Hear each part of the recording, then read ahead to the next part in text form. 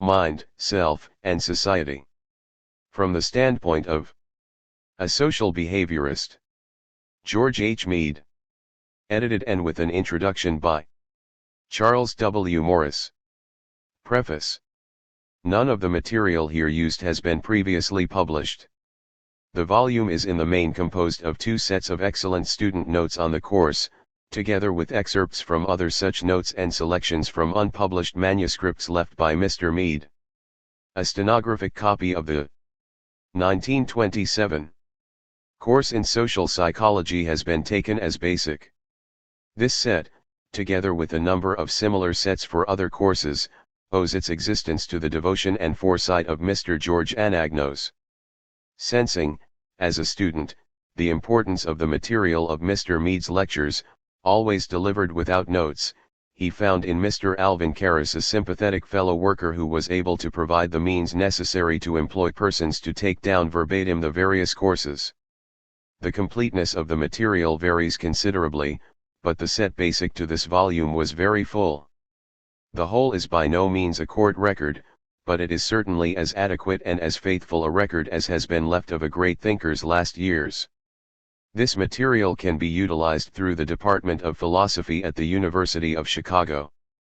The basic manuscript has been greatly enriched by the faithful and full notes of another devoted student, Mr. Robert Page, notes especially valuable since they are for 1930.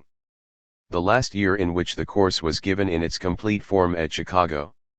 Into the 1927 material, when rearranged, pruned of superfluous repetitions, and stylistically corrected, were inserted portions of the 1930 material, both into the text and as footnotes.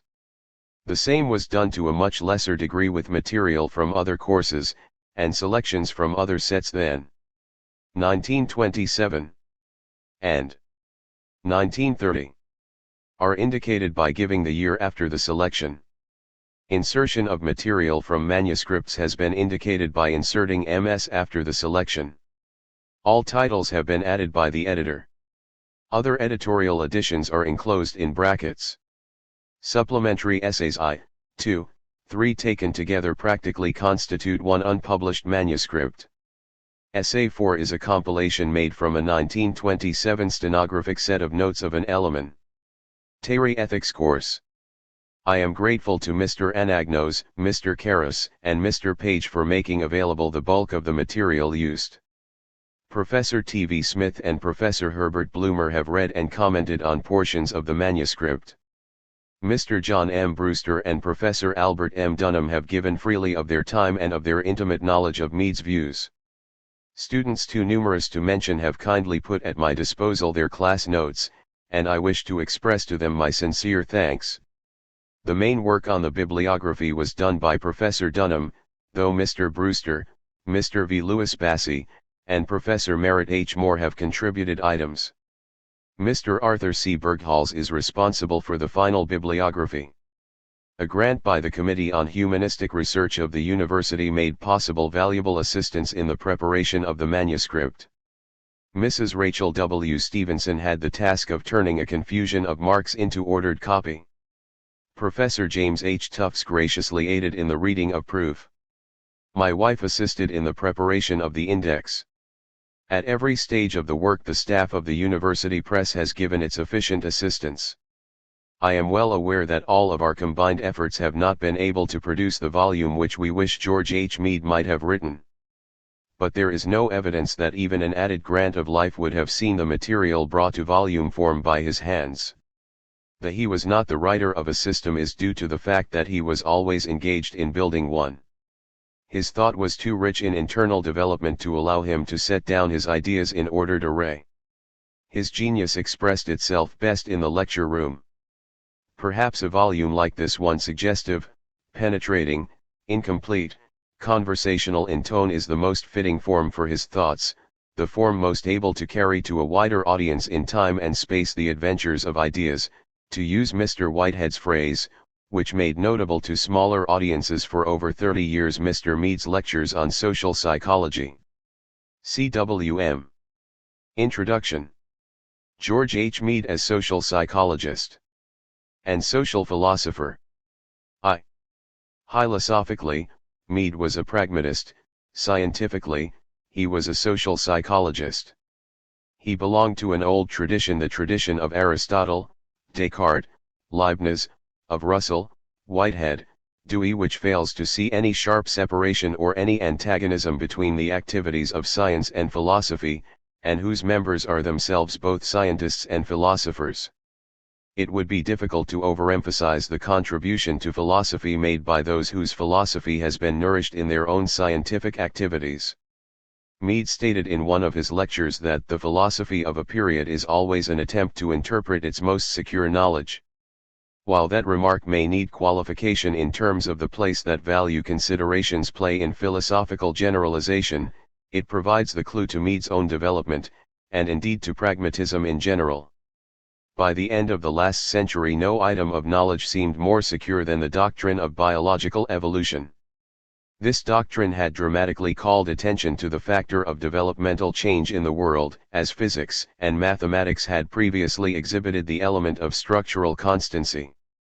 The implication seemed to be that not only the human organism but the entire life of mind as well had to be interpreted within the evolutionary development, sharing in its quality of change, and arising in the interactivity of organism and environment. Mind had to appear within, and presumably to stay within, conduct. Societies themselves had to be envisaged as complex biological entities and fitted into the evolutionary categories. It has been the philosophical task of pragmatism to reinterpret the concepts of mind and intelligence in the biological, psychological, and sociological terms which post-Darwinian currents of thought have made prominent, and to reconsider the problems and task of philosophy from this new standpoint. The task is by no means completed, as is evidenced by the fact that the system-forming period is hardly yet in evidence. But the outlines of an empirical naturalism erected on biological, psychological, and sociological data and attitudes are clearly discerned, a naturalism which sees thinking man in nature, and which aims to avoid the inherited dualisms of mind and matter, experience and nature, philosophy and science, teleology and mechanism, theory and practice. It is a philosophy which, in terms used by Mead, opposes the otherworldliness of the reason. Of ancient philosophy, the otherworldliness of soul. Of Christian doctrine, and the otherworldliness of the mind. Of the Renaissance dualisms.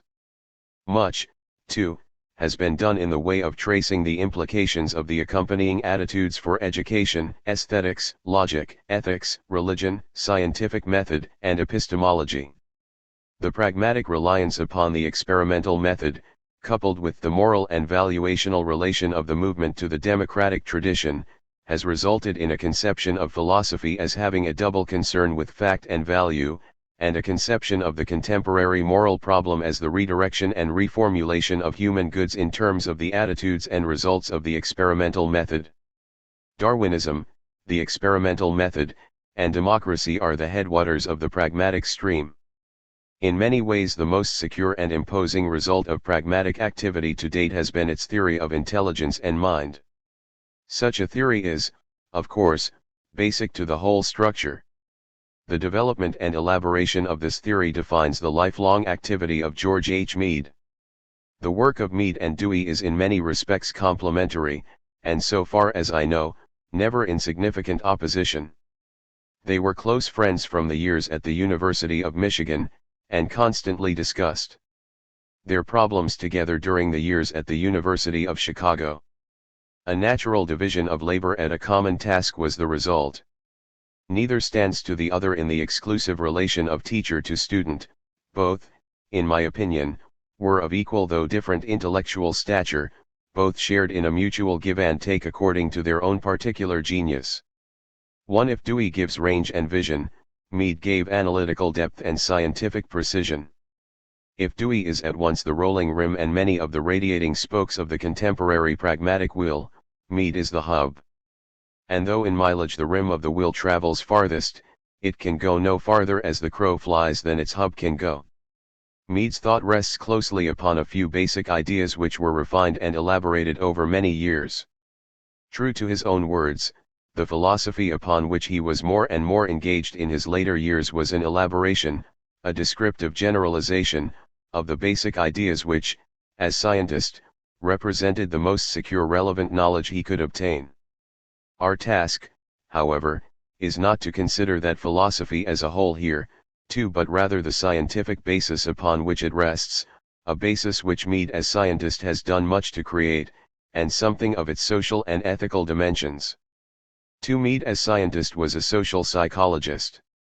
It is commonly recognized today that science walks on two legs: theory and observation, that the logical phase of science, the phase of the isolation and definition of basic categories, and of system building, is of equal importance with the activity of the fact-finder and verifier. MEAD adds little or nothing to the corpus of the facts of the social sciences as determined by distinctive methods. Introduction. Of investigation, to the ideational and conceptual structure he adds much.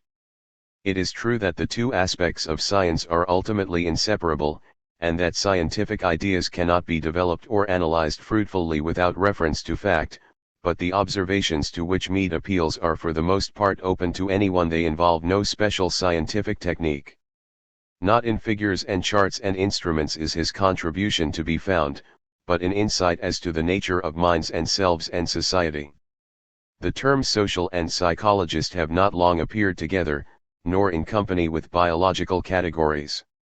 Tradition has identified psychology with the study of the individual self or mind.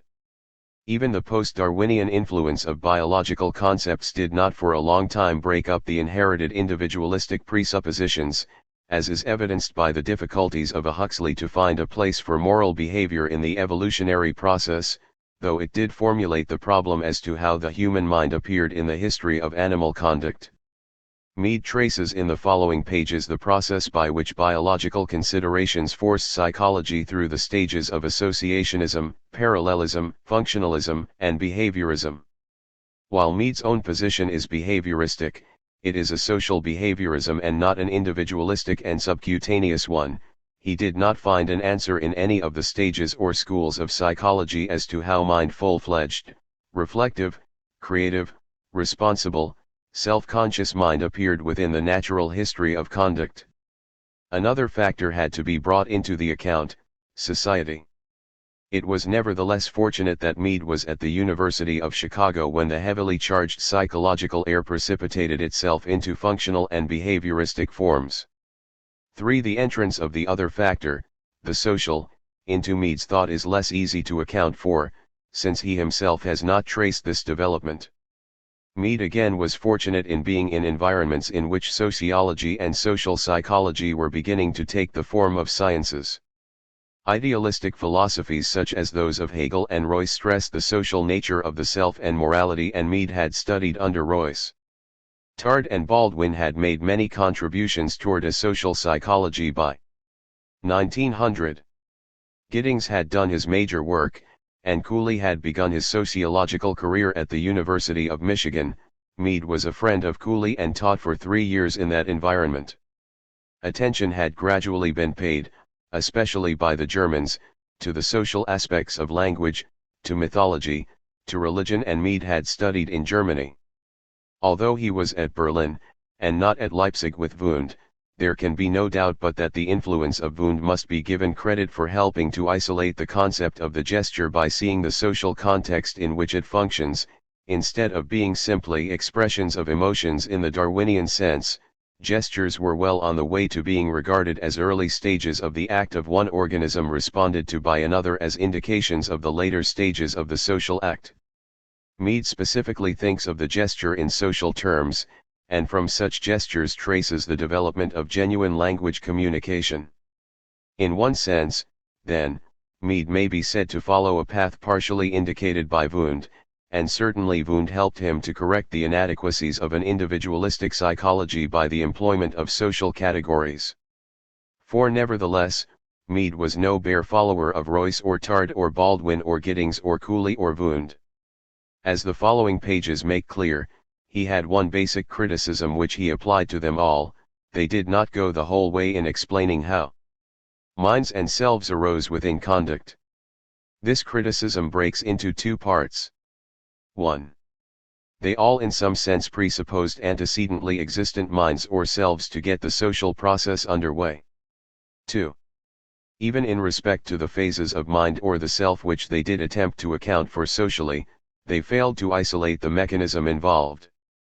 The magic hat of the social, out of which mind and the self were to be drawn, was in part loaded in advance, and for the rest there was merely a pious announcement that the trick could be done, while the performance itself never took place. MEAD's endeavor is to show that mind and the self are without residue social emergence, and that language, in the form of the vocal gesture, provides the mechanism for their emergence.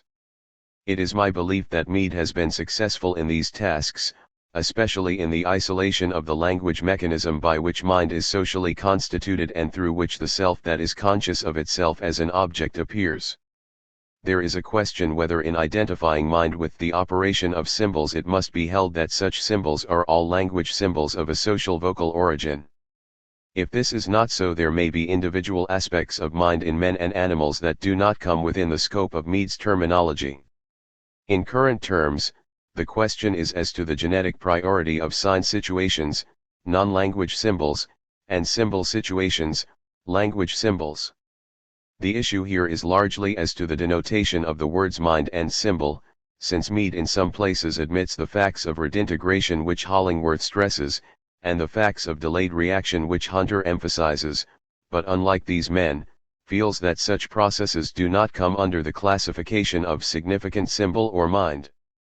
MEAD admits that the individual organism must have certain physiological prerequisites for developing language symbols. Those who wish to use mind and symbol in a wider sense might add that the individual could not develop language symbols without being able to respond to non-linguistic, and so non-social, signs, in which one event leads at some organic center to the expectation of and redintegration of some other event.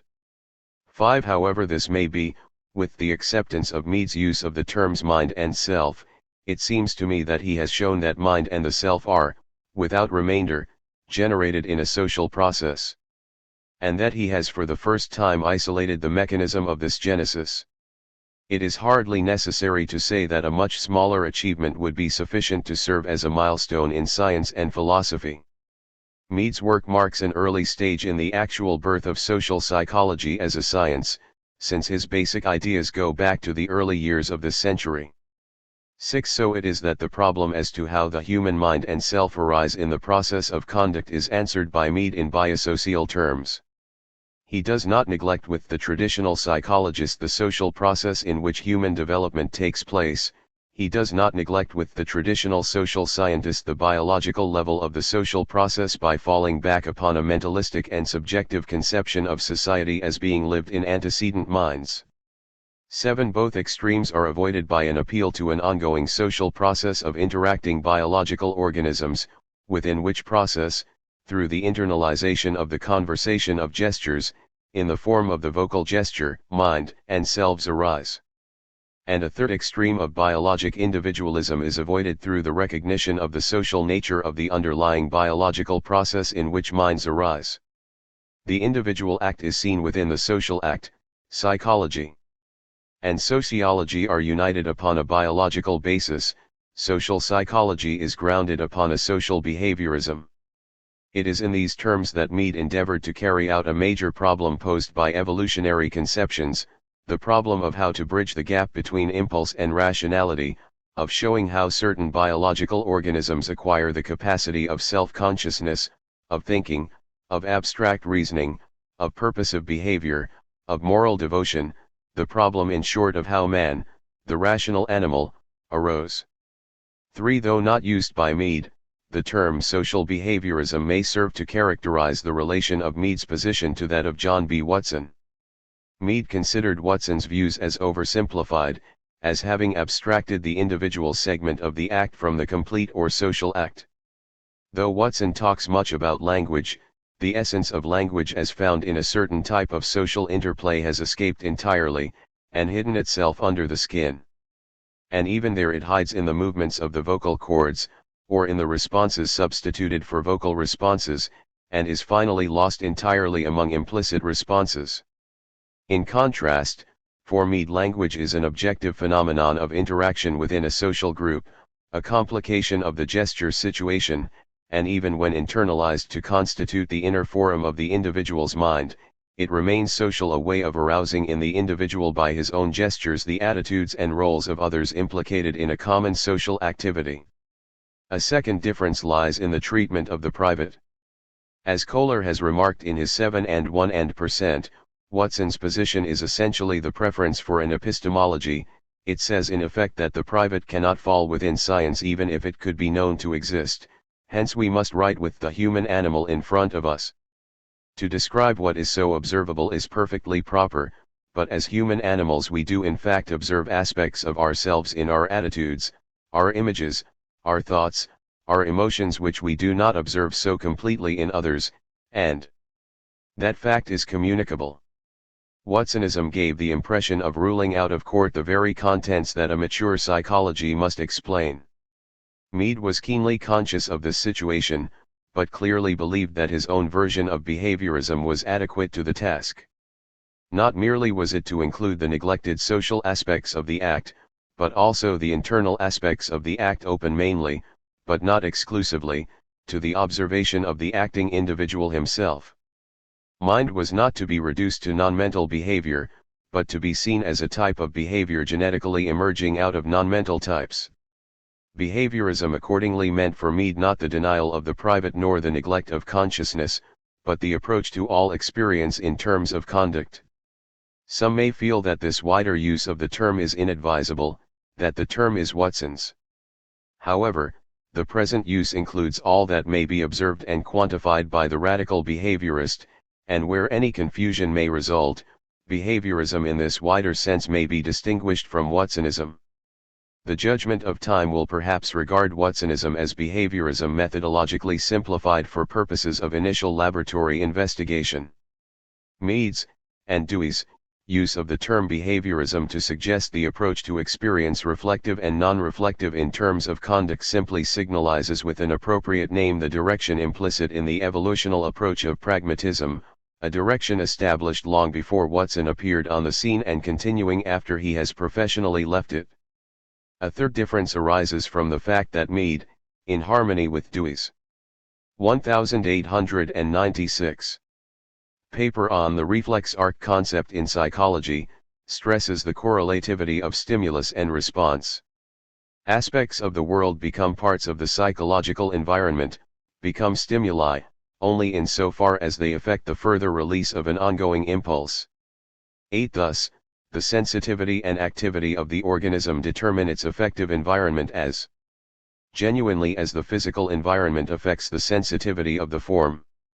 The resulting view does more justice to the dynamic and aggressive aspects of behavior than does Watsonism, which gives the impression of regarding the organism as a puppet, whose wires are pulled by the physical environment. Thus, in the case of reflective thinking, which Watson treats quite on a par with the conditioning of the rat, Mead is able to give a penetrating analysis of such reflection in terms of the self-conditioning of the organism to future stimuli in virtue of being able to indicate to itself through symbols the consequences of certain types of response to such stimuli. This account is able to explain the behavior of Watson in conditioning the rat, and not merely the resulting behavior of the conditioned rat. Finally, a basic difference is reflected in the circumstance that Watsonism has seemed to many not only to deny private experience, but to empty experience itself of any meaning not possessed by response. Certain of the radical behaviorists have frankly identified IC8 with my ocular muscles have contracted, and have as frankly admitted that this identification leads into a behavioristic form of solipsism. Such a situation is simply the appearance in psychology of the logical and methodological scandal which has long harassed scientific thought. On the one hand, science has prided itself upon being empirical, on bringing its most subtle theories to the test of observation. On the other hand, science has tended to accept a metaphysics which regards the data of observation as subjective and mental, and which denies that the objects studied have the characters which as experienced they appear to have. The pragmatist of Mead's type cannot agree with the attempt of critical realism to make this situation palatable. Such a pragmatist holds that the world, as conceived by science, is found within the wider and richer world that is experienced, instead of being the real world in terms of which to depreciate the world as experienced. The world of science is something whose origin is to be traced in experiential terms. Thus, Mead held that the physical thing, though prior for science, is experientially a derivative from social objects, i.e., is in the order of experience socially derived. On Mead's view, the world of science is composed of that which is common to and true for various observers, the world of common or social experience as symbolically formulated. Mead's suggestion for the solution of the riddle lies in an insistence that the basic datum for observation is a world in which other selves and objects have the same direct accessibility, though the completeness of the accessibility may vary, as the observer has of himself. The experienced world is conceived by Mead as a realm of natural events, emergent through the sensitivity of organisms, events no more a property of the organism than of the things observed. Philosophically, the position is here an objective relativism.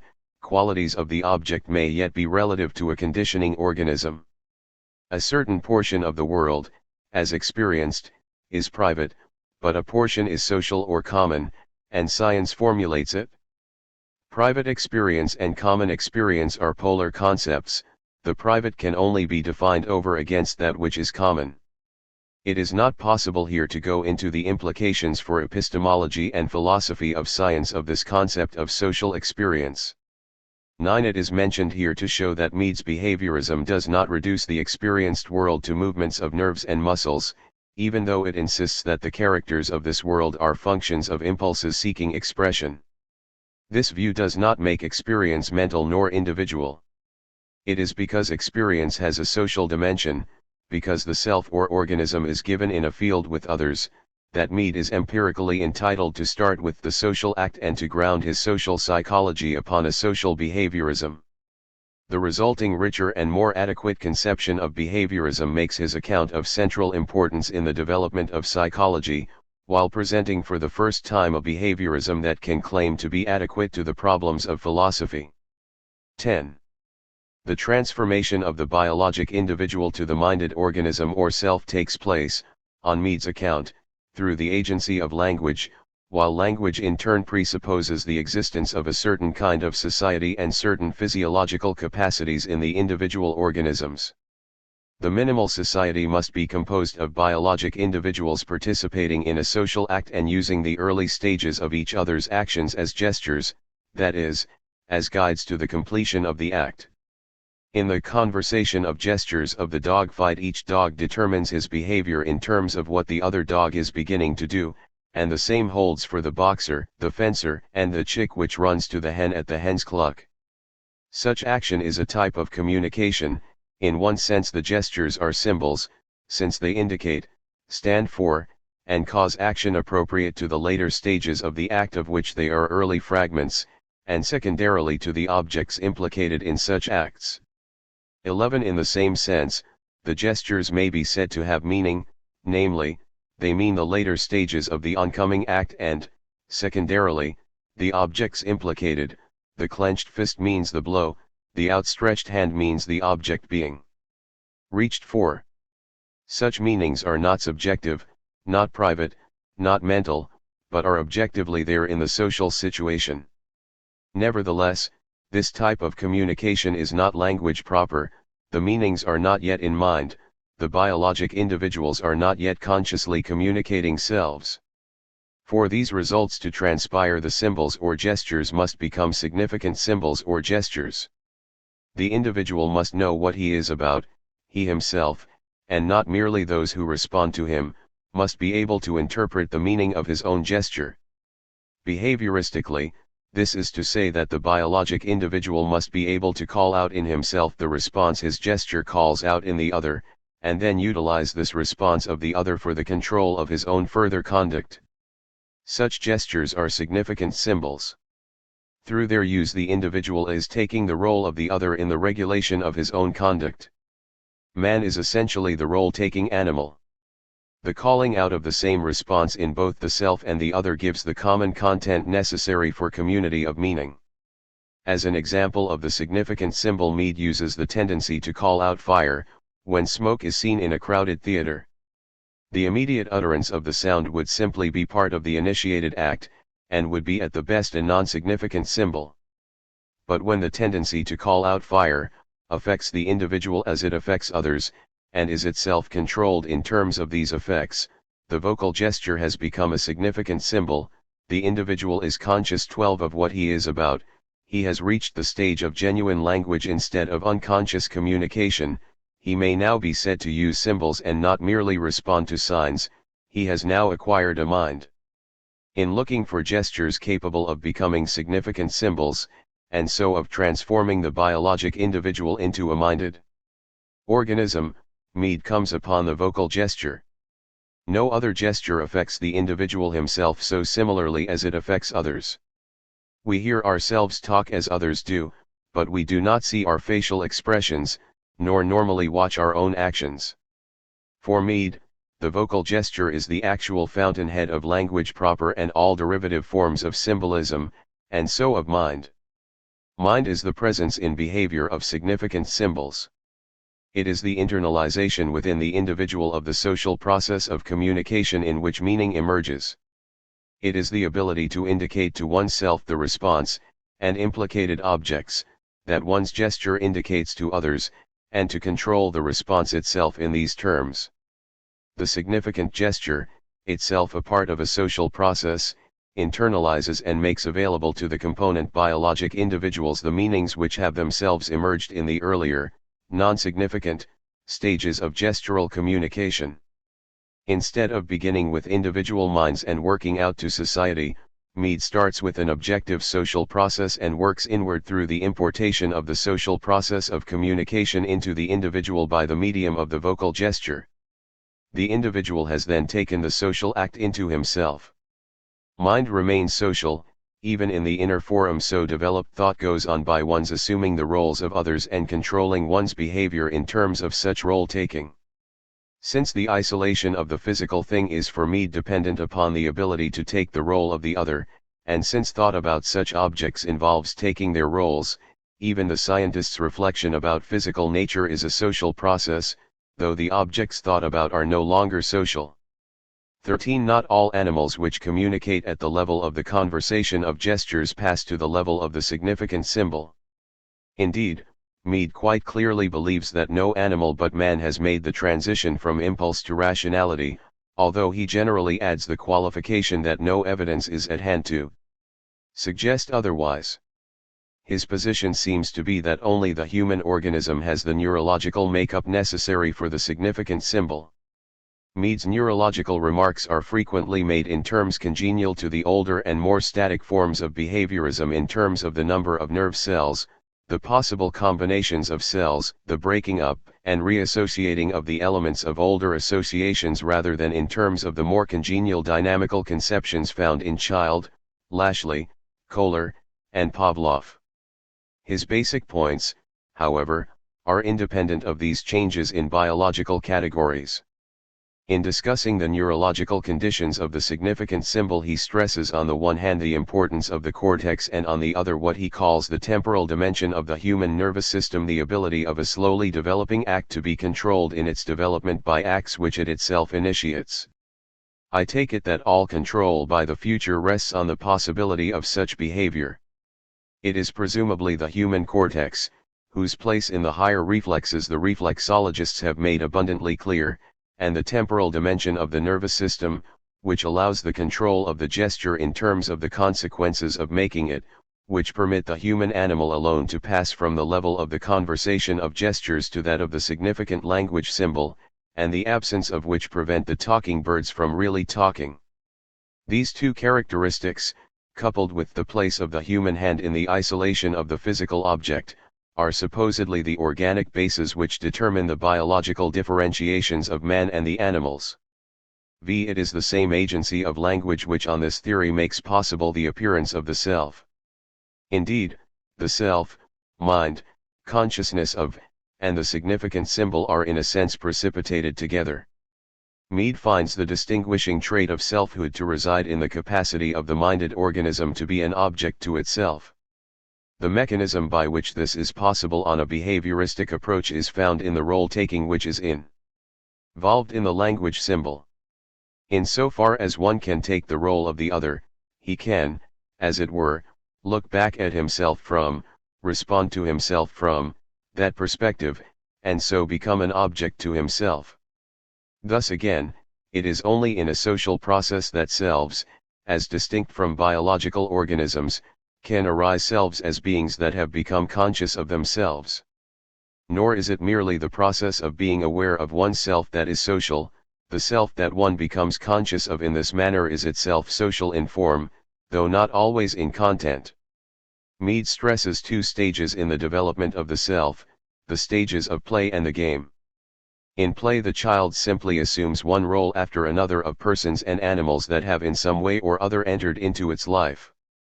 One here sees, writ large as it were, the assumption of the attitudes of others through the self-stimulation of the vocal gesture, whereas later in life such attitudes are more abbreviated and harder to detect. In the game, however, one has become, as it were, all of the others implicated in the common activity must have within oneself the whole organized activity in order to successfully play one's own part. The person here has not merely assumed the role of a specific other, but of any other participating in the common activity. He has generalized the attitude of role-taking. In one of MEAD's happiest terms and most fertile concepts, he has taken the attitude or role of the generalized other. 14. Now all of the attitudes of others organized and taken over into oneself, however specific or generalized they may be, constitute the me. If this were all that there is to the self, the account would be an extreme and one-sided one, leaving no place for creative and reconstructive activity. The self would not merely reflect the social structure, but would be nothing beyond that reflection. The complete self, however, is conceived by MEAD as being both I and a me. The I is the principle of action and of impulse, and in its action it changes the social structure. As MEAD says of Dewey's views, the individual is no thrall of society. He constitutes society as genuinely as society constitutes the individual. Indeed, every action of the individual at either the non-linguistic or linguistic levels of communication changes the social structure to some degree, slightly for the most part, greatly in the case of the genius and the leader. Not merely is the self as a social being developed on the basis of the biological organism, but society itself, as an organic whole of a complex order, cannot be put into opposition with its distinguishable and recognizable components, biologic individuals at the simpler social levels, selves at the higher.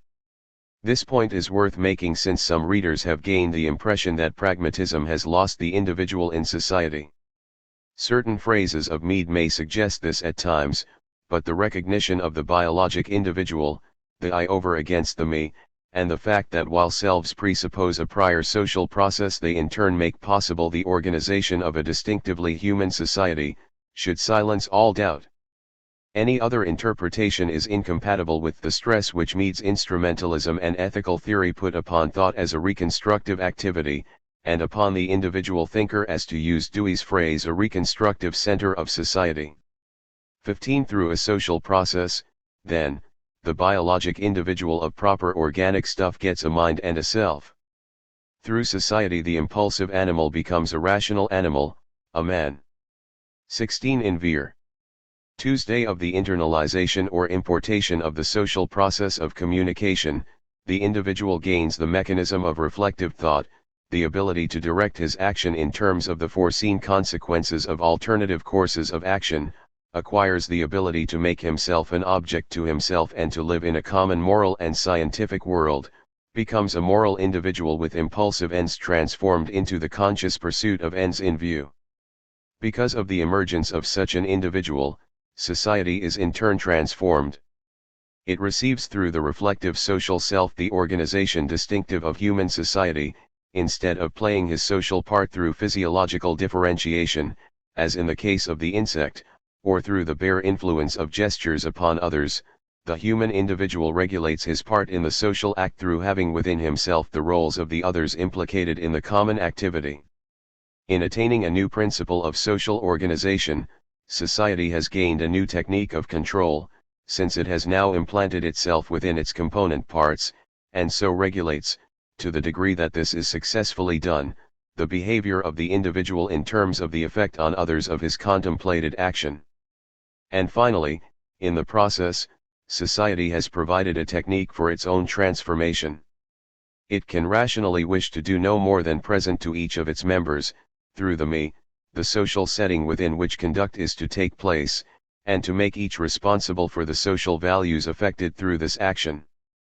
Under the penalty of stagnation, society cannot but be grateful for the changes which the moral act of the creative I introduces upon the social stage. 6. This is not the place to take up the multiplicity of insights which MEAD weaves into his general framework, nor the implications for education, psychopathology, sociology, psychology, and linguistics, nor the way in which his philosophy dovetails with his social psychology. But as an illustration of the fertility of his basic ideas, I cannot avoid mentioning two related points: the theory of universals and the concept of the generalized other. The issue here is not narrowly philosophical, but concerns the possibility of doing justice on a pragmatic, relativistic, and empirical point of view to the factors of structure, stability, and universality. It is such factors that the mathematical and physical sciences have brought into prominence, while the post-Darwinian biological and social sciences have made prominent the categories of change and process. It would be a sign of the inadequacy of modern empiricism if it should merely again set a philosophy of becoming alongside of the philosophies of being, duplicating the impasse which beset Greek thought. It is frequently stated that the pragmatist must be a nominalist and cannot do justice to the fact of universality. In reality, pragmatism is nearest at this point to medieval conceptualism. It is only when the symbol is a bare particular, standing indifferently for a number of other particulars, that nominalism is the result. As a fact, however, the significant symbol, as a gesture, is not arbitrary, but always a phase of an act, and so shares in whatever universality the act possesses. As Charles Peirce saw and Occam long before, universality is closely connected with habit.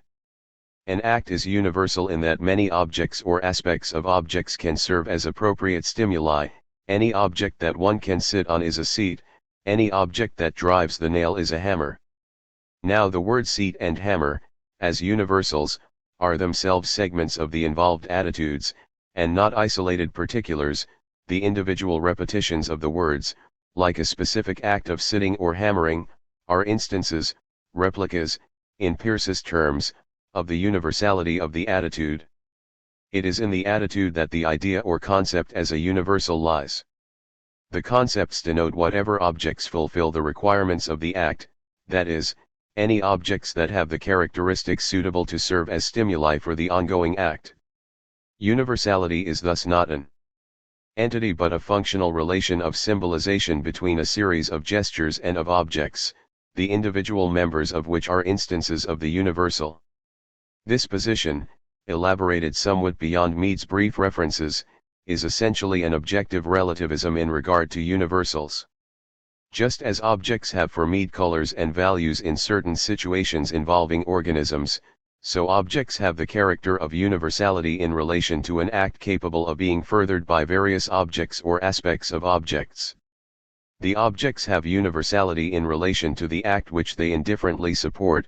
The act has universality as the character of being supported indifferently by a range of objects. In such a situation, the act or segment of the act that is the gesture may be regarded as the universal under which fall or in which participate the stimulus objects as particulars, while the universality of the objects is the character which they possess in common of serving as stimuli to the act. By making universality relative to the act, it is brought within the scope of an empirical science and philosophy. All that is denied on this treatment is the necessity of hypostatizing such universals, thereby erecting the antithesis of being and becoming which has proved fatal from Plato to Whitehead. A second dement in the treatment of universality is the social factor.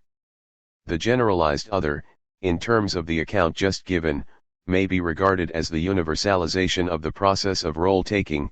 The generalized other is any and all others that stand or could stand as particulars over against the attitude of role-taking in the cooperative process at hand.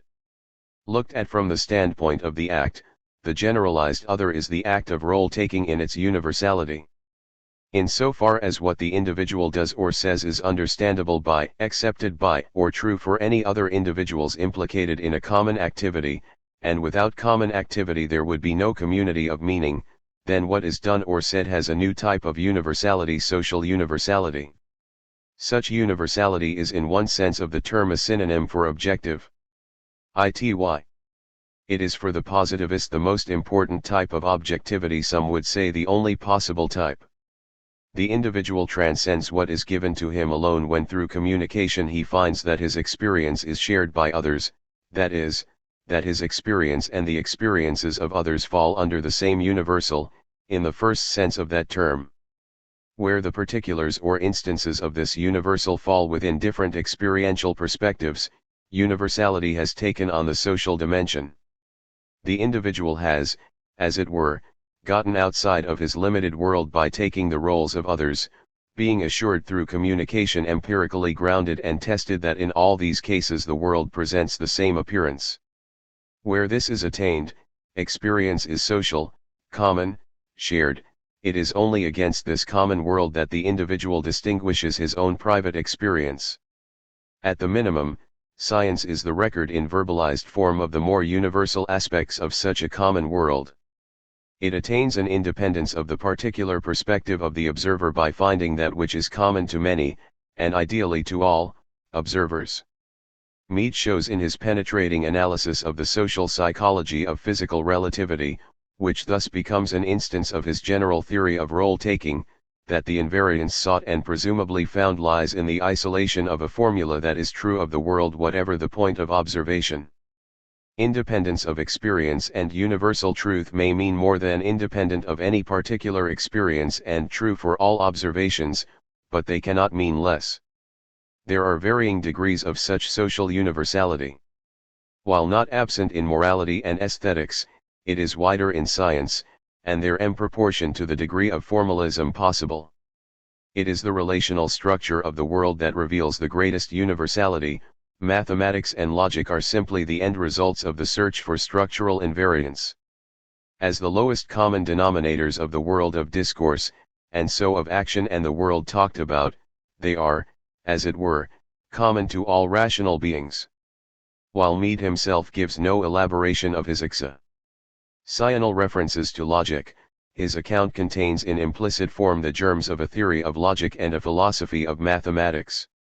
When it is realized that social universality is potentially extensible to the past and future, it can be realized that MEAD's approach is compatible with the recognition that relatively to the most general cooperative acts there are highly invariant features of the world. The emergent and temporalistic aspects of the pragmatic position are not at odds with whatever constancy the world as experienced does in fact reveal, nor with whatever formalism logic and mathematics are able to attain. Pragmatism merely wishes to avoid fanaticism in these matters. It counsels sanity toward the mutual principles of being and becoming, by pointing out that empirically universality is a character of things over against the act, whether individual or social. And as such it is a matter of more or less, not of all or none. 17. Did space permit, it would be interesting to discuss other queries raised by the conception of the generalized other. How far, for instance, is the difference between Platonist and relativist dependent upon the degree to which one takes the role of the generalized other? Can the extension of the process of role-taking toward physical things permit one to transcend human observers altogether, so that one can meaningly pass from the social positivism, which at times MEAD seems to regard as the limit of meaningful metaphysics, 18, to a philosophical realism? 19. What is the bearing of MEAD's doctrine, when coupled with the concept of social experience, upon the nature of truth and knowledge? How far does the generalized other provide the psychological equivalent of the historical concept of God, and of the absolute of the idealists, and so for the contrast of reality and appearance? It is only possible to raise such questions. Here, and perhaps this digression and expansion of MEAD's thought has been unfair to certain readers.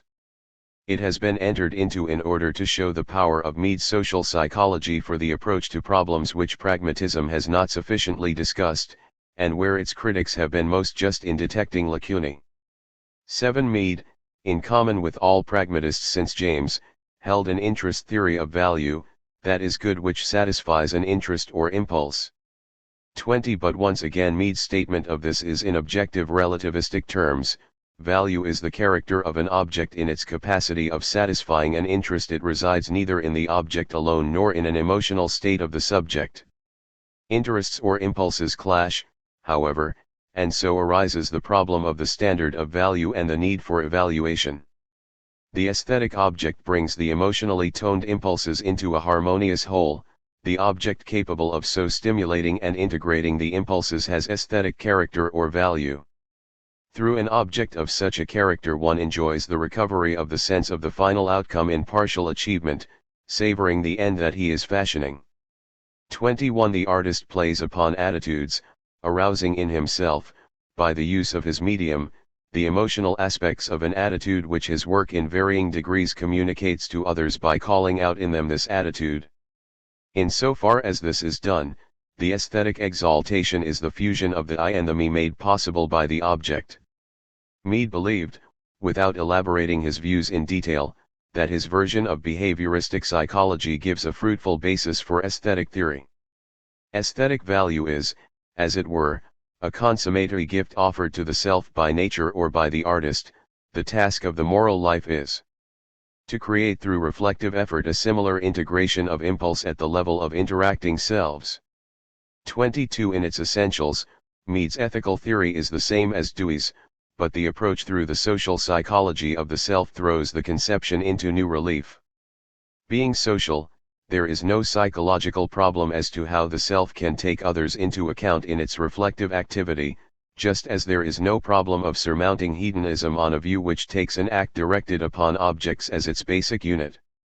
The self, as constituted by its impulses, is seeking the objects which allow the consummation of the impulses. As social, to the degree that the self has taken the attitudes of others into itself through the language process, it has become the others, and the values of others are its own. To the degree that the self assumes the role of the generalized other, its values are the values of the social process itself. The epistemological escape from the egocentric predicament by getting an ego which includes the standpoints of others is analogous in value theory to the getting of a self which includes within itself the values of others. This free construction of the implications of Mead's actual statements shows the fertility of the approach to the field of value. Certain it is that it gives a more precise way of formulating the breakdown of the alternatives of egoism and altruism, of self-assertion and self-sacrifice, than the psychological equipment of ethicists usually makes possible. Stated in ethical terms, Mead is insisting that in the moral act the motive for action is the impulse itself as directed to a social end. A social self has social impulses that demand expression as imperatively as any other impulses. For Mead, moral ends are social ends because in the first place the only standard for impulse that impulse makes possible resides in the answer as to whether the impulse in question feeds or dies on its own satisfaction, and whether it expands and harmonizes, or narrows and defeats, other impulses, and second, because the self, as a social being, must be concerned within and without with the social harmony of impulses. The moral task, it follows, is to be observant of all the values resident in the particular situations of life. 23 And to deal with these values reflectively in the endeavor to allow the maximum satisfaction and expansion, the maximum dynamic harmony of the impulses concerned. Moral action is intelligent, socially directed action in which one acts with the interest of others as well as oneself in mind. The appeal is not from interest to reason, but from isolated interests to the interest in the social system of interests in which one's behavior is implicated. Such, as I read it, is the kernel of Mead's, and so pragmatism's, ethical theory. The right act, as relative to the situation, is nevertheless objective and universal in that it demands the assent of all rational beings. The right is neither subjective caprice nor a timeless essence, its universality is a social universality. Such a view makes the moral life a strenuous and active life. Sustained by social ends and fed by all the knowledge that science can give, morality yet demands the creativity of the I, of the self that is more than a me. It is in a society of such selves that Mead sees the social ideal. This society would not have as its goal the bare sustenance and attainment of any set of existent or authoritatively defined values this MEAD calls the Augustinian philosophy of history. On the contrary, its philosophy of history would be as experimental as the experimental method itself. It would be concerned with the technique for remaking values through the reinterpretation of the situation in terms of the best knowledge available, and that technique, it would appear, could be nothing but morality itself. Such a society of moral beings would seem to be MEAD's version of the democratic ideal. While an emergent universe can guarantee no future, MEAD does believe that the agencies and institutions of human life, language, religion, the economic process do in fact extend the very process of role-taking which they involve. The religious attitude, based upon the pattern of helpfulness in family relations, 24, and the economic attitude of offering to others some surplus for what one himself needs, are potentially universal, and language can extend as far as common activity extends. In this sense, the capacity to take the role of the other in greater degree by more and more people would seem to move in the direction of the democratic ideal, provided that the selves become moral selves. 25. Such a democracy, as MEAD clearly sees, has no undesirable leveling tendency, and puts no premium on mediocrity. Rather, it is compatible with great differences of ability and contribution. The genuine implication of democracy is that each should realize himself through moral participation in a cooperative process. Ideally, the individual realizes himself in others through that which he does as peculiar to himself. The democratic society has no place for the superiority of class or possession or power as such. It must cherish deeply the superiorities and pride in superiority which arise in the performance of diverse social functions. What applies to individuals here applies to nations. MEAD is an internationalist, since the social attitude he describes can theoretically stop short of nothing less than conscious identification with and participation in the society of man as such. He constantly refers to the League of Nations as a tentative reaching by nations for the wider society they feel themselves a part of, but which they are not yet able to enter in terms of a functional role, and so they are forced still to assert themselves in terms of power. Nations have not yet learned to take the role of the other, and to participate consciously and morally in the wider social processes which they are in fact engaged in. In analogy to the individual, nations are still at the level of the biologic individual. They have not yet attained moral selfhood, their I does not yet act on a stage set by an international me. Just as within each social group a premium is put upon the contribution of the functionally differentiated self, so this internationalism calls for no obliteration of nations, but rather their self-affirmation at the moral level of social selves. MEAD's account does justice to both the factors of individual initiative and social concern. It organically unites within the nation and between nations both the principles of individualism and socialism, the attitude of the pioneer and the note of the brotherhood of man, which together characterize democracy. Foreglow or afterglow.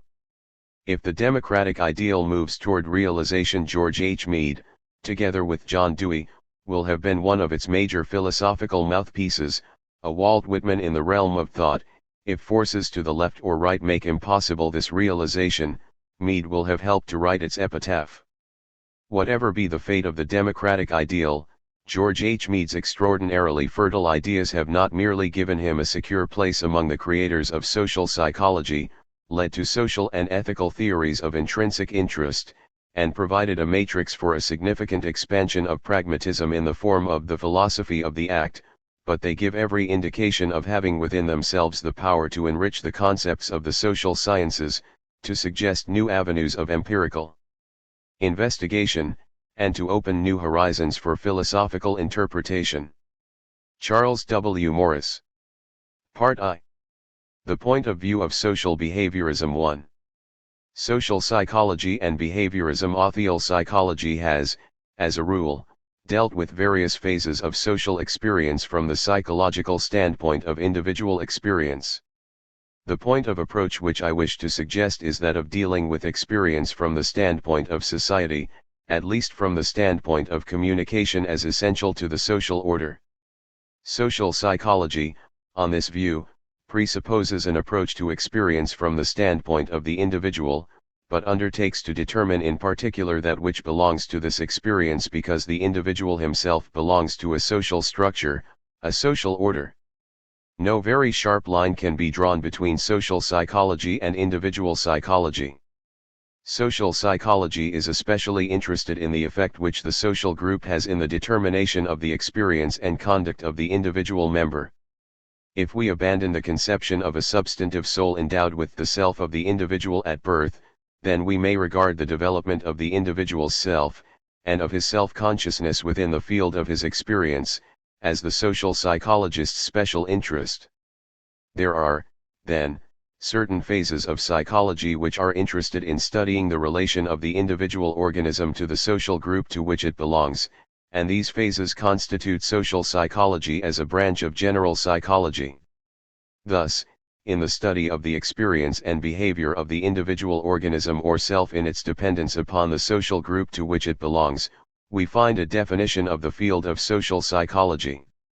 While minds and selves are essentially social products or phenomena of the social side of human experience, the physiological mechanism underlying experience is far from irrelevant, indeed is indispensable to their genesis and existence, for individual experience and behavior is, of course, physiologically basic to social experience and behavior. The processes and mechanisms of the latter, including those which are essential to the origin and existence of minds and selves, are dependent physiologically upon the processes and mechanisms of the former, and upon the social functioning of these. Individual psychology, nevertheless, definitely abstracts certain factors from the situation with which social psychology deals more nearly in its concrete totality. We shall approach this latter field from a behavioristic point of view. The common psychological standpoint which is represented by behaviorism is found in John B. Watson. The behaviorism which we shall make use of is more adequate than that of which Watson makes use.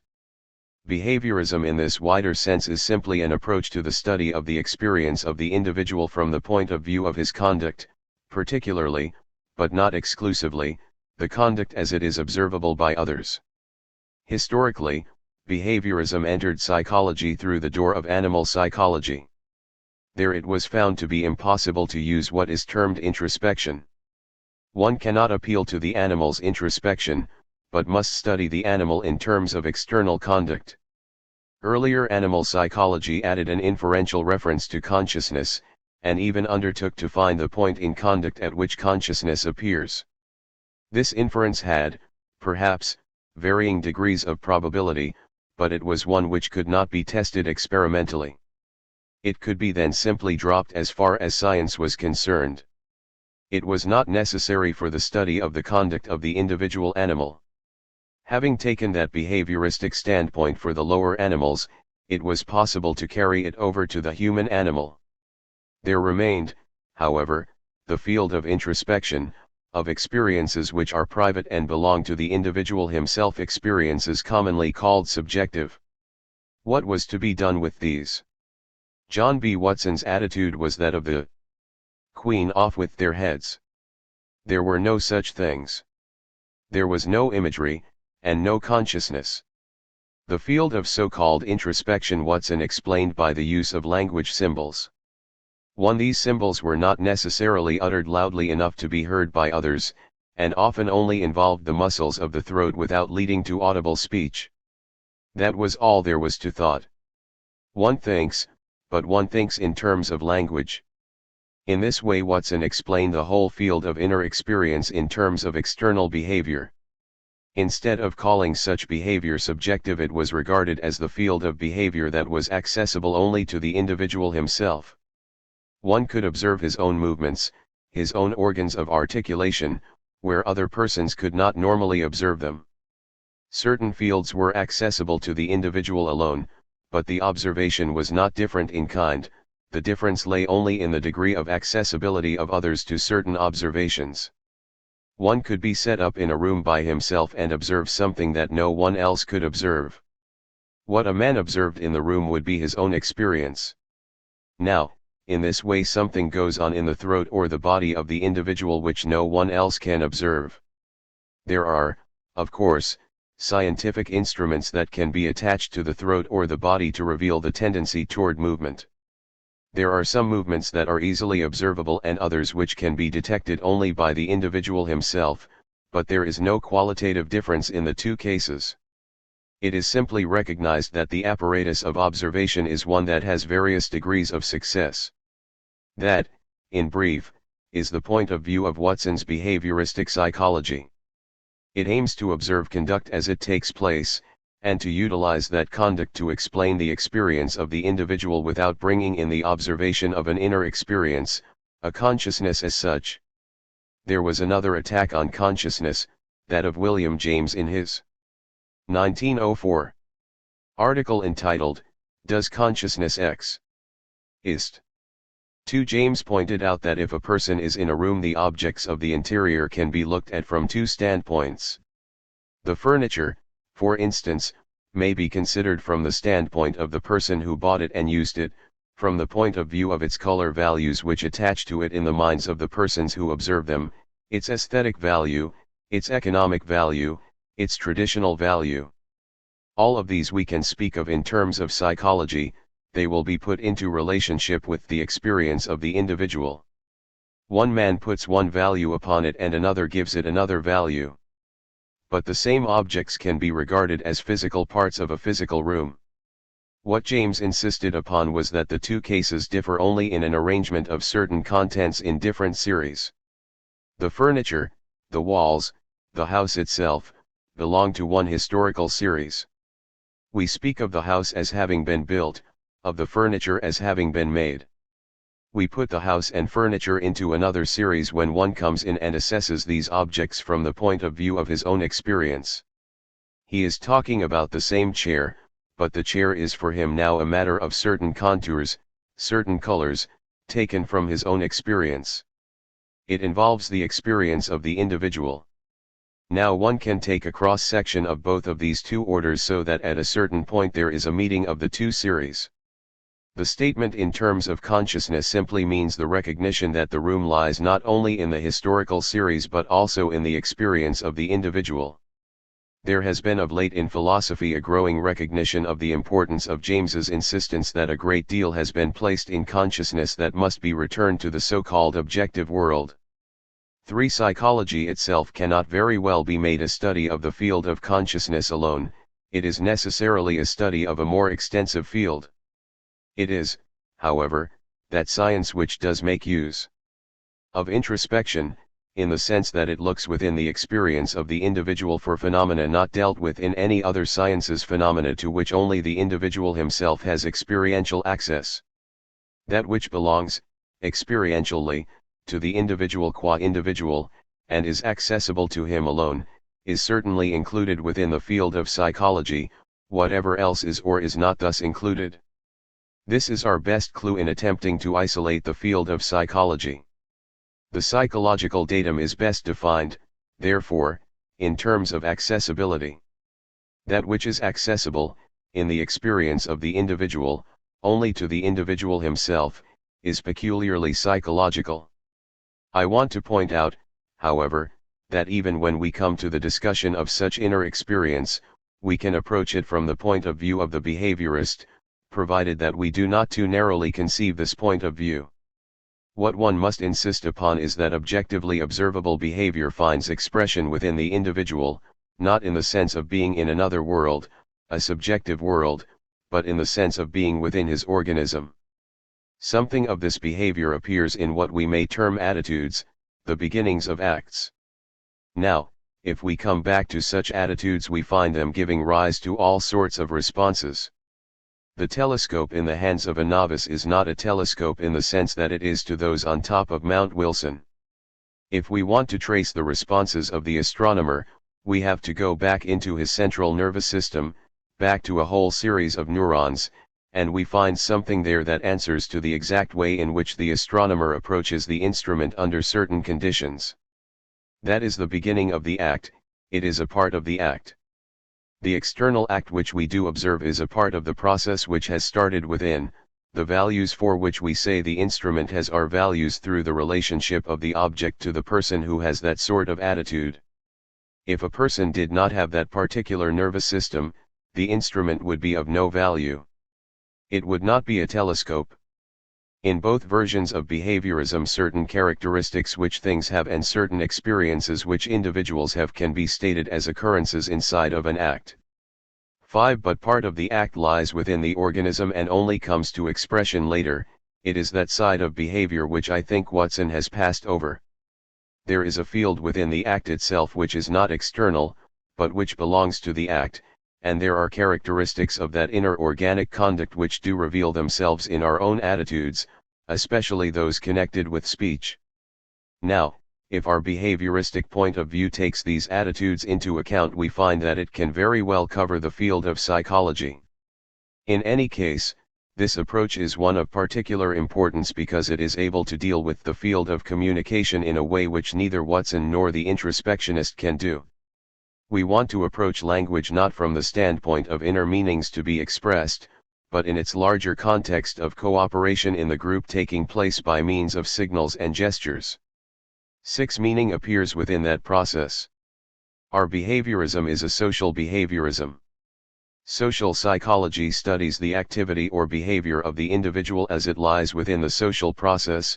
The behavior of an individual can be understood only in terms of the behavior of the whole social group of which he is a member, since his individual acts are involved in larger, social acts which go beyond himself and which implicate the other members of that group. We are not, in social psychology, building up the behavior of the social group in terms of the behavior of the separate individuals composing it. Rather, we are starting out with a given social whole of complex group activity, into which we analyze, as elements, the behavior of each of the separate individuals composing it. We attempt, that is, to explain the conduct of the individual in terms of the organized conduct of the social group, rather than to account for the organized conduct of the social group in terms of the conduct of the separate individuals belonging to it. For social psychology, the whole, society, is prior to the part, the individual, not the part to the whole, and the part is explained in terms of the whole, not the whole in terms of the part or parts. The social act 7 is not explained by building it up out of stimulus plus response. It must be taken as a dynamic whole, as something going on, no part of which can be considered or understood by itself, a complex organic process implied by each individual stimulus and response involved in it. In social psychology we get at the social process from the inside as well as from the outside. Social psychology is behavioristic in the sense of starting off with an observable activity, the dynamic, ongoing social process, and the social acts which are its component elements to be studied and analyzed scientifically. But it is not behavioristic in the sense of ignoring the inner experience of the individual, the inner phase of that process or activity. On the contrary, it is particularly concerned with the rise of such experience within the process as a whole. It simply works from the outside to the inside instead of from the inside to the outside, so to speak, in its endeavor to determine how such experience does arise within the process.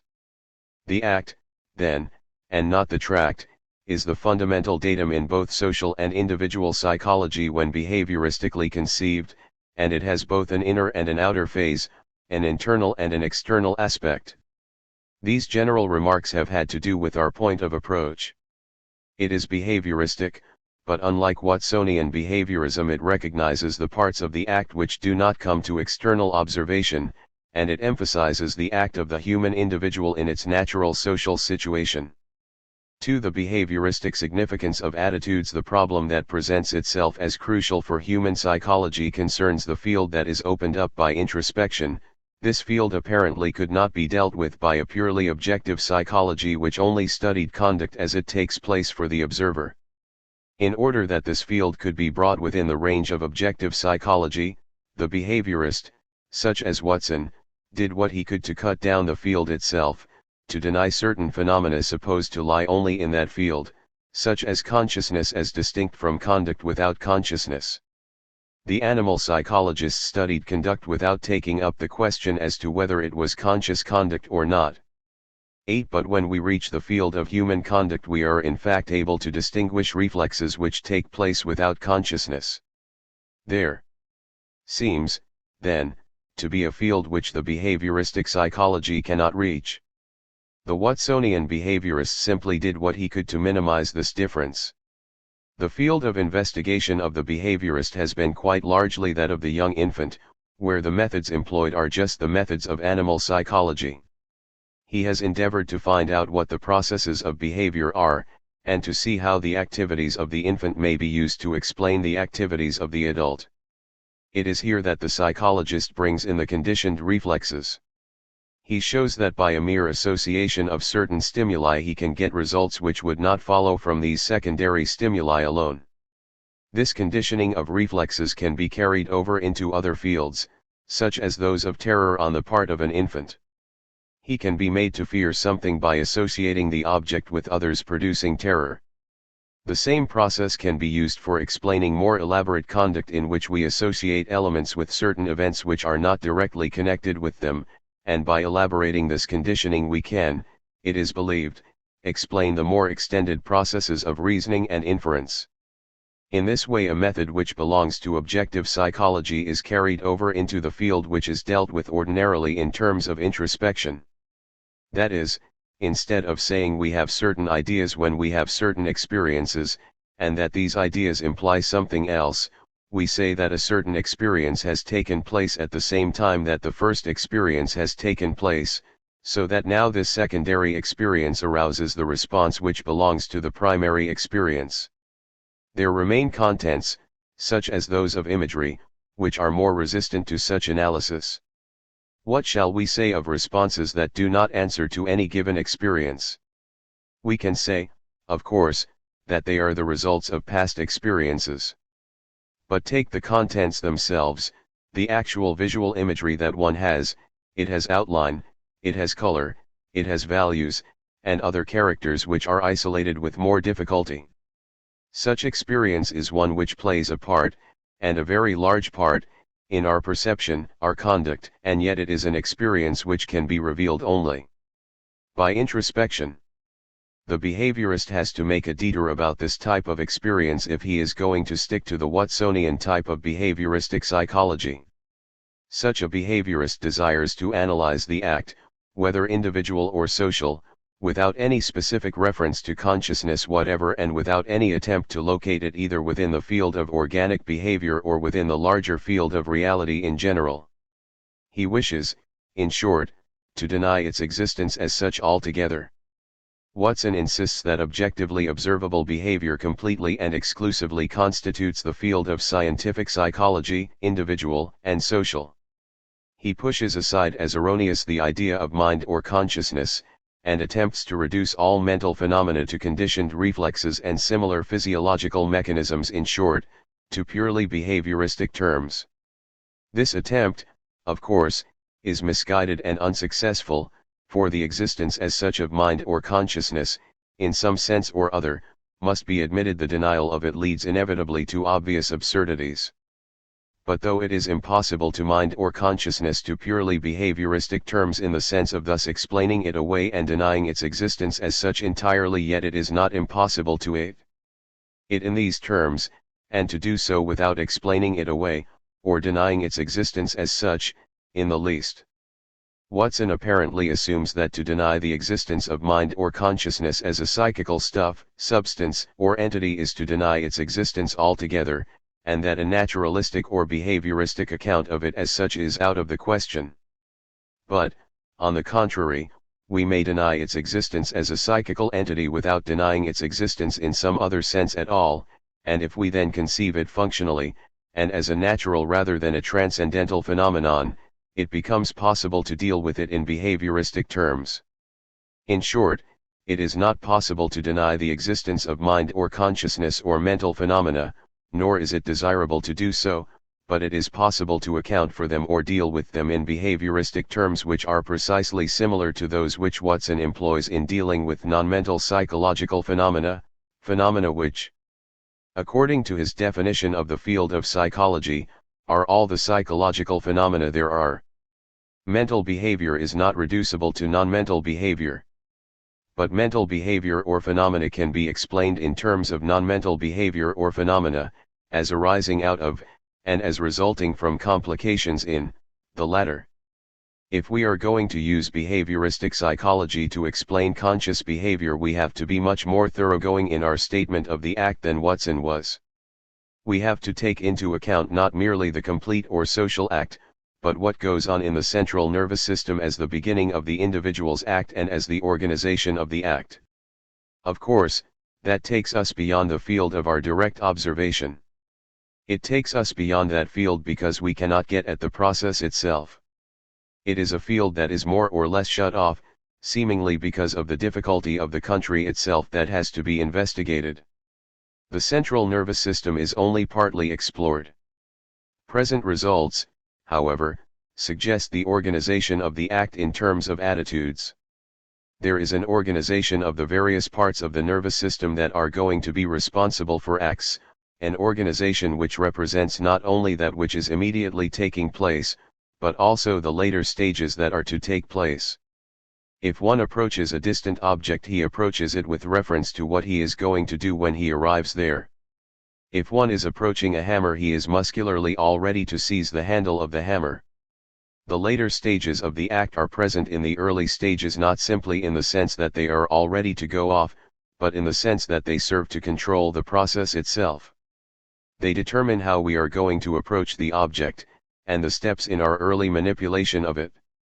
We can recognize, then, that the innervation of certain groups of cells in the central nervous system can already initiate in advance the later stages of the act. The act as a whole can be there determining the process. We can also recognize in such a general attitude toward an object an attitude that represents alternative responses, such as are involved when we talk about our ideas of an object. A person who is familiar with a horse approaches it as one who is going to ride it. He moves toward the proper side and is ready to swing himself into the saddle. His approach determines the success of the whole process. But the horse is not simply something that must be ridden. It is an animal that must eat, that belongs to somebody. It has certain economic values. The individual is ready to do a whole series of things with reference to the horse, and that readiness is involved in any one of the many phases of the various acts. It is a horse that he is going to mount, it is a biological animal, it is an economic animal. Those characters are involved in the ideas of a horse. If we seek this ideal character of a horse in the central nervous system, we would have to find it in all those different parts of the initiated acts.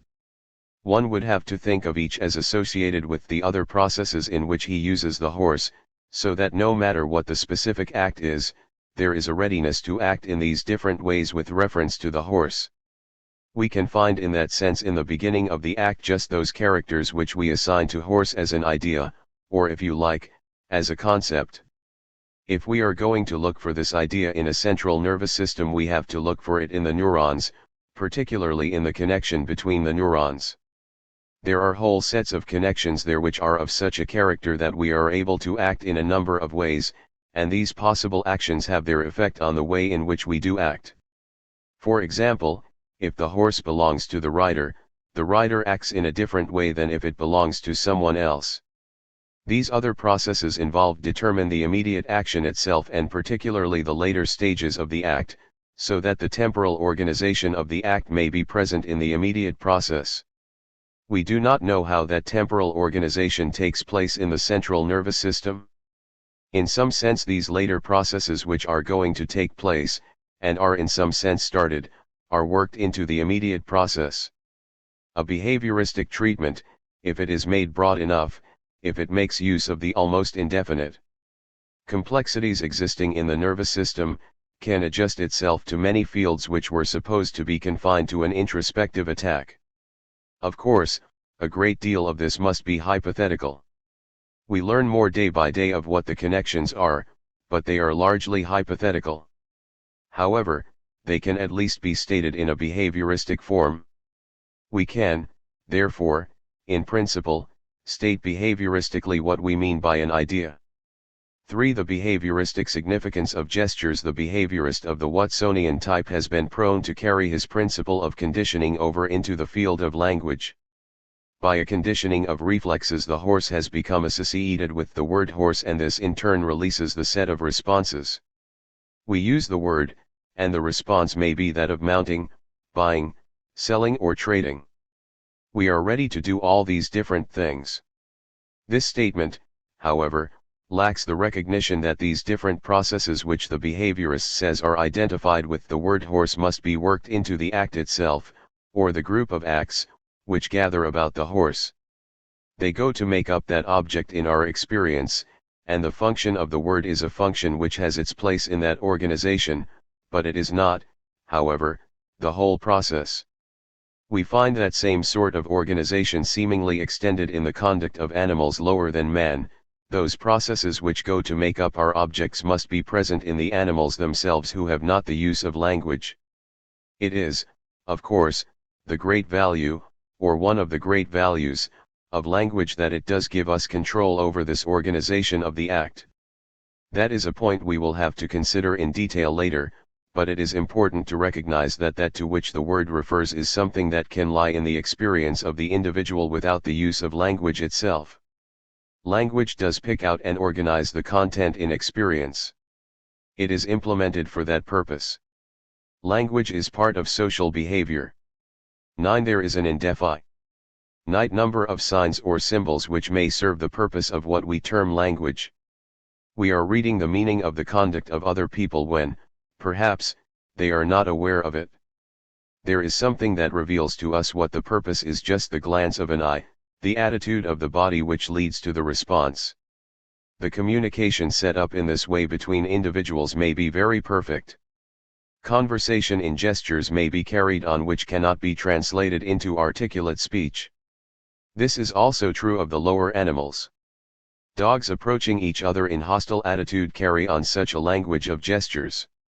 They walk around each other, growling and snapping, and waiting for the opportunity to attack. Here is a process out of which language might arise, that is, a certain attitude of one individual that calls out a response in the other, which in turn calls out a different approach and a different response, and so on indefinitely. In fact, as we shall see, language does arise in just such a process as that. We are too prone, however, to approach language as the philologist does, from the standpoint of the symbol that is used. 10. We analyze that symbol and find out what is the intent in the mind of the individual in using that symbol, and then attempt to discover whether the symbol calls out this intent in the mind of the other. We assume that there are sets of ideas in persons' minds and that these individuals make use of certain arbitrary symbols which answer to the intent which the individuals had. But if we are going to broaden the concept of language in the sense I have spoken of, so that it takes in the underlying attitudes, we can see that the so-called intent, the idea we are talking about, is one that is involved in the gesture or attitudes which we are using. The offering of a chair to a person who comes into the room is in itself a courteous act. We do not have to assume that a person says to himself that this person wants a chair. The offering of a chair by a person of good manners is something which is almost instinctive. This is the very attitude of the individual. From the point of view of the observer, it is a gesture. Such early stages of social acts precede the symbol proper, and deliberate communication. One of the important documents in the history of modern psychology, particularly for the psychology of language, is Darwin's. Here Darwin carried over his theory of evolution into the field of what we call conscious experience. What Darwin did was to show that there was a whole series of acts or beginnings of acts which called out certain responses that do express emotions. If one animal attacks another, or is on the point of attacking, or of taking the bone of another dog, that action calls out violent responses which express the anger of the second dog.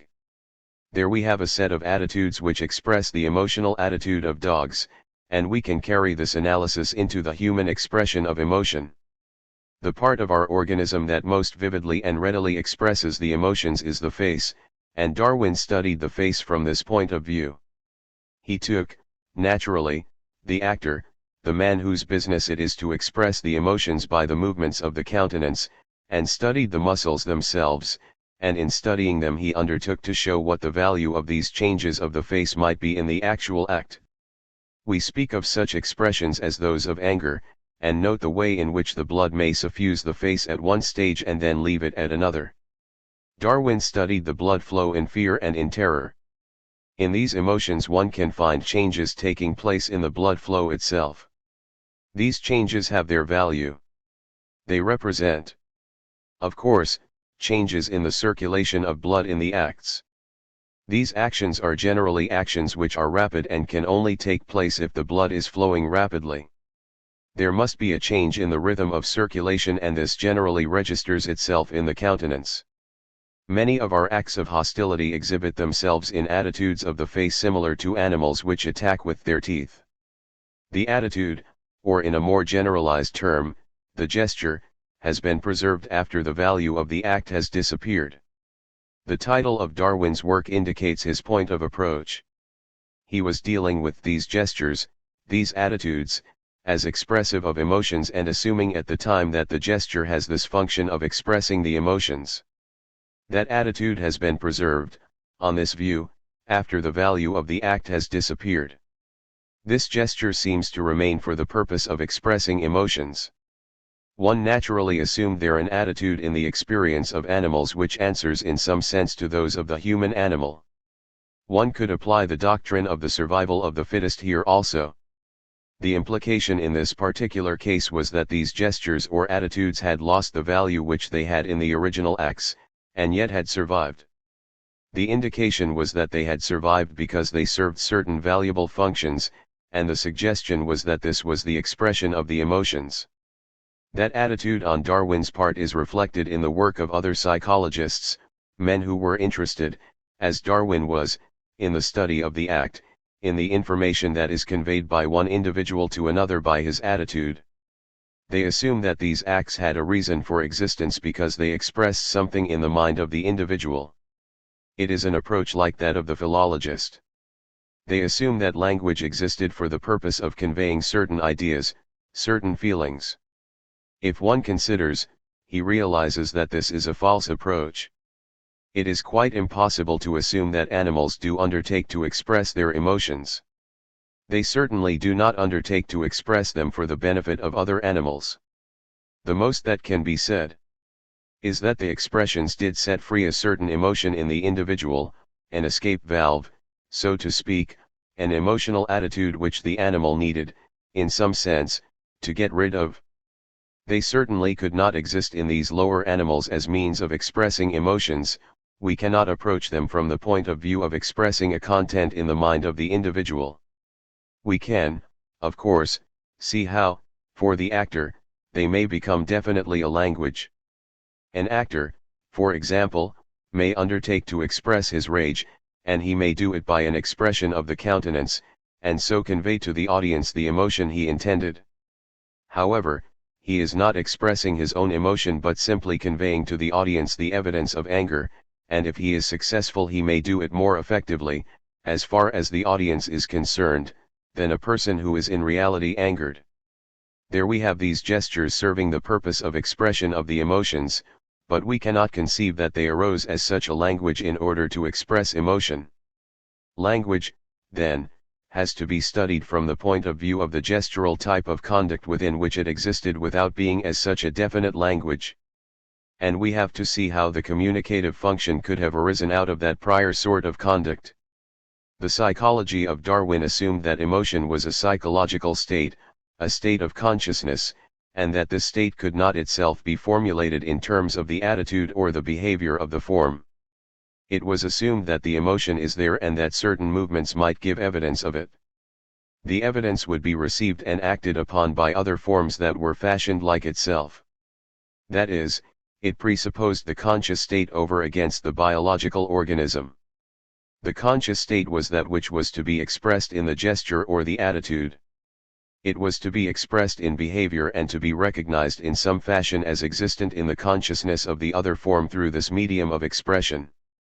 Such was the general psychological attitude which Darwin accepted. Contrary to Darwin, however, we find no evidence for the prior existence of consciousness as something which brings about behavior on the part of one organism that is of such a sort as to call forth an adjustive response on the part of another organism, without itself being dependent on such behavior. We are rather forced to conclude that consciousness is an emergent from such behavior, that so far from being a precondition of the social act is the precondition of it. The mechanism of the social act can be traced out without introducing into it the conception of consciousness as a separable element within that act, hence the social act, in its more elementary stages or forms, is possible without, or apart from, some form of consciousness. For rise of parallelism in psychology, the psychology which stresses parallelism has to be distinguished from the psychology which regards certain states of consciousness as existing in the mind of the individual, and succeeding each other in accordance with their own laws of association. The whole doctrine of the psychology which follows Hume was predominantly associationistic. Given certain states of consciousness, they were supposed to be held together by other similar elements. Among these elements were those of pleasure and pain. Connected with this atomism of associated conscious states was a psychology of action grounded on the association of pleasure and pain with certain other sensations and experiences. The doctrine of association was the dominant psychological doctrine. It dealt with static rather than dynamic experience. The pushing of the psychological side further and further into the central nervous system revealed that there were whole series of experiences which might be called sensations and yet were very different from those which could be regarded as static, such as sound, odor, taste, and color. Association belonged to this static world. It was increasingly recognized that there was a large part of our experience which was dynamic. 11. The form of actual doing was present in some of the sensations which answered to the innervation of sensory nerves. There was also the study of those tracts which went down to the viscera, and these certainly were aligned with the emotional experiences. The whole process of the circulation of the blood had been opened up, and the action which involved the sudden change of the circulation of the blood. Fear, hostility, anger, which called for sudden movement, or terror, which deprived the individual of the ability to move, reflected themselves in the visceral conditions, and also had their sensory aspects connected with the central nervous system. There was, then, a type of experience which did not fall into place in a static world. Wilhelm Wundt approached his problem from the standpoint of this sort of physiology which offered a clue by means of which one could follow out these various dynamic experiences into the mechanism of the organism itself. The treatment which had been given to the central nervous system and its motor and sensory nerves had been that of bringing a nerve current to a central nervous system which was then in turn responsible for a sensation that happened in consciousness. To get a complete statement of what we call the act, one had to follow up the sensory side and then follow out the motor results that took place because of what happened in consciousness. The physiology to which I have referred in a certain sense separated itself from the field of consciousness. It was difficult to carry over such a mechanism as this into the lower animals. That, at least, took the psychologist out of the field of animal experience. Darwin regarded the animal as that out of which human conduct evolves, as well as the human form, and if this is true, then it must be that in some sense consciousness evolves. The resulting approach is from the point of view of conduct itself, and here the principle of parallelism is brought in. What takes place in consciousness runs parallel with what takes place in the central nervous system. It is necessary to study the content of the form as physiological and also as psychological. The center of consciousness, within which is registered that which affects the sensory nerves and out of which springs the conduct due to sensation and memory images, is to be taken out of the physiological mechanism, and yet one must find a parallel in what takes place in the nervous system for what the physiologist had placed in consciousness as such. What I have referred to in the matter of the emotions seemed to present a physiological counterpart for what takes place in consciousness, a field that seemed to belong peculiarly to the mental side of life. Hate, love, anger, these are seemingly states of mind. How could they be stated in physiological terms? The study of the acts themselves from an evolutionary standpoint, and also the study of the changes that take place in the organism itself when it is under the influence of what we call an emotion, present analogues to these emotional states. One could find something there that definitely answered to the emotions. The further development of this lead occurred in James's theory of the emotions. Because we run away when we are afraid, and strike when we are angry, we can find something in the physiological organism that answers to fear and to anger. It is an attitude in the organism which answers to these emotional states, especially these visceral conditions to which I have referred, and the sudden changes in the circulation which are found associated with emotions. It becomes possible to relate the psychical conditions with physiological ones. The result was that one could make a much more complete statement of the conduct of the individual in physiological terms, could find a parallel for that which is stated in terms of consciousness in the mechanism of the body and in the operation of that mechanism. Such a psychology was called, naturally enough, a physiological psychology. It was a statement in terms of what went on in the organism of the content with which the psychologist had been dealing.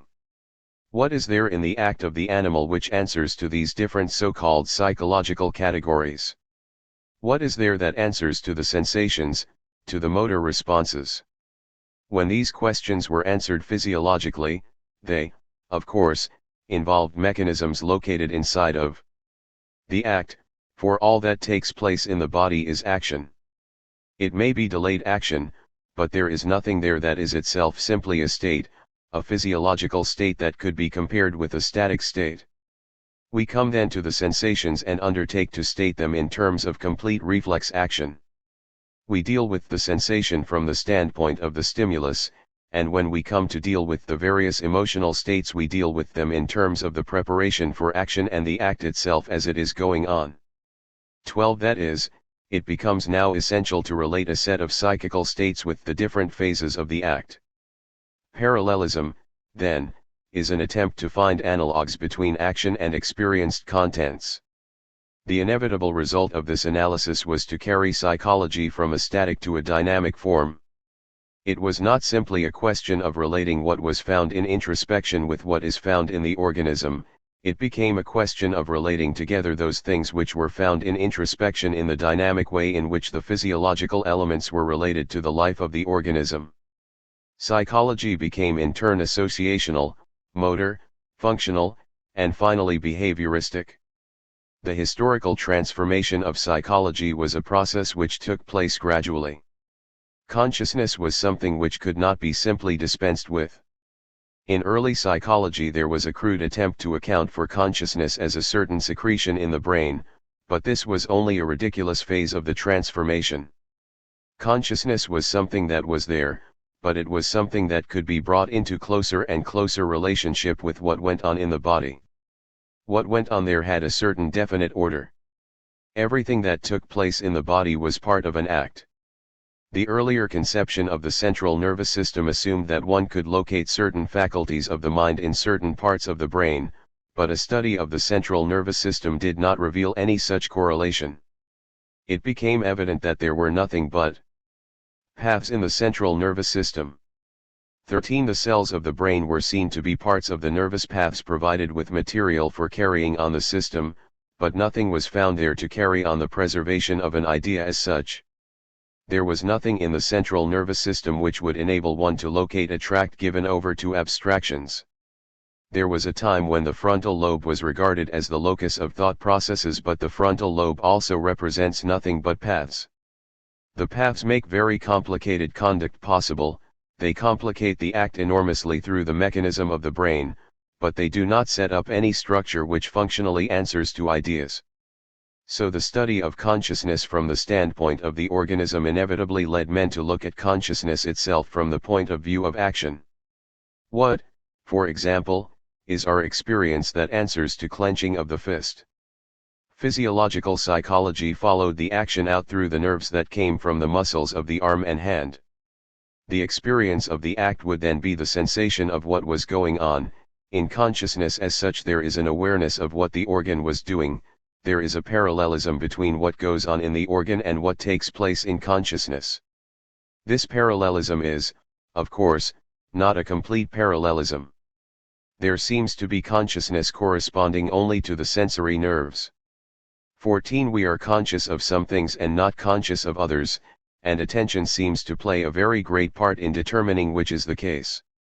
The parallelism which we carry over does not seem to be complete, but one which occurs only at various points. The thing that is interesting here is that it is the organism that now provides the clue for the analysis. Only portions of the response appear in consciousness as such. The organism has assumed the primary place. Experimental psychology started off from what it could get hold of in the physiological system, and then undertook to find out what in consciousness seemed to answer to it. The scientist felt that he had the same assurance that the physiologist had in identifying these facts in the nervous system, and given those facts he could look into consciousness. It was simpler to start off with the neurosis and then register what was found in the psychosis. Thus, the acceptance of some sort of a parallelism between the contents of consciousness and the physiological processes of the central nervous system led to a conception of those contents dynamically, in terms of acts, instead of statically, in terms of states. In this way the contents of consciousness were approached from below, that is, naturalistically, rather than from above, that is, transcendentally, by a study of the physiological processes of the central nervous system to determine what in the mind answers to the activities of the physiological organism. There was a question as to the directive centers for unified action. We are apt to think of the central nervous system from the point of view of the telephone board, with calls coming in and responses going out. Certain centers come to be conceived as principal centers. If you go back to the base of the brain, to that portion which is the essence of the central nervous system of lower forms, you do find an organization there which controls in its activity other activities, but when you come to conduct in the human form, you fail to find any such system in which there is a single directive center or group of centers. One can see that the various processes which are involved in running away from danger can be processes which are so interrelated with other activities that the control comes in the organization. One sees the tree as a possible place of escape if a bull is after him, and in general, one sees things which will enable the ongoing activity to be carried out. A varying group of centers may be the determining factor in the whole activity of the individual. That is the concept which has also been carried over into the field of growth. Certain parts of the embryo start growing, and control the action of growth until some other process comes into control. In the cortex, that organ which in some sense answers to human intelligence, we fail to find any exclusive and unvarying control, that is, any evidence of it in the structure of the form itself. In some way we can assume that the cortex acts as a whole, but we cannot come back to certain centers and say that this is where the mind is lodged in thinking and in action. There are an indefinite number of cells connected with each other, and their innervation in some sense leads to a unitary action, but what that unity is in terms of the central nervous system it is almost impossible to state. All the different parts of the cortex seem to be involved in everything that happens.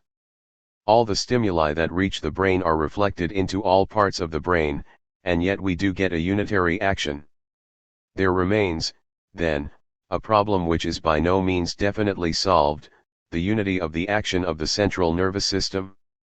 Wundt undertook to find certain centers which would be responsible for this sort of unity, but there is nothing in the structure of the brain itself which isolated any parts of the brain as those which direct conduct as a whole. The unity is a unity of integration, though just how this integration takes place in detail we cannot say. What I wanted to bring out is that the approach to psychological theory from the standpoint of the organism must inevitably be through an emphasis upon conduct, upon the dynamic rather than the static. It is, of course, possible to work in the other direction, that is, to look at experience from the point of view of the psychologist and to draw conclusions as to what must go on in the central nervous system. It is possible to recognize, for example, that we are not simply at the mercy of the different stimuli that play in the central nervous system, the natural view of the physiologist. We can see these organs adjust themselves to different types of stimuli. When air waves come in they affect the particular organs of the ear, when tastes and odors come in the stimuli get to tracks in the proper organs that respond. There may seem to be merely a response of the organism to the stimuli. This position is taken over into the psychology of Spencer, who accepted the Darwinian principle of evolution. The influence of environment is exercised over the form, and the adaptation of the form results from the influences of the environment on it. Spencer conceived of the central nervous system as being continually played upon by stimuli which set up certain paths, so that it was the environment which was fashioning the form. The phenomena of attention, however, give a different picture of conduct. The human animal is an attentive animal, and his attention may be given to stimuli that are relatively faint. One can pick out sounds at a distance. Our whole intelligent process seems to lie in the attention which is selective of certain types of stimuli. 15 other stimuli which are bombarding the system are in some fashion shunted off. We give our attention to one particular thing. Not only do we open the door to certain stimuli and close it to others, but our attention is an organizing process as well as a selective process. When giving attention to what we are going to do, we are picking out the whole group of stimuli which represent successive activity. Our attention enables us to organize the field in which we are going to act. Here we have the organism as acting and determining its environment. It is not simply a set of passive senses played upon by the stimuli that come from without. The organism goes out and determines what it is going to respond to, and organizes that world. One organism picks out one thing and another picks out a different one, since it is going to act in a different way. Such is an approach to what goes on in the central nervous system which comes to the physiologist from the psychologist. The physiology of attention is a field which is still a dark continent. The organism itself fits itself to certain types of conduct, and this is of considerable importance in determining what the animal will do. There also lie back in the organism responses, such as those of escape from danger, that represent a peculiar sensitivity. A sound in some other direction would not have the same effect. The eye is very sensitive to motions that lie outside of the field of central vision, even though this area of the retina of the eye is not so sensitive to form and distinctions of color. You look for a book in a library and you carry a sort of mental image of the back of the book. You render yourself sensitive to a certain image of a friend you are going to meet. We can sensitize ourselves to certain types of stimuli and we can build up the sort of action we are going to take. In a chain set of responses, the form carries out one instinctive response and then finds itself in the presence of another stimulus, and so forth, but as intelligent beings we build up such organized reactions ourselves. The field of attention is one in which there must be a mechanism in which we can organize the different stimuli with reference to others so that certain responses can take place. The description of this is something we can reach through a study of our own conduct, and at present that is the most that we can say. Parallelism in psychology was very largely under the control of the study of the central nervous system, and that led on inevitably to functional, motor, voluntaristic, and finally behavioristic psychology. The more one could state of the processes of the individual in terms of the central nervous system, the more one would use the pattern which one found in the central nervous system to interpret conduct. What I am insisting upon is that the patterns which one finds in the central nervous system are patterns of action, not of contemplation, not of appreciation as such, but patterns of action. On the other hand, I want to point out that one is able to approach the central nervous system from the psychologist's point of view and set certain problems to the physiologist. How is the physiologist to explain attention? When the physiologist attempts that, he is bound to do so in terms of the various paths. If he is going to explain why one path is selected rather than another, he must go back to these terms of paths and actions. You cannot set up in the central nervous system a selective principle which can be generally applied throughout. You cannot say there is a specific something in the central nervous system that is related to attention. You cannot say that there is a general power of attention. You have to state it specifically, so that even when you are directing your study of the central nervous system from the point of view of psychology, the type of explanation that you are going to get will have to be in terms of paths which represent action. Such, in brief, is the history of the appearance of physiological psychology in its parallelistic form, a psychology which had moved to the next stage beyond that of associationalism. Attention is ordinarily stressed in tracing this transition, but the emphasis on attention is one which is derived largely from the study of the organism as such, and it accordingly should be seen in the larger context we have presented. 5. Parallelism and the ambiguity of consciousness. Consciousness is a very ambiguous term. One often identifies consciousness with a certain something that is there under certain conditions and is not there under other conditions. One approaches this most naturally by assuming that it is something that happens under certain conditions of the organism, something, then, that can be conceived of as running parallel with certain phenomena in the nervous system, but not parallel with others. There seems to be no consciousness that answers to the motor processes as such. The consciousness we have of our action is that which is sensory in type and which answers to the current which comes from the sensory nerves which are affected by the contraction of the muscles. We are not conscious of the actual motor processes, but we have a sensory process that runs parallel to it. This is the situation out of which parallelistic psychology arises. It implies on the one side an organism which is a going concern, that seemingly can run without consciousness. A person continues to live when he is under a general anesthetic. Consciousness leaves and consciousness returns, but the organism itself runs on. And the more completely one is able to state the psychological processes in terms of the central nervous system, the less important does this consciousness become. The extreme statement of that sort was given by Hugo Munsterberg. 16. He assumed the organism itself simply ran on, but that answering to certain nervous changes there were conscious states. If one said that he did something, what that amounted to was a consciousness of the movement of the muscles of his body in doing it.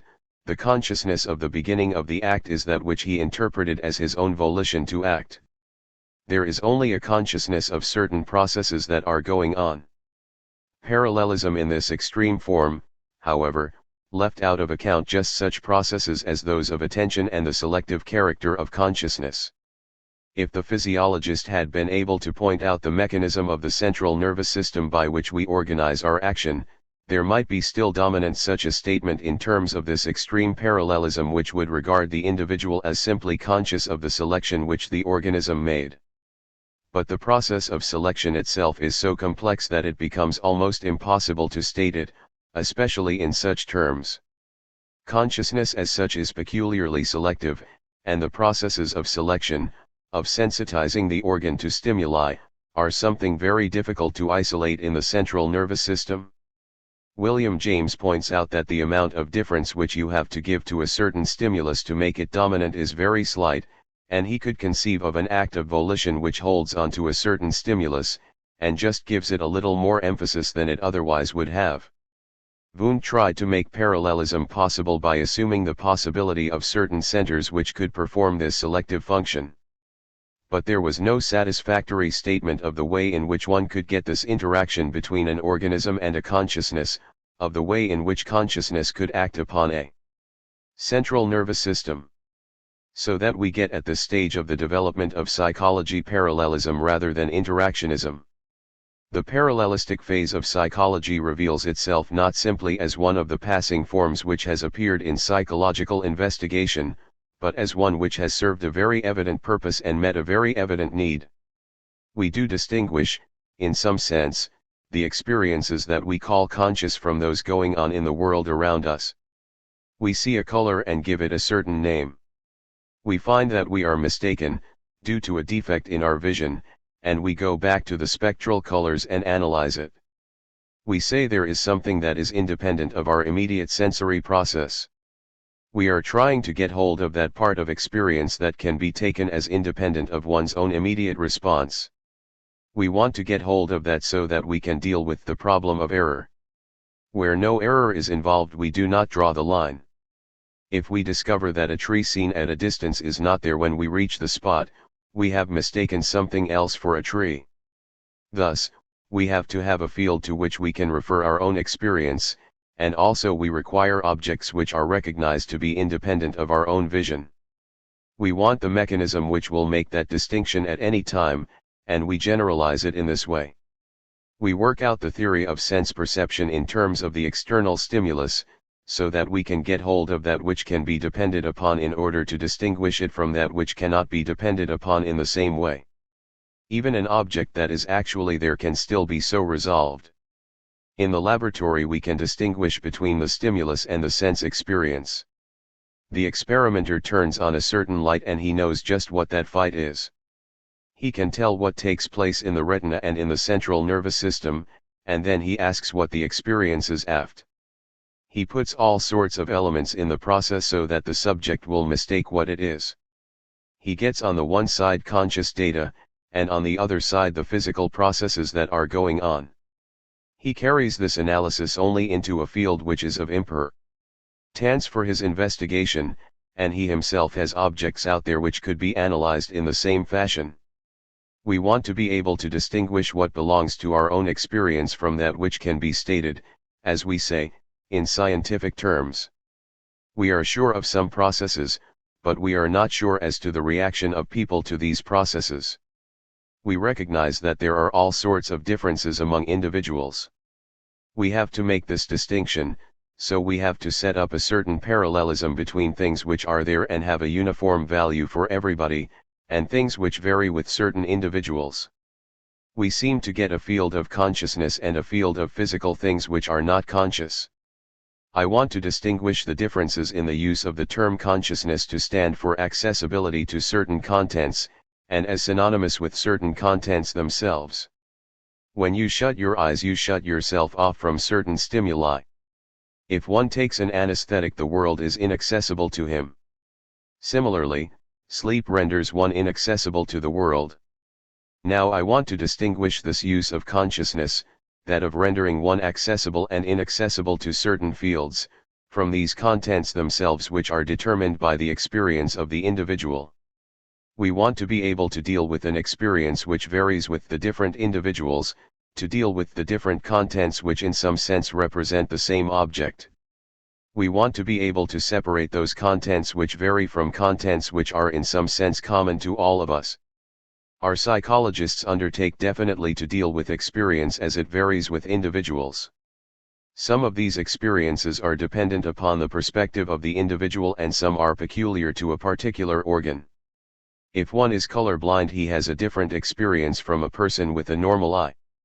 When we use consciousness, then, with reference to those conditions which are variable with the experience of the individual, this usage is a quite different one from that of rendering ourselves inaccessible to the world. 17. In one case we are dealing with the situation of a person going to sleep, distracting his attention or centering his attention, a partial or complete exclusion of certain parts of a field. The other use is in application to the experience of the individual that is different from the experience of anybody else, and not only different in that way but different from his own experience at different times. Our experience varies not simply with our own organism but from moment to moment, and yet it is an experience which is of something which has not varied as our experiences vary, and we want to be able to study that experience in this variable form, so that some sort of parallelism has to be set up. One might attempt to set up the parallelism outside of the body, but the study of the stimuli inevitably takes us over into the study of the body itself.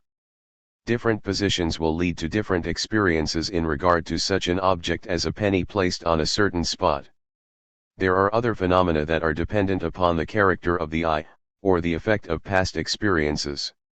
What the penny would be experienced as depends upon the past experiences that may have occurred to the different individuals. It is a different penny to one person from what it is to another, yet the penny is there as an entity by itself.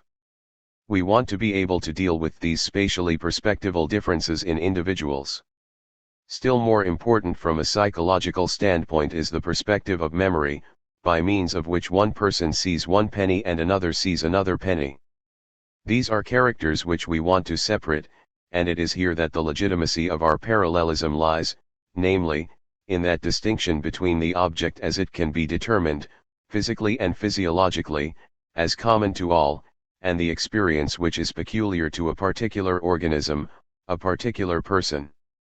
Setting this distinction up as a psychological doctrine gives the sort of psychology that Wundt has most effectively and exhaustively presented. He has tried to present the organism and its environment as identical physical objects for any experience, although the reflection of them in the different experiences are all different. Two persons studying the same central nervous system at the dissecting table will see it a little differently, yet they see the same central nervous system. Each of them has a different experience in that process. Now, put on one side the organism and its environment as a common object and then take what is left, so to speak, and put that into the experience of the separate individuals, and the result is a parallelism, on the one side the physical world, and on the other side consciousness. The basis for this distinction is, as we have seen, a familiar and a justifiable one, but when put into the form of a psychology, as Wundt did, it reaches its limits, and if carried beyond leads into difficulty.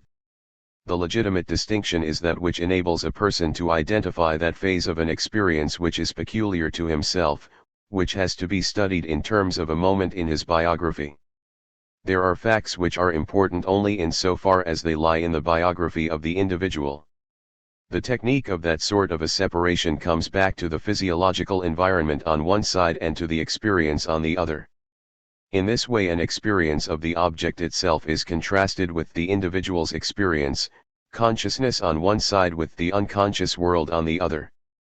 If we follow this distinction down to its limits we reach a physiological organism that is the same for all people, played upon by a set of stimuli which is the same to all.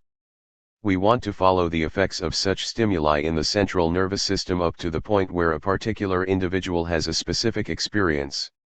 When we have done that for a particular case, we use this analysis as a basis for generalizing that distinction.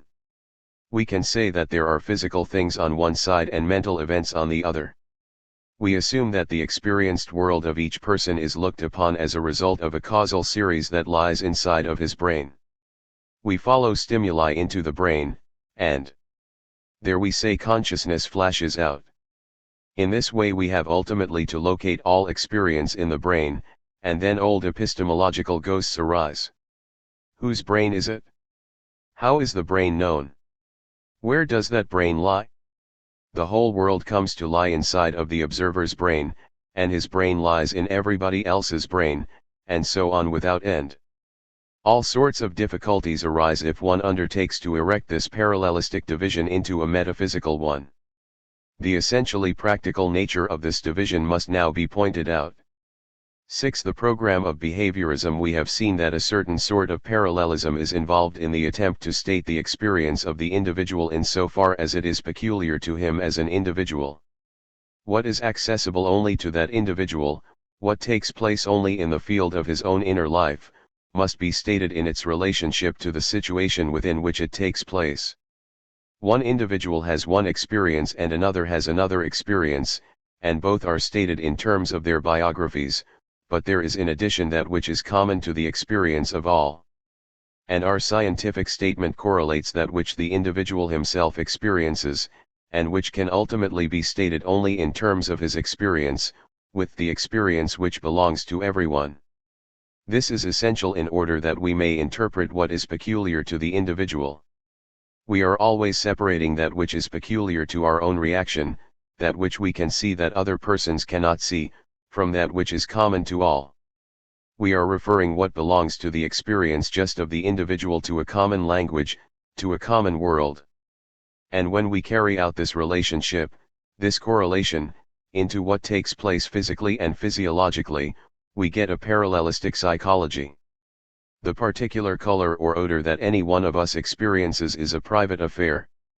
It differs from the experience of other individuals, and yet there is the common object to which it refers. It is the same light, the same rose, that is involved in these experiences. What we try to do is to follow these common stimuli in through the nervous system of each of these individuals.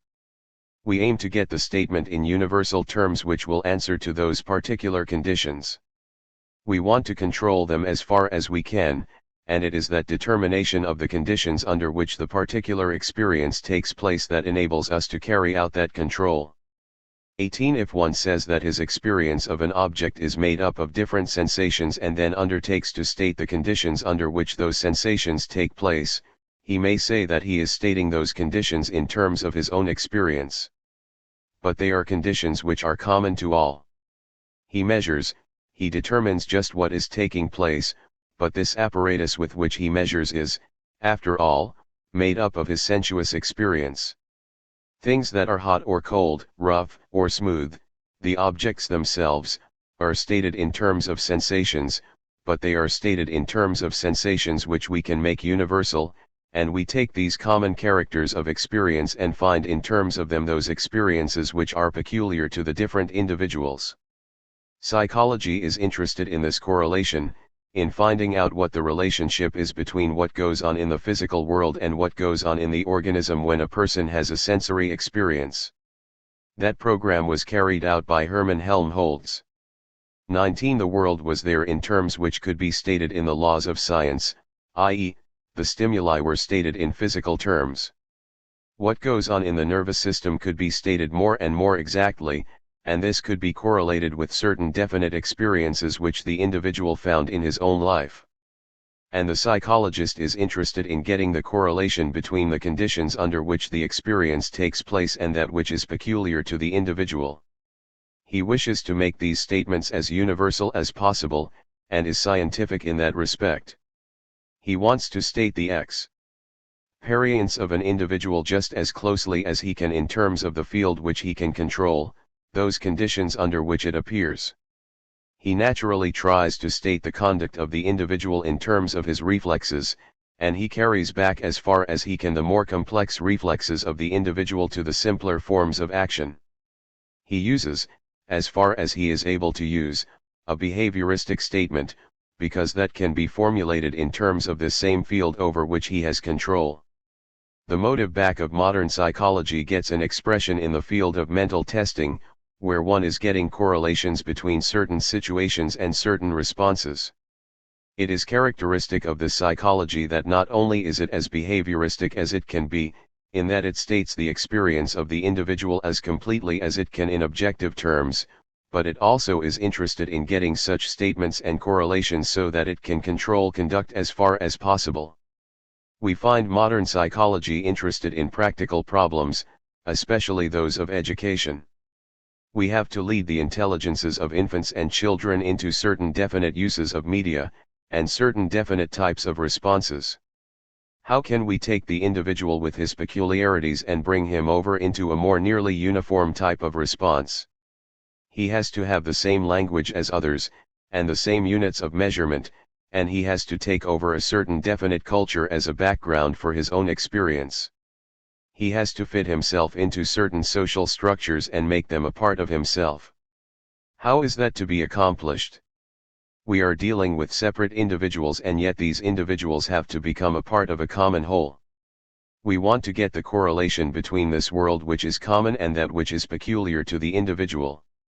So we have psychology attacking the questions of learning, and the problems of the school, and trying to analyze different intelligences so that we can state them in terms which are as far as possible common. We want something which can correlate with the task which the child has to carry out. There are certain definite processes involved in speech. What is there that is uniform by means of which we are able to identify what the individual can do and what particular training he may have to take? Psychology also goes over into the field of business questions, of salesmanship, personnel questions. It goes over into the field of that which is abnormal and tries to get hold of that which is peculiar in the abnormal individual and to bring it into relation with the normal, and with the structures which get their expression in these abnormalities. It is interesting to see that psychology starts off with this problem of getting correlations between the experience of individuals and conditions under which it takes place, and undertakes to state this experience in terms of behavior, and that it at once endeavors to make a practical use of this correlation it finds for the purposes of training and control. It is becoming essentially a practical science, and has pushed to one side the psychological and philosophical problems which have been tied up with earlier dogma under associational psychology. Such are the influences which work in the behavioristic psychology. This psychology is not, and should not be regarded as, a theory which is to be put over against an associational doctrine. What it is trying to do is to find out what the conditions are under which the experience of the individual arises. That experience is of the sort that takes us back to conduct in order that we may follow it. It is that which gives a distinctive mark to a psychological investigation. History and all the social sciences deal with human beings, but they are not primarily psychological. Psychology may be of great importance in dealing with, say, economics, the problem of value, of desire, the problems of political science, the relation of the individual to the state, personal relations which have to be considered in terms of individuals. All of the social sciences can be found to have a psychological phase. History is nothing but biography, a whole series of biographies, and yet all of these social sciences deal with individuals in their common characters, and where the individual stands out as different he is looked at from the point of view of that which he accomplishes in the whole society, or in terms of the destructive effect which he may have. But we are not primarily occupied as social scientists in studying his experience as such. Psychology does undertake to work out the technique which will enable it to deal with these experiences which any individual may have at any moment in his life, and which are peculiar to that individual. And the method of dealing with such an experience is in getting the conditions under which that experience of the individual takes place. We should undertake to state the experience of the individual just as far as we can in terms of the conditions under which it arises. It is essentially a control problem to which the psychologist is turning. It has, of course, its aspect of research for knowledge. We want to increase our knowledge, but there is back of that an attempt to get control through the knowledge which we obtain, and it is very interesting to see that our modern psychology is going farther and farther into those fields within which control can be so realized. It is successful in so far as it can work out correlations which can be tested. We want to get hold of those factors in the nature of the individual which can be recognized in the nature of all members of society but which can be identified in the particular individual. Those are problems which are forcing themselves more and more to the front. There is another phase of recent psychology which I should refer to, namely, configuration or percent and psychology, which has been of interest in recent years. There we have the recognition of elements or phases of experience which are common to the experience of the individual and to those conditions under which this experience arises. 20. There are certain general forms in the field of perception in the experience of the individual as well as in the objects themselves. They can be identified. One cannot take such a thing as a color and build it up out of certain sets of sensations. Experience, even that of the individual, must start with some whole. It must involve some whole in order that we may get the elements we are after. What is of peculiar importance to us is this recognition of an element which is common in the perception of the individual and that which is regarded as a condition under which that perception arises, a position in opposition to an analysis of experience which proceeds on the assumption that the whole we have in our perception is simply an organization of these separate elements. Gestalt psychology gives us another element which is common to the experience of the individual and the world, which determines the conditions under which that experience arises. Where before one had to do with the stimuli and what could be traced out in the central nervous system, and then correlated with the experience of the individual, now we have a certain structure that has to be recognized both in the experience of the individual and tile conditioning world. A behavioristic psychology represents a definite tendency rather than a system, a tendency to state as far as possible the conditions under which the experience of the individual arises. Correlation gets its expression in parallelism. The term is unfortunate in that it carries with it the distinction between mind and body, between the psychical and the physical. It is true that all the operations of stimuli can be traced through to the central nervous system, so we seem to be able to take the problem inside of our skins and get back to something in the organism, the central nervous system, which is representative of everything that happens outside. If we speak of a light as influencing us, it does not influence us until it strikes the retina of the eye. Sound does not exert influence until it reaches the ear, and so on, so that we can say the whole world can be stated in terms of what goes on inside of the organism itself. And we can say that what we are trying to correlate are the happenings in the central nervous system on the one side and the experience of the individual on the other. but we have to recognize that we have made an arbitrary cut there. We cannot take the central nervous system by itself, nor the physical objects by themselves. The whole process is one which starts from a stimulus and involves everything that takes place. Thus, psychology correlates the difference of perceptions with the physical intensity of the stimulus. We could state the intensity of a weight we were lifting in terms of the central nervous system, but that would be a difficult way of stating it. That is not what psychology is trying to do. It is not trying to relate a set of psychoses to a set of neuroses. What it is trying to do is to state the experiences of the individual in terms of the conditions under which they arise, and such conditions can very seldom be stated in terms of the neuroses. Occasionally we can follow the process right up into the central nervous system, but it is quite impossible to state most of the conditions in those terms. We control experiences in the intensity of the light which we have, in the noises that we produce, control them in terms of the effects which are produced on us by heat and cold. That is where we get our control. We may be able to change these by dealing with actual organisms, but in general we are trying to correlate the experience of the individual with the situation under which it arises. In order that we may get that sort of control, we have to have a generalized statement. We want to know the conditions under which experience may appear. We are interested in finding the most general laws of correlation we can find. But the psychologist is interested in finding that sort of condition which can be correlated with the experience of the individual. We are trying to state the experience of the individual and situations in just as common terms as we can, and it is this which gives the importance to what we call behavioristic psychology. It is not a new psychology that comes in and takes the place of an old system.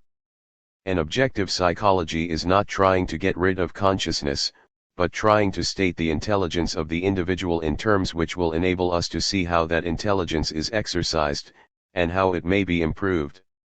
It is natural, then, that such a psychology as this should seek for a statement which would bring these two phases of the experience as close to each other as possible, or translate them into language which is common to both fields. We do not want two languages, one of certain physical facts and one of certain conscious facts.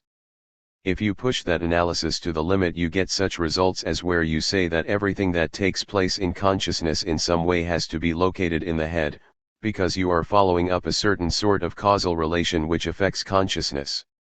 The head you talk about is not stated in terms of the head you are observing. Bertrand Russell says the real head he is but the physiologist's own head. Whether that is the case or not, it is a matter of infinite indifference to psychologists. That is not a problem in the present psychology, and behaviorism is not to be regarded as legitimate up to a certain point and as then breaking down. Behavioristic psychology only undertakes to get a common statement that is significant and makes our correlation successful. The history of psychology has been a history which moved in this direction, and anyone who looks at what takes place in the psychological associations at the present time, and the ways in which psychology is being carried over into other fields, sees that the interest, the impulse that lies behind it, is in getting just such a correlation which will enable science to get a control over the conditions of experience. The term parallelism has an unfortunate implication. It is historically and philosophically bound up with the contrast of the physical over against the psychical, with consciousness over against the unconscious world. Actually, we simply state what an experience is over against those conditions under which it arises. That fact lies behind parallelism, and to carry out the correlation one has to state both fields in as common a language as possible, and behaviorism is simply a movement in that direction. Psychology is not something that deals with consciousness. Psychology deals with the experience of the individual in its relation to the conditions under which the experience goes on. It is social psychology where the conditions are social ones. It is behavioristic where the approach to experience is made through conduct. 21. Part 2. Mind 7. Wundt and the concept of the gesture. The particular field of social science with which we are concerned is one which was opened up through the work of Darwin and the more elaborate presentation of Wundt. If we take Wundt's parallelistic statement, we get a point of view from which we can approach the problem of social experience. Wundt undertook to show the parallelism between what goes on in the body as represented by processes of the central nervous system, and what goes on in those experiences which the individual recognizes as his own. He had to find that which was common to these two fields, what in the psychical experience could be referred to in physical terms. Wundt isolated a very valuable conception of the gesture as that which becomes later a symbol, but which is to be found in its earlier stages as a part of a social act. 2. It is that part of the social act which serves as a stimulus to other forms involved in the same social act.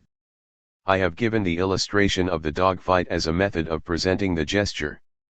The act of each dog becomes the stimulus to the other dog for his response.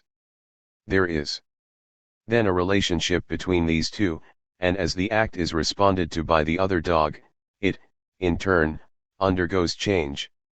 The very fact that the dog is ready to attack another becomes a stimulus to the other dog to change his own position or his own attitude.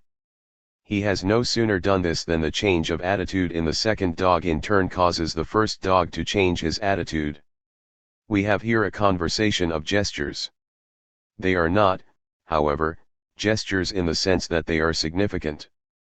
We do not assume that the dog says to himself, if the animal comes from this direction he is going to spring at my throat and I will turn in such a way. What does take place is an actual change in his own position due to the direction of the approach of the other dog. We find a similar situation in boxing and in fencing, as in the feint and the parry that is initiated on the part of the other. And then the first one of the two in turn changes his attack. There may be considerable play back and forth before actually a stroke results. This is the same situation as in the dog fight. If the individual is successful, a great deal of his attack and defense must be not considered, it must take place immediately. He must adjust himself instinctively to the attitude of the other individual. He may, of course, think it out. He may deliberately feint in order to open up a place of attack. But a great deal has to be without deliberation. In this case we have a situation in which certain parts of the act become a stimulus to the other form to adjust itself to those responses, and that adjustment in turn becomes a stimulus to the first form to change his own act and start on a different one. There are a series of attitudes, movements, on the part of these forms which belong to the beginnings of acts that are the stimuli for the responses that take place. The beginning of a response becomes the stimulus to the first form to change his attitude, to adopt a different act. The term gesture may be identified with these beginnings of social acts which are stimuli for the response of other forms. Darwin was interested in such gestures because they expressed emotions, and he dealt with them very largely as if this were their sole function. He looked at them as serving the function with reference to the other forms which they served with reference to his own observation. The gestures expressed emotions of the animal to Darwin. He saw in the attitude of the dog the joy with which he accompanied his master in taking a walk. And he left his treatment of the gestures largely in these terms. It was easy for Wundt to show that this was not a legitimate point of attack on the problem of these gestures. They did not at bottom serve the function of expression of the emotions. That was not the reason why they were stimuli, but rather because they were parts of complex acts in which different forms were involved. They became the tools through which the other forms responded. When they did give rise to a certain response, they were themselves changed in response to the change which took place in the other form. They are part of the organization of the social act, and highly important elements in that organization. To the human observer they are expressions of emotion, and that function of expressing emotion can legitimately become the field of the work of the artist and of the actor. The actor is in the same position as the poet. He is expressing emotions through his own attitude, his tones of voice, through his gestures, just as the poet through his poetry is expressing his emotions and arousing that emotion in others. We get in this way a function which is not found in the social act of these animals, or in a great deal of our own conduct, such as that of the boxer and the fencer. We have this interplay going on with the gestures serving their functions, calling out the responses of the others, these responses becoming themselves stimuli for readjustment, until the final social act itself can be carried out. Another illustration of this is in the relation of parent form to the infant, the stimulating cry, the answering tone on the part of the parent form, and the consequent change in the cry of the infant form. Here we have a set of adjustments of the two forms carrying out a common social act involved in the care of the child. Thus we have, in all these instances, a social process in mind. Which one can isolate the gesture which has its function in the social process, and which can become an expression of emotions, or later can become the expression of a meaning, an idea. The primitive situation is that of the social act which involves the interaction of different forms, which involves, therefore, the adjustment of the conduct of these different forms to each other, in carrying out the social process. Within that process one can find what we term the gestures, those phases of the act which bring about the adjustment of the response of the other form. These phases of the act carry with them the attitude as the observer recognizes it, and also what we call the inner attitude. The animal may be angry or afraid. There are such emotional attitudes which lie back of these acts, but these are only part of the whole process that is going on. Anger expresses itself in attack, fear expresses itself in flight. We can see, then, that the gestures mean these attitudes on the part of the form, that is, they have that meaning for us. We see that an animal is angry and that he is going to attack. We know that that is in the action of the animal, and is revealed by the attitude of the animal. We cannot say the animal means it in the sense that he has a reflective determination to attack. A man may strike another before he means it, a man may jump and run away from a loud sound behind his back before he know what he is doing.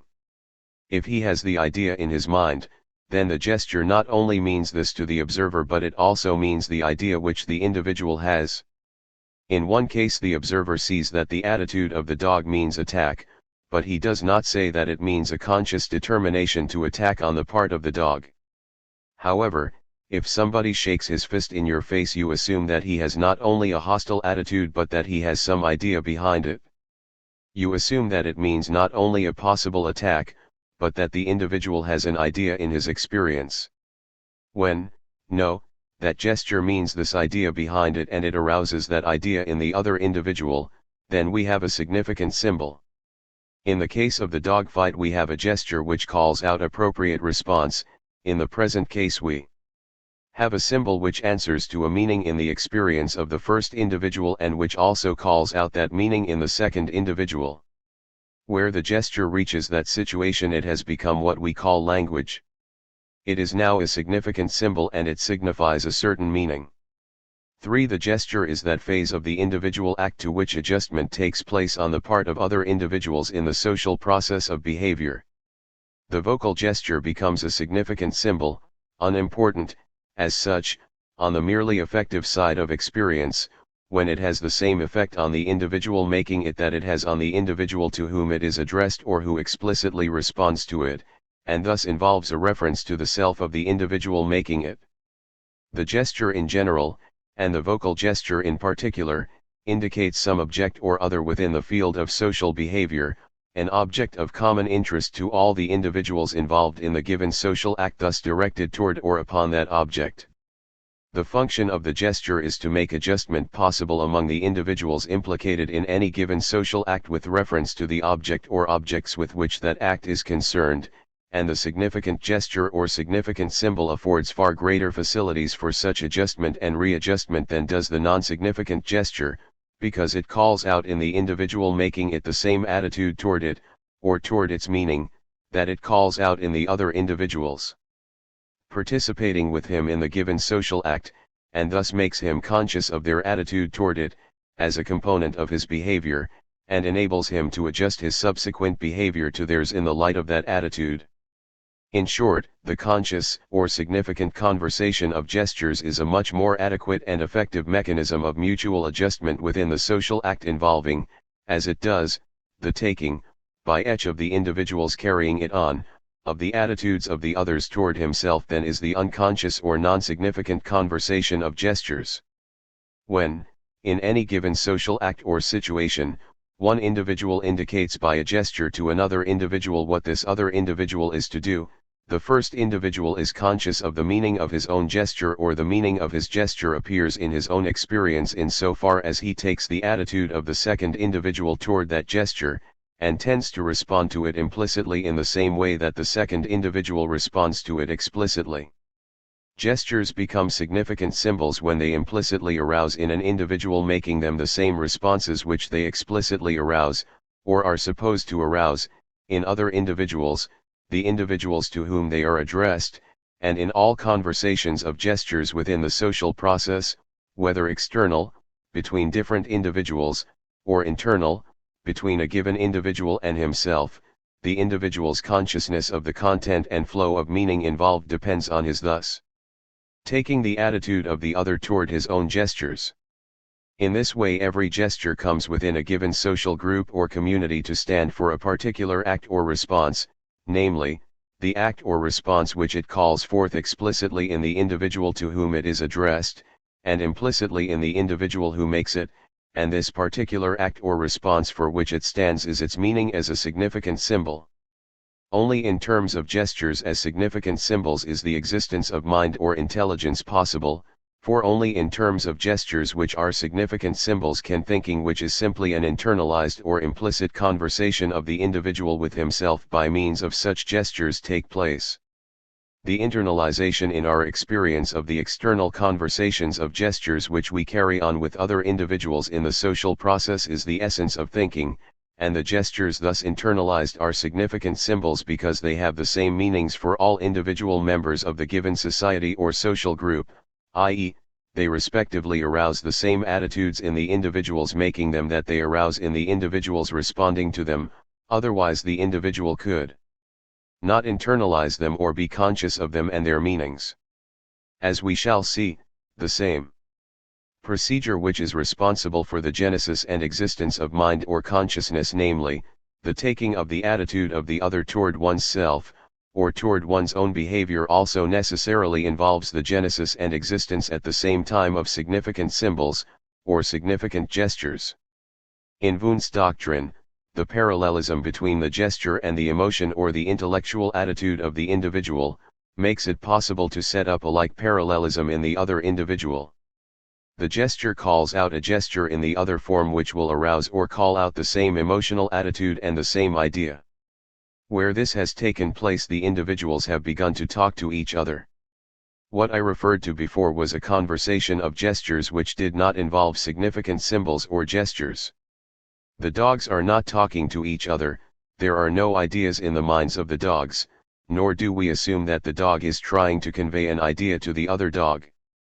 But if the gesture, in the case of the human individual, has parallel with it a certain psychical state which is the idea of what the person is going to do, and if this gesture calls out a like gesture in the other individual and calls out a similar idea, then it becomes a significant gesture. It stands for the ideas in the minds of both of them.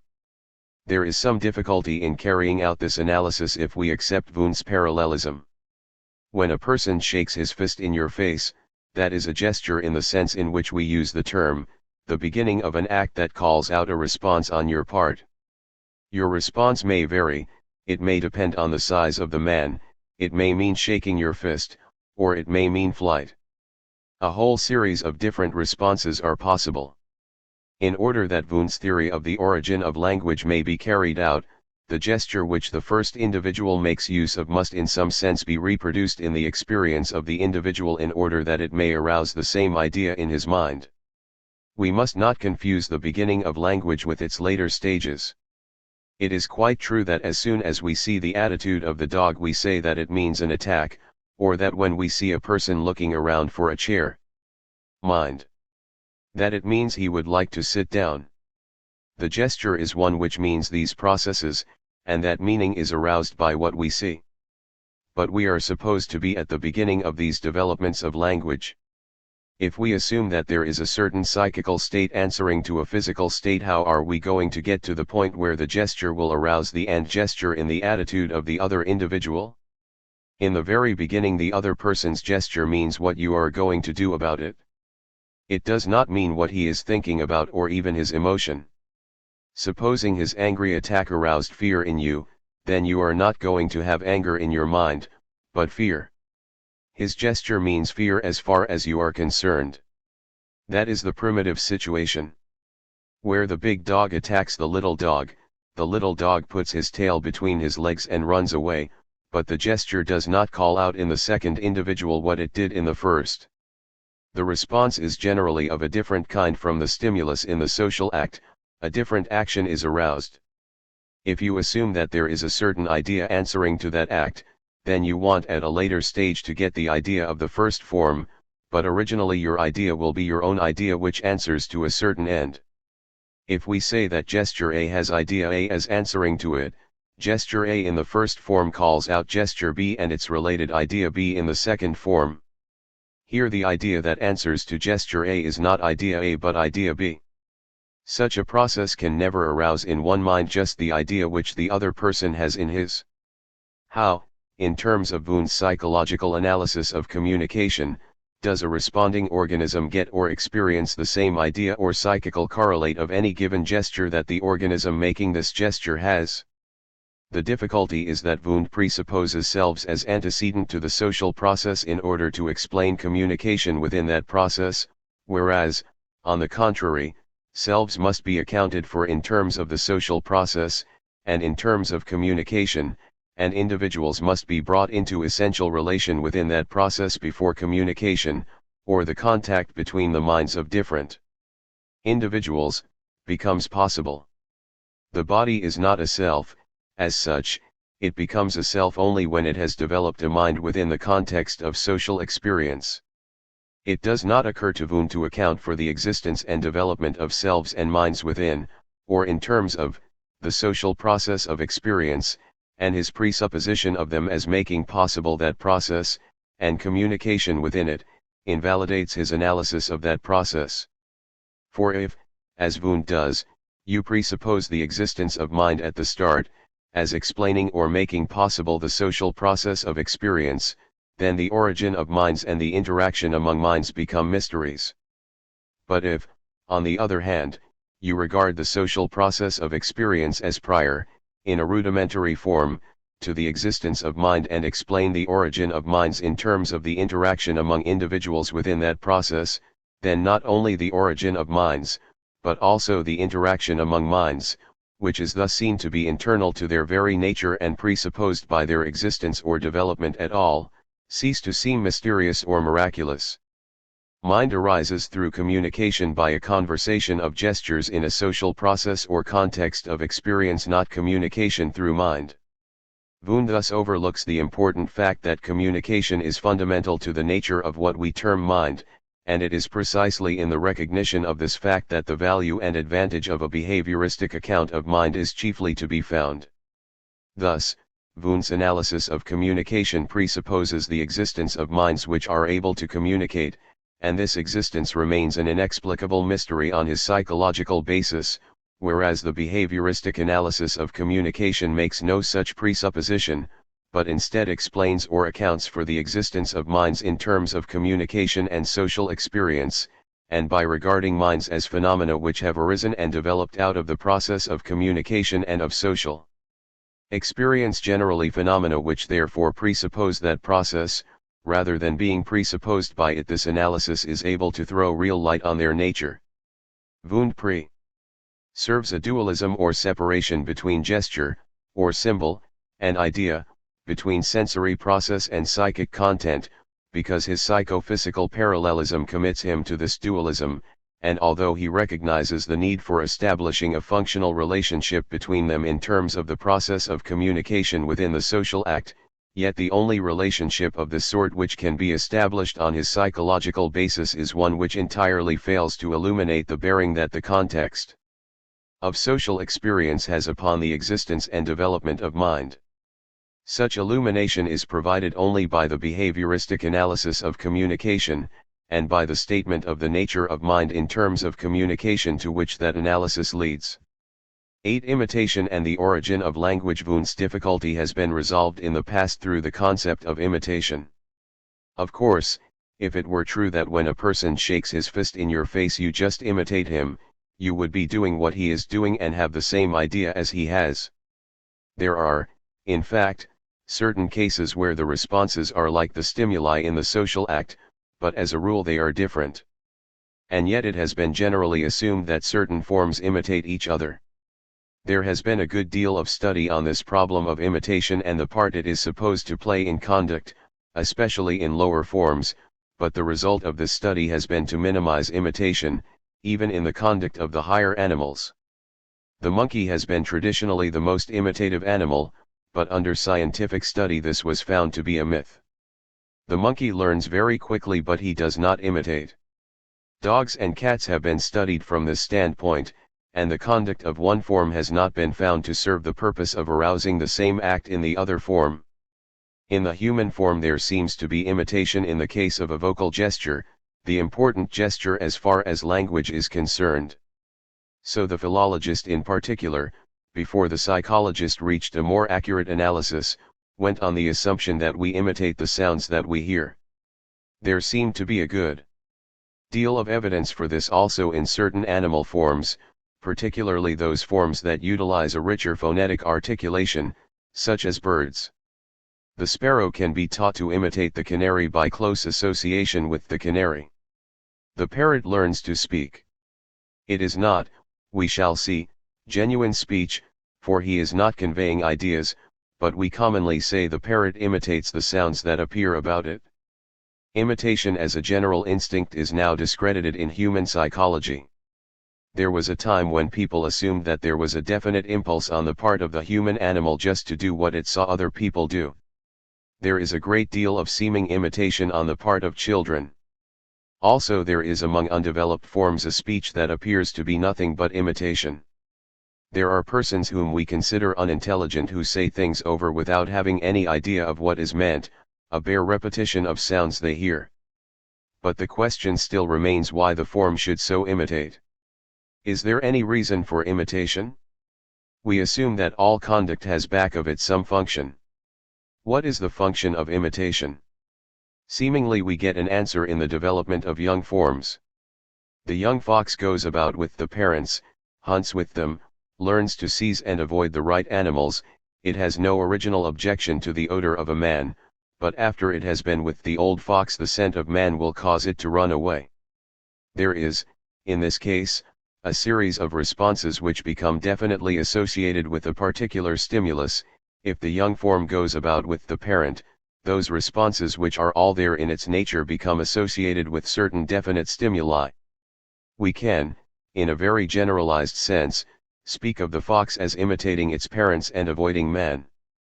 But that usage would not imply running away as an automatic act of imitation. The young fox has been put in a situation in which it does run away, and when the odor of man is present it becomes definitely associated with this flight response. No young forms in the lower animals ever merely imitate the acts of the adult form, but they do acquire during their period of infancy the association of a set of more or less instinctive responses to a certain set of stimuli. The above observations and reservations do not, as we shall see, justify the questionable sense in which the notion of imitation has often been used.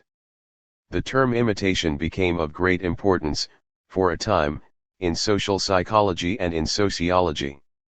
It was used as a basis for a whole theory of sociology by the French sociologist, Gabriel Tarde.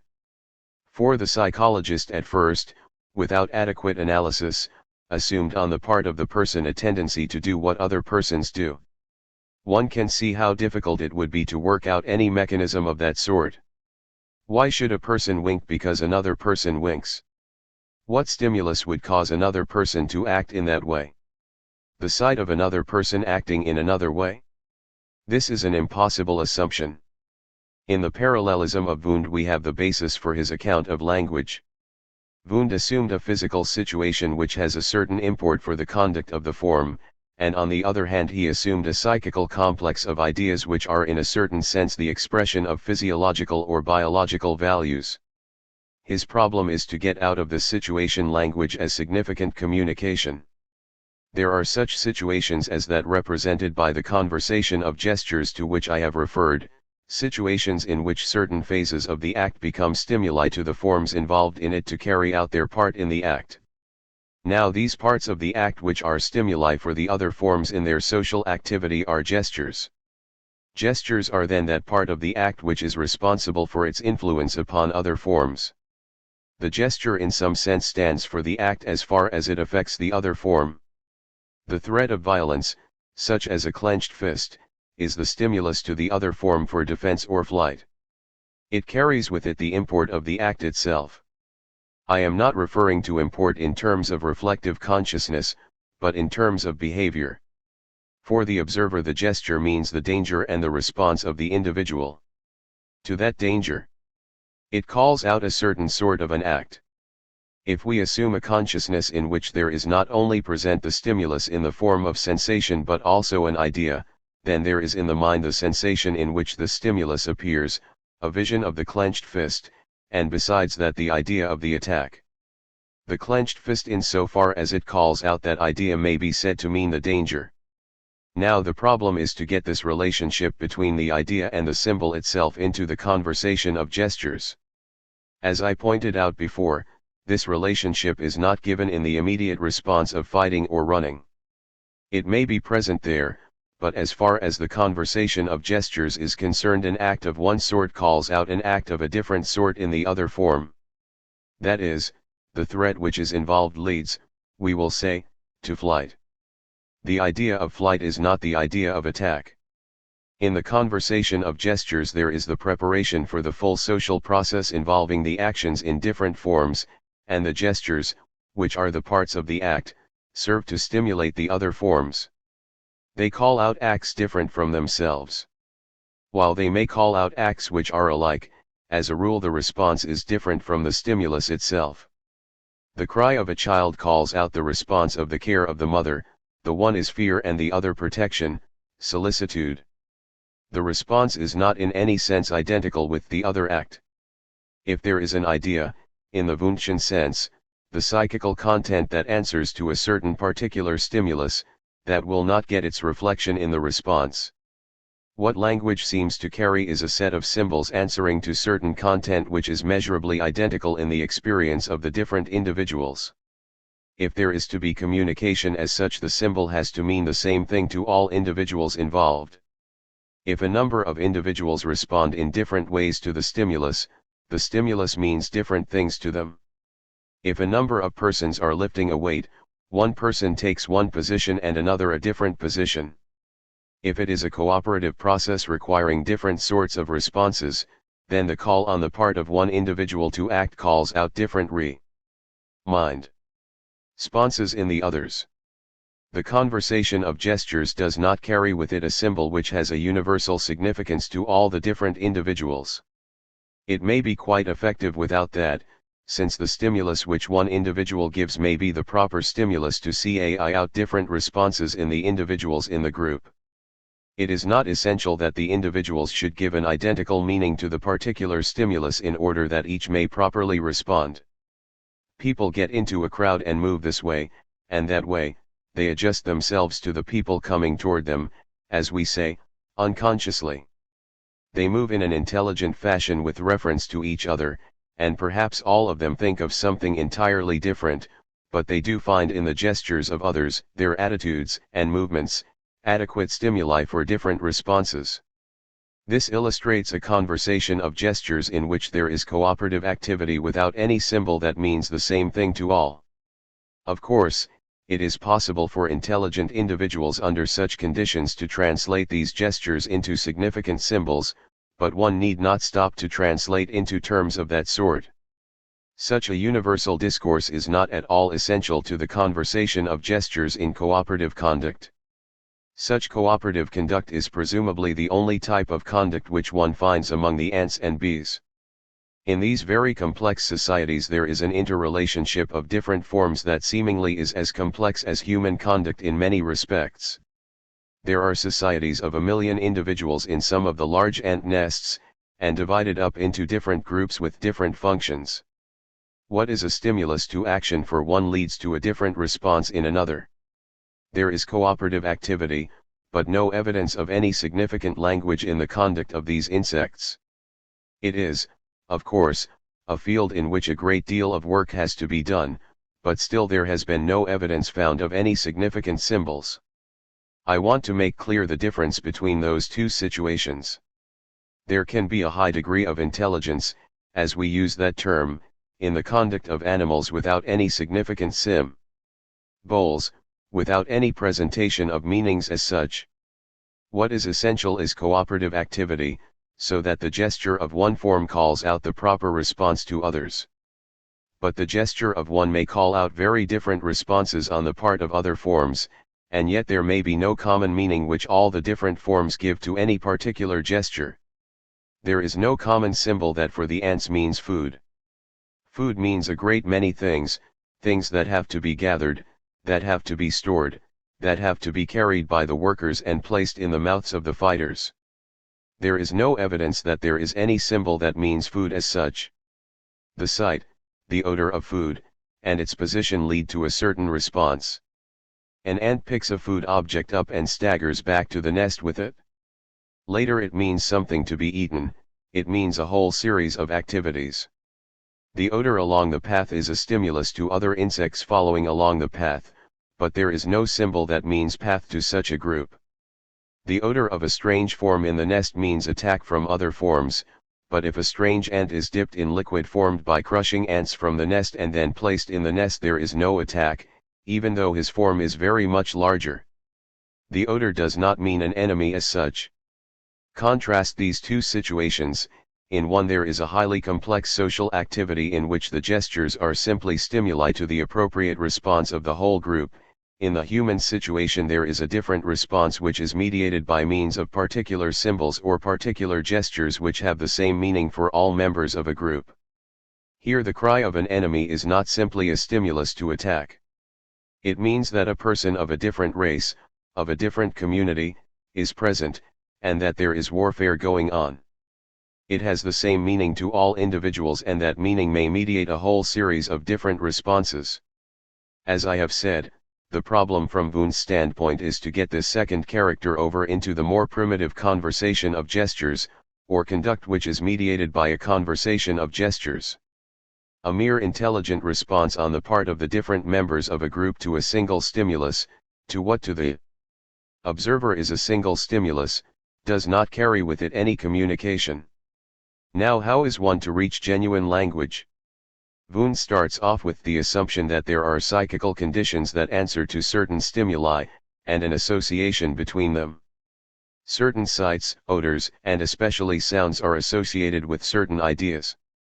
If, when a person uses a certain sound, he has that idea in his own mind, and the gesture that he uses, say a vocal gesture, calls out the same gesture in the other, then that gesture in the other person will call out the same idea in him.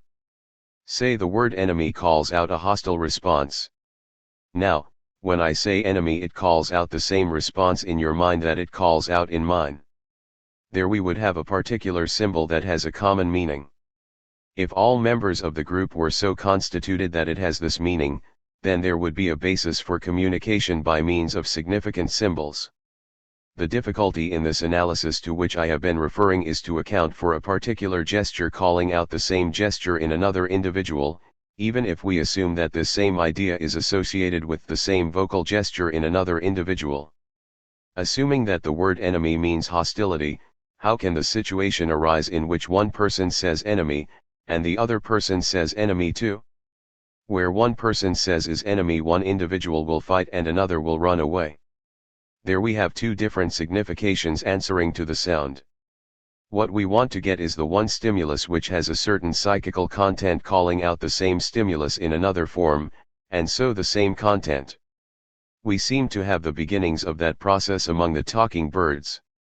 One stimulus seems to call out the same stimulus in the conduct of the other form. What the psychical accompaniment is in the birds, of course, we cannot tell, but we can record that they seem to have no such signification as they have in our experience. The parrot does not mean what the sentences mean to us. We have noted, however, that the canary's melody can be taken over by the sparrow, and this seemingly imitative process we must soon discuss in detail. We argued that there is no evidence of any general tendency on the part of forms to imitate each other. If one attempts to state such a tendency, it breaks down mechanically. It would mean that we have a tendency to do the same thing that other people are doing, and also that these tendencies are not only in our nature, but also that they are attached to certain specific stimuli which mean what the other people are doing. The sight of one person doing something would be a stimulus to another person to do the same thing. We should have to assume that what the person is doing is already a reaction that is in the nature of the imitating individual. It would mean that we have in our nature already all of these various activities, and that they are called out by the sight of other people doing the same thing. It is a perfectly impossible assumption. When the psychologist came to analyze imitation, he restricted it to the field in which people happen to be doing the same thing. If one person is running, he may be said to arouse the stimulus for other people to run at the same time. We do assume that the sight of one animal actually running is the stimulus to other animals to run. That is very important for the preservation of animals that go in droves. Cattle grazing in a pasture all drift along together. One animal left by himself will be nervous and will not graze, but if put with other animals it is again normal. It does more readily what it is doing provided it is in a group. The tendency to drift together is not an impossible sort of an instinct, since we can conceive that the movement of animals in a certain direction should be a stimulus to other animals. That is about all that there is in the herding instinct. If reduced down to something concrete in the action of the form itself, the animal acts more nominally when with others in the same group. He will feed better than otherwise. But when you come to some specific act, about all you can find is that the animals do tend to move in the same direction. This may lead to a stampede in the herd. Something of that sort is involved in the so-called sentinel. One animal, a little more sensitive than the others, lifts his head and starts to run away, and the other animals do tend to move with the sentinel form. It is not, of course, imitation in the sense of copying, for one animal is not copying the other animal. The one animal simply tends to run when the other does. If a cat is put in a puzzle box and the cat does get to the point where it opens the door by a lever action and does that often enough, it will strike that lever the first thing. Now, if another cat is put in, and where it can see the first cat, it will not imitate it. There is no evidence that what one animal does becomes a stimulus to the other animal to do the same thing. There is no direct imitative activity. There does, however, seem to be a tendency to imitate among men, and in particular to reproduce vocal gestures. We find the latter tendency among birds as well as among men.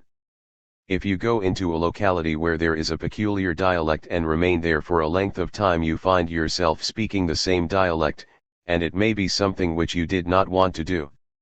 The simplest way of stating it is to say that you unconsciously imitate. The same thing is also true of various other mannerisms. If you think of a certain person, you are very apt to find yourself speaking as the other person spoke. Any mannerism which the individual has is one which you find yourself tending to carry out when the person comes to your mind. That is what we call imitation, and what is curious is that there is practically no indication of such behavior on the part of lower forms. You can teach the sparrow to sing as a canary, but you have to keep that sparrow constantly listening to a canary. It does not take place readily. The mockingbird does seem to take up the calls of other birds. It seems to be peculiarly endowed in this particular way. But in general, the taking over of the processes of others is not natural to lower forms. Imitation seems to belong to the human form, where it has reached some sort of independent conscious existence. But imitation gives no solution for the origin of language. We have to come back to some situation out of which we can reach some symbol that will have an identical meaning, and we cannot get it out of a mere instinct of imitation, as such. There is no evidence that the gesture generally tends to call out the same gesture in the other organism. Imitation as the mere tendency on the part of an organism to reproduce what it sees or hears other organisms doing is mechanically impossible. One cannot conceive an organism as so constructed that all the sights and sounds which reach it would arouse in the organism tendencies to reproduce what it sees and hears in those fields of experience. Such an assumption is possible only in terms of an older psychology. If one assumed that the mind is made up out of ideas, that the character of our conscious experience is nothing but a set of impressions of objects, and if one adjusts to these impressions, so to speak, a motor tendency, one might conceive of that as being one which would seek to reproduce what was seen and heard. But as soon as you recognize in the organism a set of acts which carry out the processes which are essential to the life of the form, and undertake to put the sensitive or sensory experience into that scheme, the sensitive experience, as stimulus we will say to the response, cannot be a stimulus simply to reproduce what is seen and heard, it is rather a stimulus for the carrying out of the organic process. The animal sees or smells the food and hears the enemy, the parent form sees and hears the infant form. These are all stimuli to the forms to carry through the processes which are essential to the species to which they belong. They are acts which go beyond the organism taken by itself, but they belong to cooperative processes in which groups of animals act together, and they are the fulfillment of the processes which are essential to the life of the forms. One cannot fit into any such scheme as that a particular impulse of imitation, and if one undertakes to present the mechanism which would make intelligible that process, even the intricacies of the central nervous system would be inadequate. An individual would be in such a situation as one of Gulliver's figures who undertook to save his breath by not talking, and so carried a bag full of all the objects about which he would want to talk. One would have to carry about an enormous bag full, so to speak, of such possible actions if they were to be represented in the central nervous system. Imitation, however, cannot be taken as a primitive response. 9. The vocal gesture and the significant symbol. The concept of imitation has been used very widely in the field of the vocal gesture. There we do seem to have a tendency on the part of certain organisms to reproduce sounds which are heard. Human beings and the talking birds provide illustrations. But even here imitation is hardly an immediate tendency, since it takes quite a while to get one bird to reproduce the song, or for the child to take over the phonetic gesture of the human form. The vocal gesture is a stimulus to some sort of response, it is not simply a stimulus to the calling out of the sound which the animal hears. Of course, the bird can be put into a situation where it may reach the mere repetition of that which it hears. If we assume that one sound that the bird makes calls out another sound, when the bird hears this first sound it responds by the second. If one asked why one note answers to another, one would have to go to some process where the vocal gesture would have a different physiological significance. An illustration is the cooing process of pigeons. There one note calls out another note in the other form. It is a conversation of gestures, where a certain attitude expressing itself in a certain note calls out another attitude with its corresponding note. If the form is to call out in itself the same note that it calls out in the other, it must act as the other acts, and use the note that the other makes use of in order to reproduce the particular note in question. So you find, if you put the sparrow and the canary together in neighboring cages, where the call of one calls out a series of notes in the other, that if the sparrow finds itself uttering a note such as a canary does, the vocal gesture here must be more or less of the same type. Where that situation exists, the sparrow in its own process of vocalization makes use of such notes as those which the canary makes use of. The sparrow is influencing not only the canary, but also in hearing itself it is influencing itself. The note that it is making use of, if it is identical with the note of the canary, calls out a response in itself that the canary's note would call out in itself. Those are the situations that have become emphasized and maintained where one has what we term imitation. Where the sparrow is actually making use of a phonetic vocal gesture of the canary through a common note in the repertoire of both of them, then the sparrow would be tending to bring out in itself the same response that would be brought out by the note of the canary. That, then would give an added weight in the experience of the sparrow to that particular response. If the vocal gesture which the sparrow makes is identical with that which it hears when the canary makes use of the same note, then it is seen that its own response will be in that case identical with the response to the canary's note. It is this which gives such peculiar importance to the vocal gesture, it is one of those social stimuli which affect the form that makes it in the same fashion that it affects the form which made by another. That is, we can hear ourselves talking, and the import of what we say is the same to ourselves that it is to others. If the sparrow makes use of a canary's note, it is calling out in itself the response that the canary's note calls out. Insofar, then, as the sparrow does make use of the same note that the canary makes use of, it will emphasize the vocal responses to this note because they will be present not only when the canary makes use of it but also when the sparrow makes use of it. In such a case it is presupposed that the particular stimulus is present in the form itself, that is, that the vocal stimulus which calls out the particular note which is learned is present in the repertoire of the sparrow as well as in that of the canary. If one recognizes that, then one can see that those particular notes answering to the stimulus will be, so to speak, written in, underlined. They will become habitual. We are supporting that one note calls out another, a stimulus calls out a response.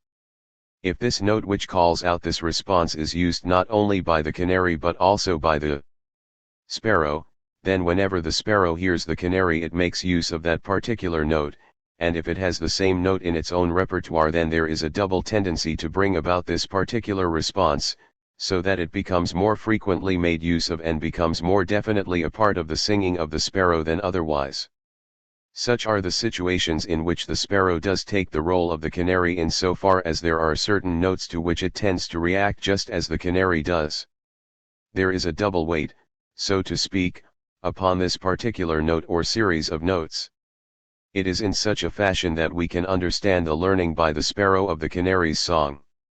One has to assume a like tendency in the two forms if one is going to get any mechanism for imitation at all. To illustrate this further, let us go back to the conversation of gestures in the dog fight. There the stimulus which one dog gets from the other is to a response which is different from the response of the stimulating form. One dog is attacking the other, and is ready to spring at the other dog's throat. The reply on the part of the second dog is to change its position, perhaps to spring at the throat of the first dog. There is a conversation of gestures, a reciprocal shifting of the dog's positions and attitudes. In such a process there would be no mechanism for imitation. One dog does not imitate the other. The second dog assumes a different attitude to avoid the spring of the first dog. The stimulus in the attitude of one dog is not to call out the response in itself that it calls out in the other. The first dog is influenced by its own attitude, but it is simply carrying out the process of a prepared spring, so that the influence on the dog is simply in reinforcing the process which is going on. It is not a stimulus to the dog to take the attitude of the other dog. When, however, one is making use of the vocal gesture, if we assume that one vocal clement is a stimulus to a certain reply, then when the animal that makes use of that vocal gesture hears the resulting sound he will have aroused in himself at least a tendency to respond in the same way as the other animal responds. It may be a very slight tendency. The lion does not appreciably frighten itself by its roar. The roar has an effect of frightening the animal he is attacking, and it has also the character of a challenge under certain conditions. But when we come to such elaborate processes of vocalization as those of the song of birds, their one vocal gesture calls out another vocal gesture.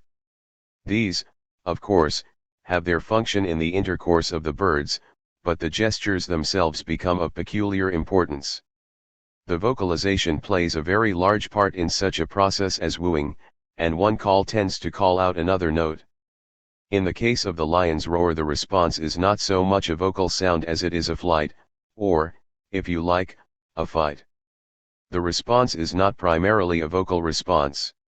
It is rather the action of the form itself. But in the song of birds, where vocalization is carried out in an elaborate fashion, the stimulus does definitely call out a certain response, so that the bird when singing is influenced by its own stimulus to a response which will be like that which is produced in another form. That response which is produced in itself, since it is also produced by the influence of others, gets twice the emphasis that it would have if it were just called out by the note of others. It is called out more frequently than the response to other sounds. It is this that gives the seeming evidence of imitation in the case of sounds or vocal gestures. 5. The stimulus that calls out a particular sound may be found not only in the other forms of the group but also in the repertoire of the particular bird which uses the vocal gesture. This stimulus 0 calls out the response. Now if this stimulus 0 is not like, and if we assume that 0 calls out, then if 0 is used by other forms, these forms will respond in the fashion. If this form also uses the vocal gesture 0, it will be calling out in itself the response, so that the response will be emphasized over against other responses because it is called out not only by the vocal gestures of other forms but also by the form itself. This would never take place unless there were an identity represented by 0, in this case an identity of stimuli. In the case of the vocal gesture, the form hears its own stimulus just as when this is used by other forms, so it tends to respond also to its own stimulus as it responds to the stimulus of other forms. That is, birds tend to sing to themselves, babies to talk to themselves. The sounds they make are stimuli to make other sounds. Where there is a specific sound that calls out a specific response, then if this sound is made by other forms, it calls out this response in the form in question. If the sparrow makes use of this particular sound, then the response to that sound will be one which will be heard more frequently than another response. In that way there will be selected out of the sparrow's repertoire those elements which are found in the song of the canary, and gradually such selection would build up in the song of the sparrow those elements which are common to both, without assuming a particular tendency of imitation. There is here a selective process by which is picked out what is common. Imitation depends upon the individual influencing himself as others influence him, so that he is under the influence not only of the other but also of himself in so far as he uses the same vocal gesture. The vocal gesture, then, has an importance which no other gesture has. We cannot see ourselves when our face assumes a certain expression. If we hear ourselves speak, we are more apt to pay attention. One hears himself when he is irritated using a tone that is of an irritable quality, and so catches himself. But in the facial expression of irritation, the stimulus is not one that calls out an expression in the individual which it calls out in the other. One is more apt to catch himself up and control himself in the vocal gesture than in the expression of the countenance. It is only the actor who uses bodily expressions as a means of looking as he wants others to feel. He gets a response which reveals to him how he looks by continually using a mirror. He registers anger, he registers love, he registers this, that, or the other attitude, and he examines himself in a glass to see how he does so. When he later makes use of the gesture, it is present as a mental image. He realizes that that particular expression does call out fright. If we exclude vocal gestures, it is only by the use of the mirror that one could reach the position where he responds to his own gestures as other people respond. But the vocal gesture is one which does give one this capacity for answering to one's own stimulus as another would answer. If there is any truth in the old axiom that the bully is always the coward, it will be found to rest on the fact that one arouses in himself that attitude of fear which his bullying attitude arouses in another, so that when put into a particular situation which calls his bluff, his own attitude is found to be that of the others. If one's own attitude of giving way to the bullying attitude of others is one that arouses the bullying attitude, he has in that degree aroused the attitude of bullying in himself. There is a certain amount of truth in this when we come back to the effect upon oneself of the gesture of which he makes use. In so far as one calls out the attitude in himself that one calls out in others, the response is picked out and strengthened. That is the only basis for what we call imitation. It is not imitation in the sense of simply doing what one sees another person doing. The mechanism is that of an individual calling out in himself the response which he calls out in another, consequently giving greater weight to those responses than to the other responses, and gradually building up those sets of responses into a dominant whole. That may be done, as we say, unconsciously. The sparrow does not know it is imitating the canary. It is just a gradual picking up of the notes which are common to both of them. And that is true wherever there is imitation.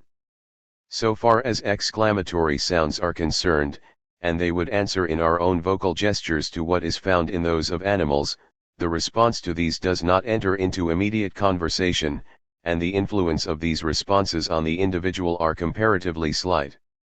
It seems to be difficult to bring them into relationship with significant speech. We are not consciously frightened when we speak angrily to someone else, but the meaning of what we say is always present to us when we speak. The response in the individual to an exclamatory cry which is of the same sort as that in the other does not play any important part in the conduct of the form.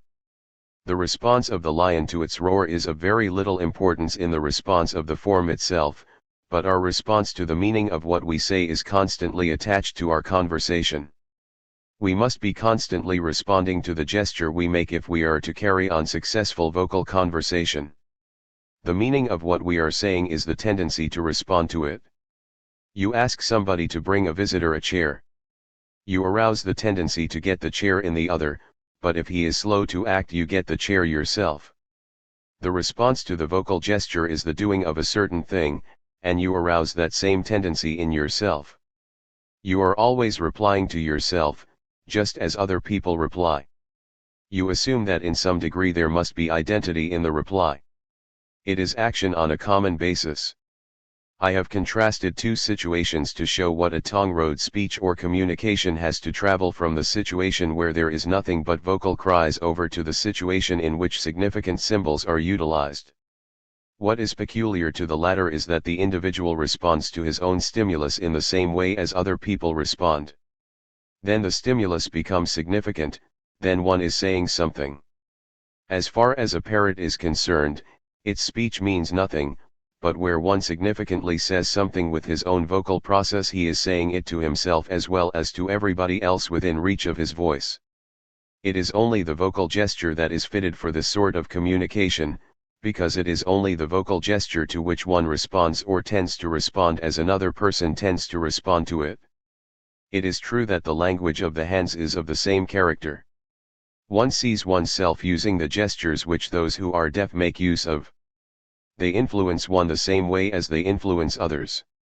Of course, the same is true of any form of script. But such symbols have all been developed out of the specific vocal gesture, for that is the basic gesture which does influence the individual as it influences others. Where it does not become significant is in the vocalization of the two birds. 6. Nevertheless, the same type of process is present, the stimulus of the one bird tending to call out the response in another bird which it tends to call out, however slightly, in the bird itself. 10. Thought, communication, and the significant symbol. We have contended that there is no particular faculty of imitation in the sense that the sound or the sight of another's response is itself a stimulus to carry out the same reaction, but rather that if there is already present in the individual an action like the action of another, then there is a situation which makes imitation possible. What is necessary now to carry through that imitation is that the conduct and the gesture of the individual which calls out a response in the other should also tend to call out the same response in himself. In the dogfight this is not present, the attitude in the one dog does not tend to call out the same attitude in the other. In some respects that actually may occur in the case of two boxers. The man who makes a feint is calling out a certain blow from his opponent, and that act of his own does have that meaning to him, that is, he has in some sense initiated the same act in himself. It does not go clear through, but he has stirred up the centers in his central nervous system which would lead to his making the same blow that his opponent is led to make, so that he calls out in himself, or tends to call out, the same response which he calls out in the other. There you have the basis for so-called imitation. Such is the process which is so widely recognized at present in manners of speech, of dress, and of attitudes. We are more or less unconsciously seeing ourselves as others see us. We are unconsciously addressing ourselves as others address us, in the same way as the sparrow takes up the note of the canary we pick up the dialects about us. Of course, there must be these particular responses in our own mechanism. We are 6. Calling out in the other person something we are calling out in ourselves, so that unconsciously we take over these attitudes. We are unconsciously putting ourselves in the place of others and acting as others act. I want simply to isolate the general mechanism here, because it is of very fundamental importance in the development of what we call self-consciousness and the appearance of the self. We are, especially through the use of the vocal gestures, continually arousing in ourselves those responses which we call out in other persons, so that we are taking the attitudes of the other persons into our own conduct. The critical importance of language in the development of human experience lies in this fact that the stimulus is one that can react upon the speaking individual as it reacts upon the other. A behaviorist, such as Watson, holds that all of our thinking is vocalization. In thinking we are simply starting to use certain words. That is in a sense true. However, Watson does not take into account all that is involved here, namely, that these stimuli are the essential elements in elaborate social processes and carry with them the value of those social processes. The vocal process as such has this great importance, and it is fair to assume that the vocal process, together with the intelligence and thought that go with it, is not simply a playing of particular vocal elements against each other. Such a view neglects the social context of language. 7. The importance, then, of the vocal stimulus lies in this fact that the individual can hear what he says, and in hearing what he says is tending to respond as the other person responds. When we speak now of this response on the part of the individual to the others, we come back to the situation of asking some person to do something. We ordinarily express that by saying that one knows what he is asking you to do. Take the illustration of asking someone to do something, and then doing it oneself. Perhaps the person addressed does not hear you or acts slowly, and then you carry the action out yourself. You find in yourself, in this way, the same tendency which you are asking you that same response which you stirred up in the other individual. How difficult it is to show someone else how to do something which you know how to do yourself. The slowness of the response makes it hard to restrain yourself from doing what you are teaching. You have aroused the same response in yourself as you arouse in the other individual. In seeking for an explanation of this, we ordinarily assume a certain group of centers in the nervous system which are connected with each other, and which express themselves in the action. If we try to find in a central nervous system something that answers to our word chair, what we should find would be presumably simply an organization of a whole group of possible reactions so connected that if one starts in one direction one will carry out one process, if in another direction one will carry out another process. The chair is primarily what one sits down in. It is a physical object at a distance. One may move toward an object at a distance and then enter upon the process of sitting down when one reaches it. There is a stimulus which excites certain paths which cause the individual to go toward that object and to sit down. Those centers are in some degree physical. There is, it is to be noted, an influence of the later act on the earlier act. The later process which is to go on has already been initiated, and that later process has its influence on the earlier process. The one that takes place before this process, already initiated, can be completed. Now, such an organization of a great group of nervous elements as will lead to conduct with reference to the objects about us is what one would find in the central nervous system answering to what we call an object. The complications are very great, but the central nervous system has an almost infinite number of elements in it, and they can be organized not only in spatial connection with each other, but also from a temporal standpoint. In virtue of this last fact, our conduct is made up of a series of steps which follow each other, and the later steps may be already started and influence the earlier ones. 8. The thing we are going to do is playing back on what we are doing now. That organization in the neural elements in reference to what we call a physical object would be what we call a conceptual object stated in terms of the central nervous system. In rough fashion, it is the initiation of such a set of organized sets of responses that answers to what we call the idea or concept of a thing. If one asked what the idea of a dog is, and tried to find that idea in the central nervous system, one would find a whole group of responses which are more or less connected together by definite paths, so that when one uses the term dog he does tend to call out this group of responses.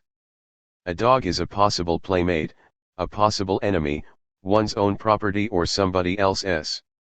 There is a whole series of possible responses. There are certain types of these responses which are in all of us, and there are others which vary with the individuals, but there is always an organization of the responses which can be called out by the term dog. So if one is speaking of a dog to another person, he is arousing in himself the set of responses which he is arousing in the other individual. It is, of course, the relationship of the symbol, this vocal gesture, to such a set of responses in the individual himself as well as in the other that makes of that vocal gesture what I call a significant symbol. A symbol does tend to call out in the individual a group of reactions such as it calls out in the other, but there is something further that is involved in its being a significant symbol, this response within oneself to such a word as a chair, or dog, is one which is a stimulus to the individual as well as a response. This is what, of course, is involved in what we term the meaning of a thing, or its significance. 9. We often act with reference to objects in what we call an intelligent fashion, although we can act without the meaning of the object being present in our experience. One can start to dress for dinner, as they tell of the absent-minded college professor, and find himself in his pajamas in bed. A certain process of undressing was started and carried out mechanically. He did not recognize the meaning of what he was doing. He intended to go to dinner and found he had gone to bed. The meaning involved in his action was not present. The steps in this case were all intelligent steps which controlled his conduct with reference to later action, but he did not think about what he was doing. The later action was not a stimulus to his response, but just carried itself out when it was once started. When we speak of the meaning of what we are doing, we are making the response itself that we are on the point of carrying out a stimulus to our action. It becomes a stimulus to a later stage of action which is to take place from the point of view of this particular response. In the case of the boxer, the blow that he is starting to direct toward his opponent is to call out a certain response which will open up the guard of his opponent so that he can strike. The meaning is a stimulus for the preparation of the real blow he expects to deliver. The response which he calls out in himself, the guarding reaction, is the stimulus to him to strike where an opening is given. This action which he has initiated already in himself thus becomes a stimulus for his later response. He knows what his opponent is going to do, since the guarding movement is one which is already aroused, and becomes a stimulus to strike where the opening is given. The meaning would not have been present in his conduct unless it became a stimulus to strike where the favorable opening appears. Such is the difference between intelligent conduct on the part of animals and what we call a reflective individual. 10. We say the animal does not think. He does not put himself in a position for which he is responsible, he does not put himself in the place of the other person and say, in effect, he will act in such a way and I will act in this way. If the individual can act in this way, and the attitude which he calls out in himself can become a stimulus to him for another act, we have meaningful conduct. Where the response of the other person is called out and becomes a stimulus to control his action, then he has the meaning of the other person's act in his own experience. That is the general mechanism of what we term thought, for in order that thought may exist there must be symbols, vocal gestures generally, which arouse in the individual himself the response which he is calling out in the other, and such that from the point of view of that response he is able to direct his later conduct. It involves not only communication in the sense in which birds and animals communicate with each other, but also an arousal in the individual himself of the response which he is calling out in the other individual, a taking of the role of the other, a tendency to act as the other person acts. One participates in the same process the other person is carrying out and controls his action with reference to that participation. It is that which constitutes the meaning of an object, namely, the common response in oneself as well as in the other person, which becomes, in turn, a stimulus to oneself. If you conceive of the mind as just a sort of conscious substance in which there are certain impressions and states, and hold that one of those states is a universal, then a word becomes purely arbitrary, it is just a symbol. 11. You can then take words and pronounce them backwards, as children do. There seems to be absolute freedom of arrangement and language seems to be an entirely mechanical thing that lies outside of the process of intelligence. If you recognize that language is, however, just a part of a cooperative process, that part which does lead to an adjustment to the response of the other so that the whole activity can go on, then language has only a limited range of arbitrariness. If you are talking to another person, you are, perhaps, able to sense the change in his attitude by something that would not strike a third person at all. You may know his mannerism, and that becomes a gesture to you, a part of the response of the individual. There is a certain range possible within the gesture as to what is to serve as the symbol. We may say that a whole set of separate symbols with one meaning are acceptable, but they always are gestures, that is, they are always parts of the act of the individual which reveal what he is going to do to the other person, so that when the person utilizes the clue, he calls out in himself the attitude of the other. Language is not ever arbitrary in the sense of simply denoting a bare state of consciousness by a word. What particular part of one's act will serve to direct cooperative activity is more or less arbitrary. Different phases of the act may do it. What seems unimportant in itself may be highly important in revealing what the attitude is. In that sense, one can speak of the gesture itself as unimportant, but it is of great importance as to what the gesture is going to reveal. This is seen in the difference between the purely intellectual character of the symbol and its emotional character. A poet depends upon the latter. For him language is rich and full of values which we, perhaps, utterly ignore. In trying to express a message in something less than 10 words, we merely want to convey a certain meaning, while the poet is dealing with what is really living tissue, the emotional throb in the expression itself. There is, then, a great range in our use of language, but whatever phase of this range is used is a part of a social process, and it is always that part by means of which we affect ourselves as we affect others and mediate the social situation through this understanding of what we are saying. That is fundamental for any language. If it is going to be language, one has to understand what he is saying, has to affect himself as he affects others. 11. Meaning. 12. We are particularly concerned with intelligence on the human level, that is, with the adjustment to one another of the acts of different human individuals within the human social process, an adjustment which takes place through communication, by gestures on the lower planes of human evolution, and by significant symbols, gestures which possess meanings and are hence more than mere substitute stimuli, on the higher planes of human evolution. The central factor in such adjustment is meaning. Meaning arises and lies within the field of the relation between the gesture of a given human organism and the subsequent behavior of this organism as indicated to another human organism by that gesture.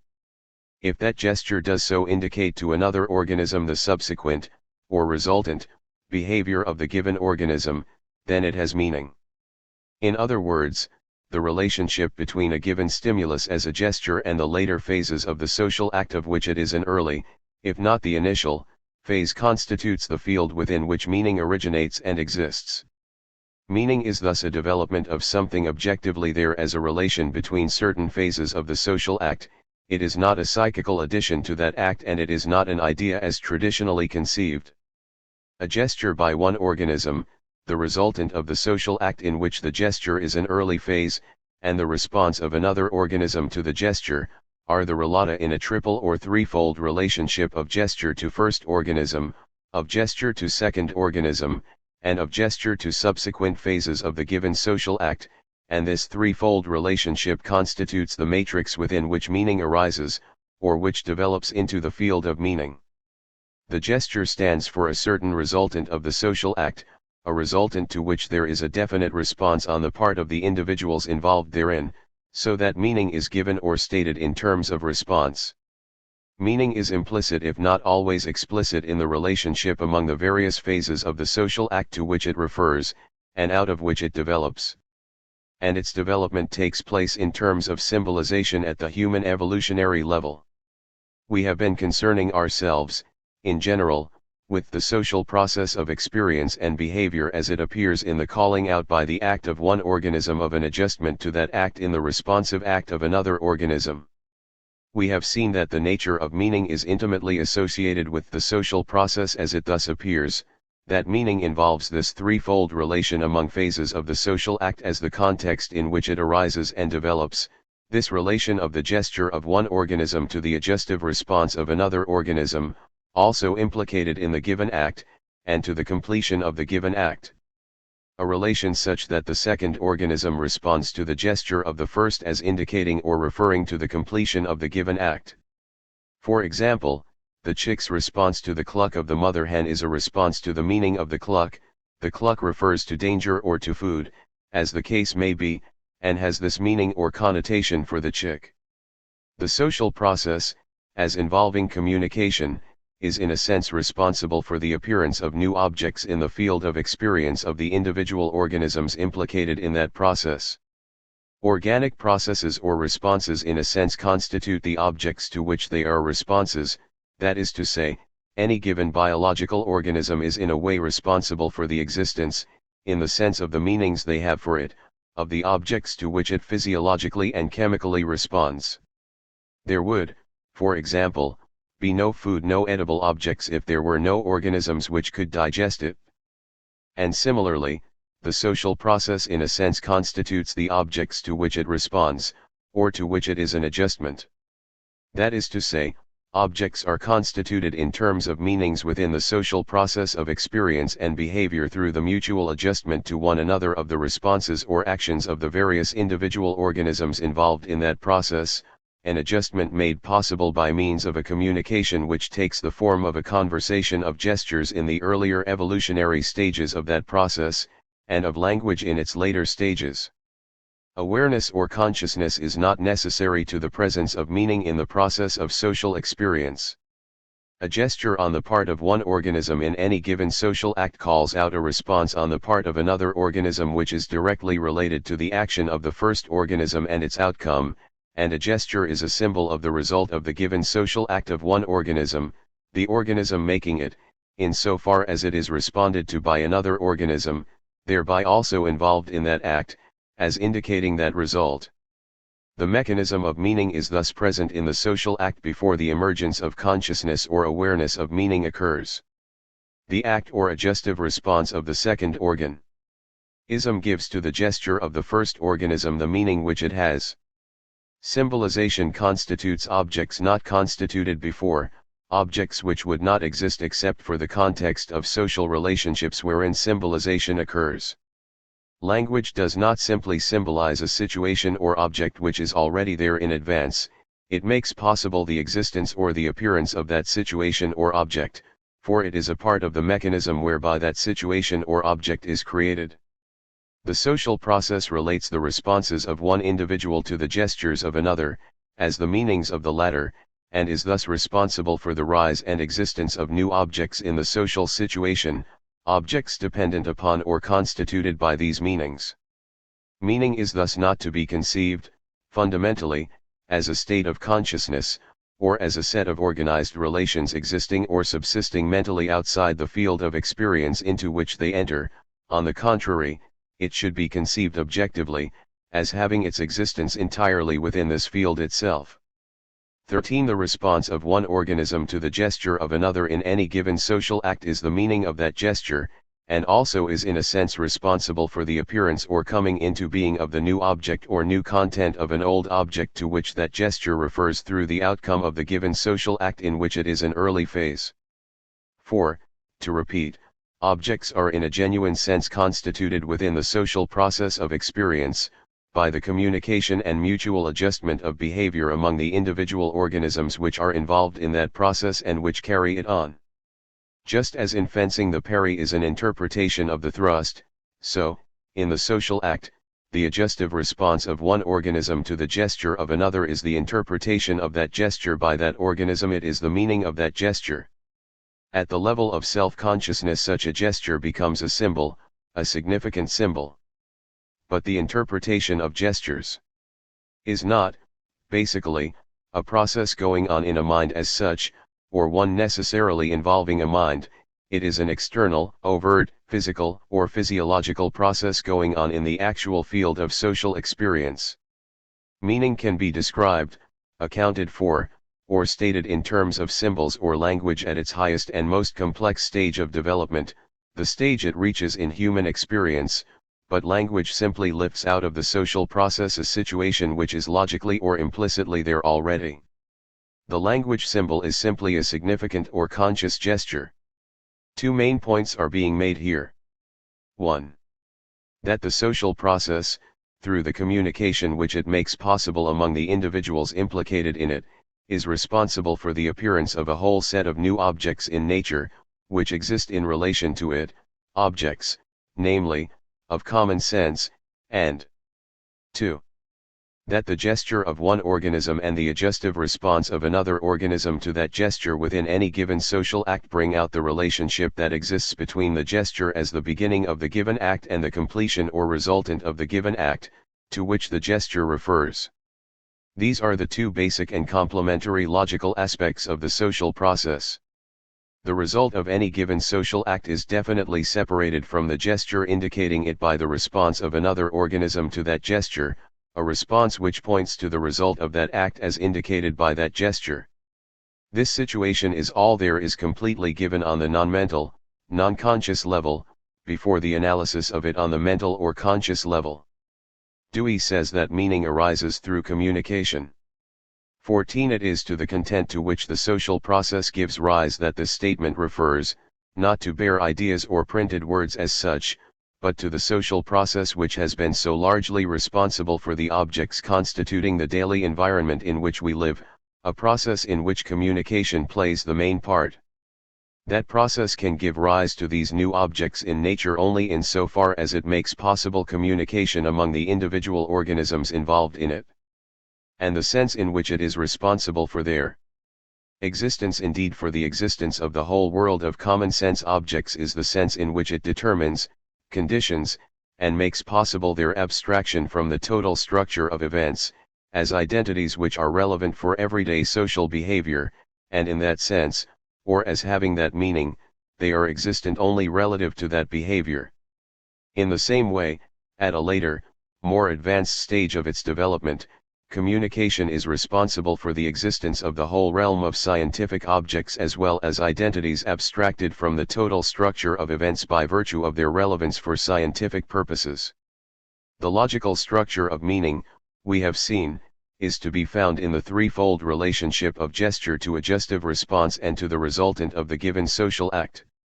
Response on the part of the second organism to the gesture of the first is the interpretation and brings out the meaning of that gesture, as indicating the resultant of the social act which it initiates, and in which both organisms are thus involved. This threefold or triadic relation between gesture, adjustive response, and resultant of the social act which the gesture initiates is the basis of meaning, for the existence of meaning depends upon the fact that the adjustive response of the second organism is directed toward the resultant of the given social act as initiated and indicated by the gesture of the first organism. The basis of meaning is thus objectively there in social conduct, or in nature in its relation to such conduct. Meaning is a content of an object which is dependent upon the relation of an organism or group of organisms to it. It is not essentially or primarily a psychical content, a content of mind or consciousness, for it need not be conscious at all, and is not in fact until significant symbols are evolved in the process of human social experience. Only when it becomes identified with such symbols does meaning become conscious. The meaning of a gesture on the part of one organism is the adjustive response of another organism to it, as indicating the resultant of the social act it initiates, the adjustive response of the second organism being itself directed toward or related to the completion of that act. In other words, meaning involves a reference of the gesture of one organism to the resultant of the social act it indicates or initiates, as adjustively responded to in this reference by another organism, and the adjustive response of the other organism is the meaning of the gesture. Gestures may be either conscious, significant, or unconscious, non-significant.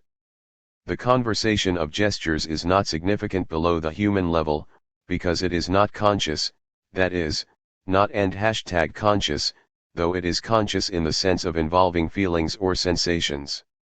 An animal as opposed to a human form, in indicating something to, or bringing out a meaning for, another form, is not at the same time indicating or bringing out the same thing or meaning to or for himself, for he has no mind, no thought, and hence there is no meaning here in the significant or self-conscious sense.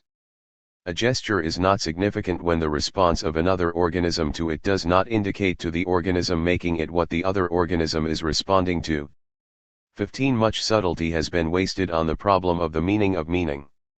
It is not necessary, in attempting to solve this problem, to have recourse to psychical states, for the nature of meaning, as we have seen, is found to be implicit in the structure of the social act, implicit in the relations among its three basic individual components, namely, in the triadic relation of a gesture of one individual, a response to that gesture by a second individual, and completion of the given social act initiated by the gesture of the first individual. And the fact that the nature of meaning is thus found to be implicit in the structure of the social act provides additional emphasis upon the necessity, in social psychology, of starting off with the initial assumption of an ongoing social process of experience and behavior in which any given group of human individuals is involved, and upon which the existence and development of their minds, selves, and self-consciousness depend. 12. Universality. Our experience does recognize or find that which is typical, and this is as essential for an adequate theory of meaning as is the element of particularity. There are not only facts of red, for example, but there is in the experience a red which is identical so far as experience has been concerned with some other red. One can isolate the red just as a sensation, and as such it is passing, but in addition to that passing character there is something that we call universal, something that gives a meaning to it. The event is a color, it is red, it is a certain kind of red, and that is something which does not have a passing character in the statement of color itself. If we go over from particular contents of this sort to other objects, such as a chair, a tree, a dog, we find there something that is distinguishable from the particular object, plant, or animal that we have about us. What we recognize in a dog is not the group of sensuous elements, but rather the character of being a dog, and unless we have some reason for interest in this particular dog, some problem as to its ownership or its likelihood to bite us, our relationship to the animal is to a universal. It is just a dog. If a person asks you what you saw, you reply that it was a dog. You would not know the color of the dog, it was just a dog in general that you saw. There is a meaning here that is given in the experience itself, and it is this meaning or universal character with which a behavioristic psychology is supposed to have difficulty in dealing. When there is a response to such an animal as a dog, there is a response of recognition as well as a response toward an object in the landscape, and this response of recognition is something that is universal and not particular. Can this factor be stated in behavioristic terms? We are not, of course, interested in philosophical implications, we are not interested in the metaphysics of the dog, but we are interested in the recognition which would belong to any other animal of the same sort. Now, is there a response of such a universal character in our nature that it can be said to answer to this recognition of what we term the universal? It is the possibility of such a behavioristic statement that I endeavor to sketch. What the central nervous system presents is not simply a set of automatisms, that is, certain inevitable reactions to certain specific stimuli, such as taking our hand away from a radiator that is touched, or jumping when a loud sound occurs behind us. The nervous system provides not only the mechanism for that sort of conduct but also for recognizing an object to which we are going to respond, and that recognition can be stated in terms of a response that may answer to any one of a certain group of stimuli. That is, one has a nail to drive, he reaches for the hammer and finds it gone, and he does not stop to look for it, but reaches for something else he can use, a brick or a stone, anything having the necessary weight to give momentum to the blow. Anything that he can get hold of that will serve the purpose will be a hammer. That sort of response which involves the grasping of a heavy object is a universal. 16. If the object does call out that response, no matter what its particular character may be, one can say that it has a universal character. It is something that can be recognized because of this character, notwithstanding the variations that are involved in the individual instances. Now, can there be in the central nervous system a mechanism which can be aroused so that it will give rise to this response, however varied the conditions are otherwise? Can there be a mechanism of a sufficiently complicated character to represent the objects with which we deal, objects that have not only spatial dimensions, but also temporal dimensions? An object such as a melody, a tune, is a unitary affair. We hear the first notes and we respond to it as a whole. There is such a unity in the lives presented by biographies which follow a man from his birth to his death, showing all that belongs to the growth of the individual and the changes that take place in his career. Now, is there something in the central nervous system that can answer to such characters of the object, so that we can give a behavioristic account of an object so complicated as a melody or a life?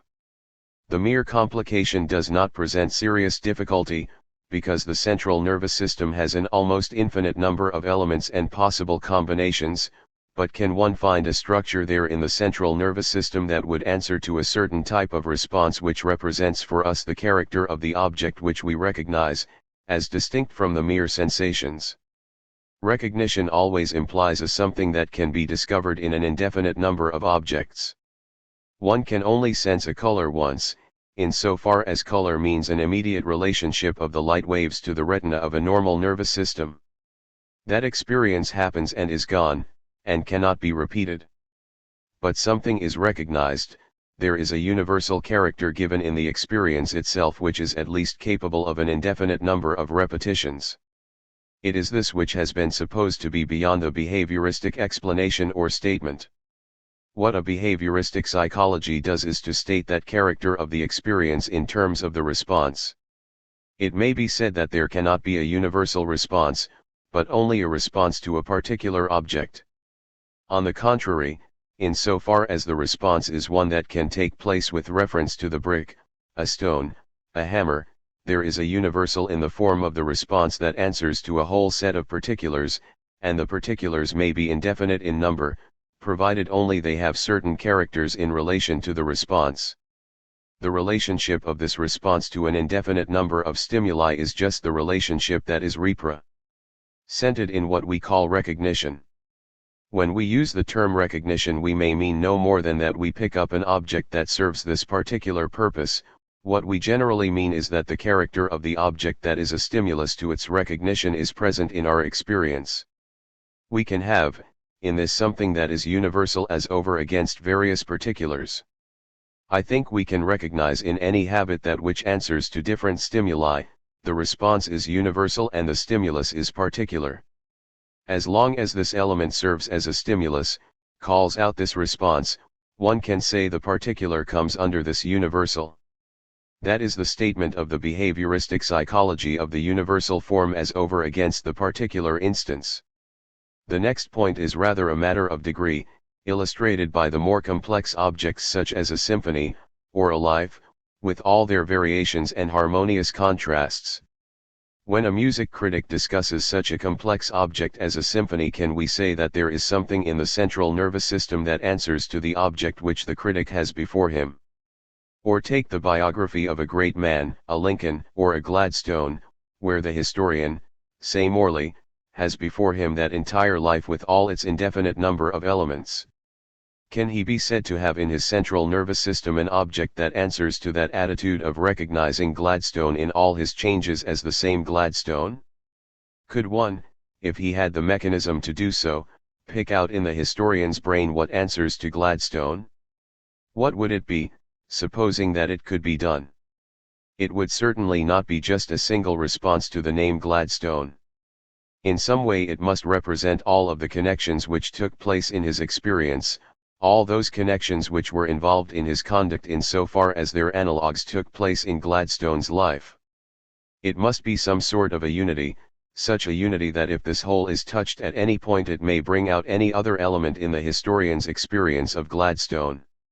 It may throw light on any phase of his character, it may bring out any of the situations in which Gladstone figures. All of this must be potentially present in such a mapping of Gladstone in Morley's central nervous system. It is indefinitely complex, but the central nervous system is also indefinitely complex. It does not represent merely spatial dimensions but temporal dimensions also.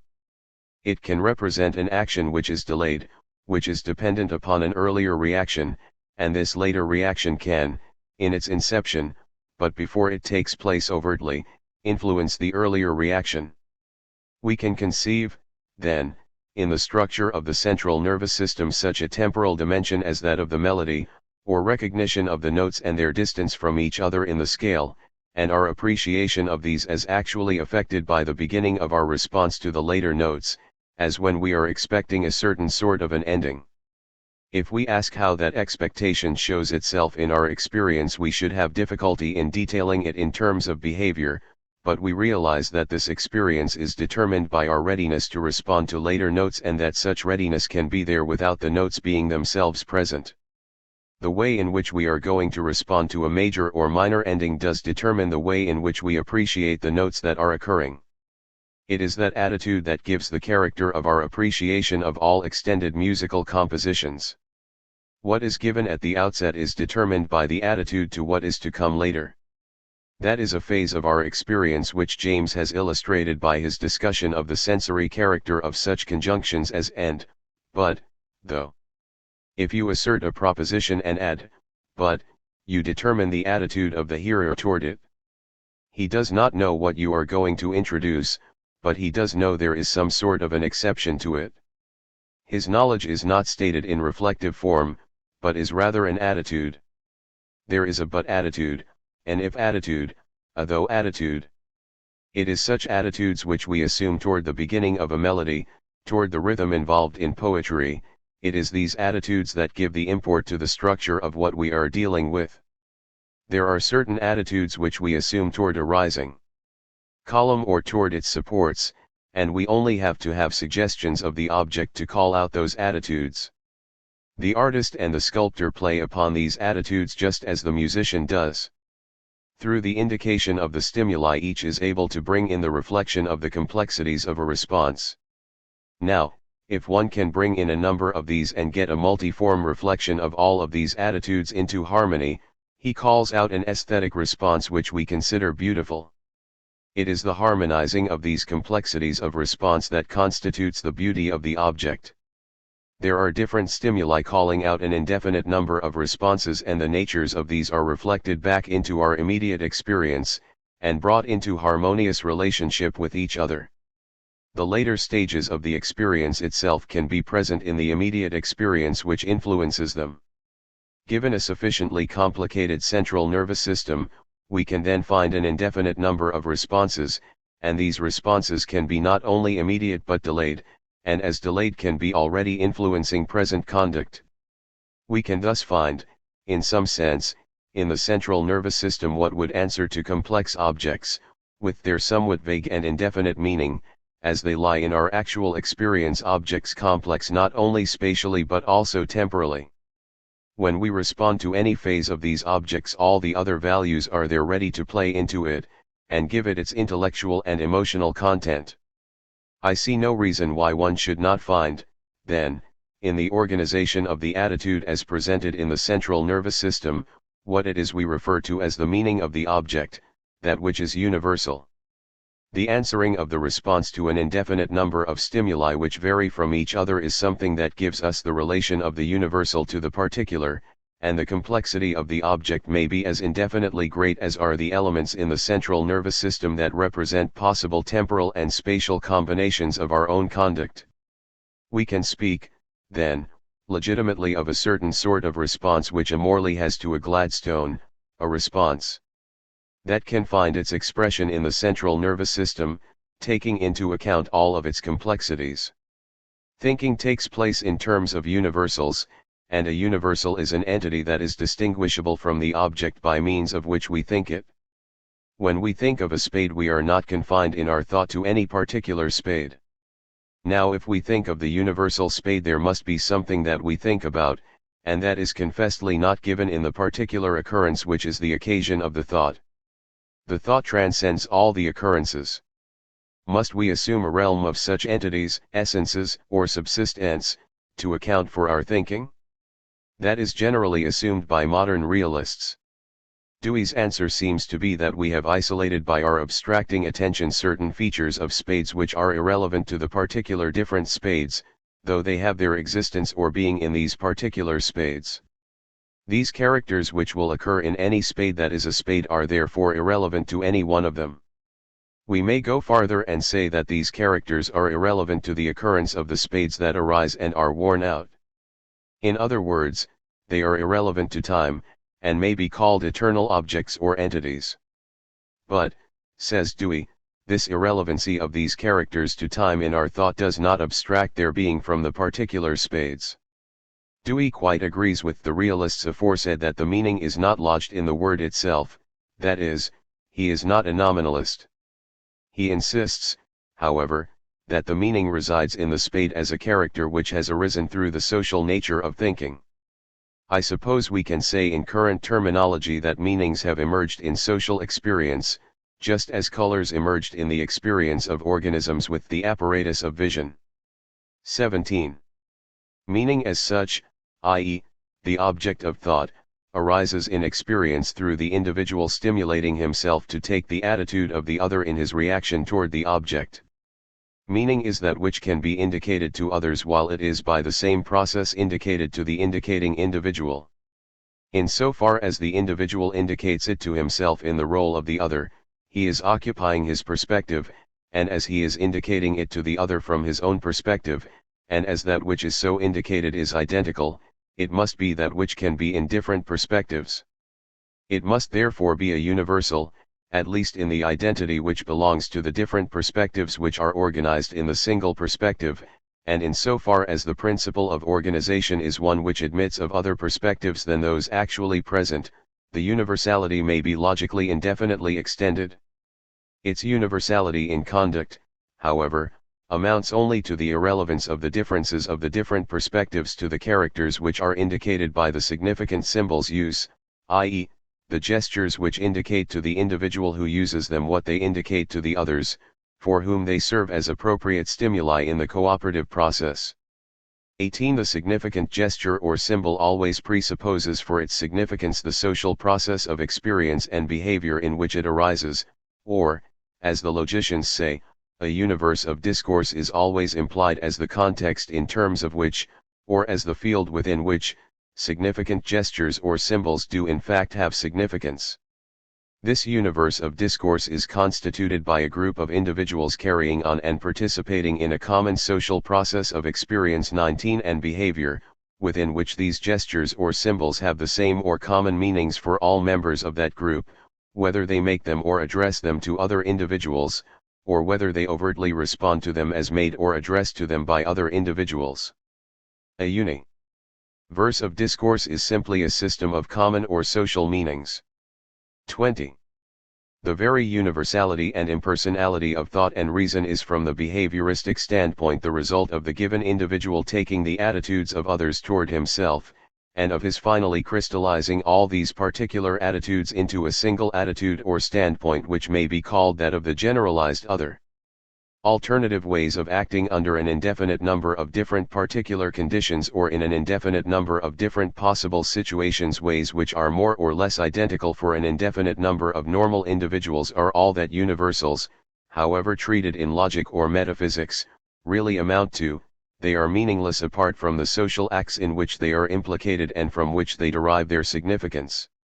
2113. The nature of reflective intelligence in the type of temporary inhibition of action which signifies thinking, or in which reflection arises, we have presented in the experience of the individual. Tentatively and in advance and for his selection among them, the different possibilities or alternatives of future action open to him within the given social situation, the different or alternative ways of completing the given social act wherein he is implicated, or which he has already initiated.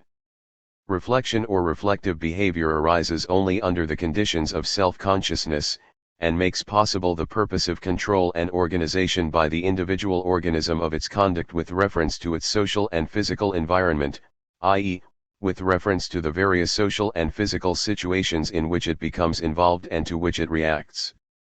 The organization of the self is simply the organization, by the individual organism, of the set of attitudes toward its social environment and toward itself from the standpoint of that environment, or as a functioning element in the process of social experience and behavior constituting that environment which it is able to take. It is essential that such reflective intelligence be dealt with from the point of view of social behaviorism. I said a moment ago that there is something involved in our statement of the meaning of an object which is more than the mere response, however complex that may be. We may respond to a musical phrase and there may be nothing in the experience beyond the response. We may not be able to say why we respond or what it is we respond to. Our attitude may simply be that we like some music and do not like other music. Most of our recognitions are of this sort. We pick out the book we want but could not say what the character of the book is.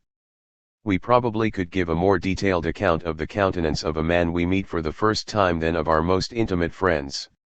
With our friends we are ready to start our conversation the moment they are there, we do not have to make sure who they are. But if we try to pick out a man who has been described to us, we narrowly examine the person to make sure he answers to the account that is given to us. With a person with whom we are familiar we carry on our conversation without thinking of these things. Most of our processes of recognition do not involve this identification of the characters which enable us to identify the objects. We may have to describe a person and we find we cannot do it, we know him too well. We may have to pick those details out, and then if we are taking a critical attitude we have to find out what it is in the object that calls out this complex response.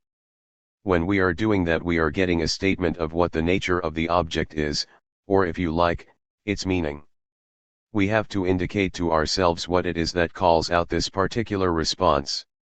We recognize a person, say, because of the character of his physique.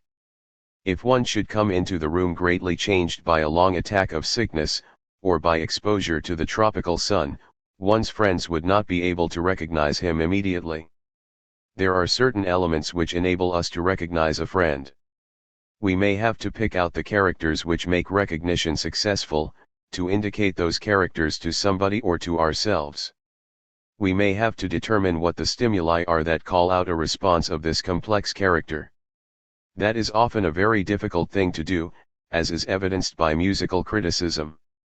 A whole audience may be swept away by a composition and perhaps not a person there will be able to state what it is in the production that calls out this particular response, or to tell what the various reactions are in these individuals. It is an unusual gift which can analyze that sort of an object and pick out what the stimulus is for so complex an action. What I want to call attention to is the process by which there is an indication of those characters which do call out the response. Animals of a type lower than man respond to certain characters with a nicety that is beyond human capacity, such as odor in the case of a dog.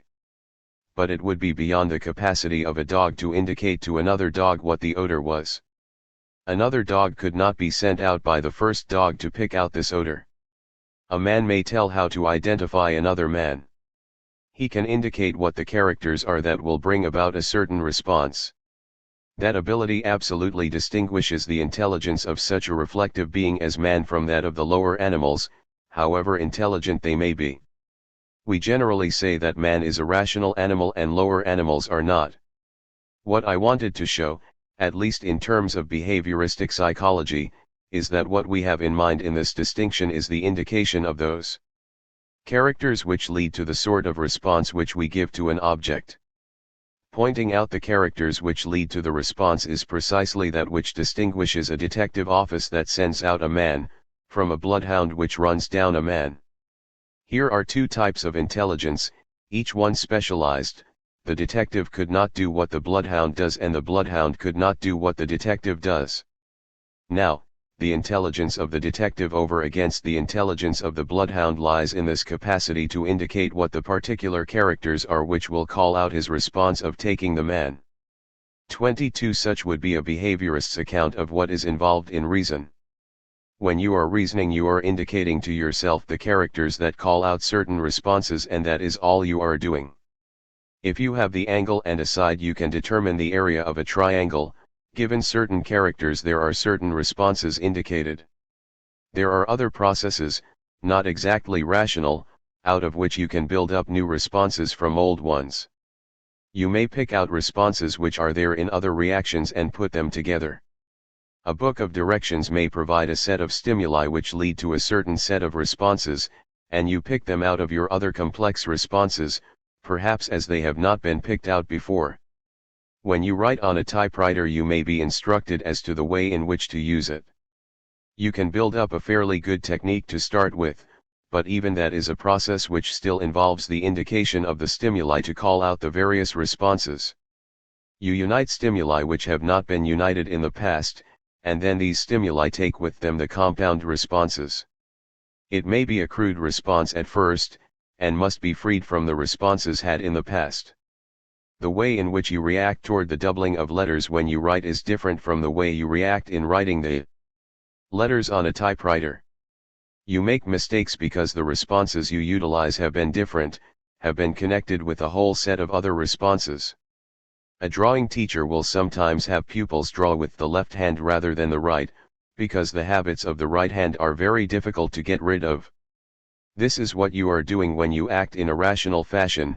You are indicating to yourself what the stimuli are that will call out a complex response, and by the order of the stimuli you are determining what the whole of the response will be. Now, to be able to indicate those stimuli to other persons or to yourself is what we call rational conduct, as distinct from the unreasoning intelligence of the lower animals, and from a good deal of our own conduct. Man is distinguished by that power of analysis of the field of stimulation which enables him to pick out one stimulus rather than another, and so to hold on to the response that belongs to that stimulus, picking it out from others, and recombining it with others. You cannot get a lock to work. You notice certain elements, each of which brings out a certain sort of response, and what you are doing is holding on to these processes of response by giving attention to the stimuli.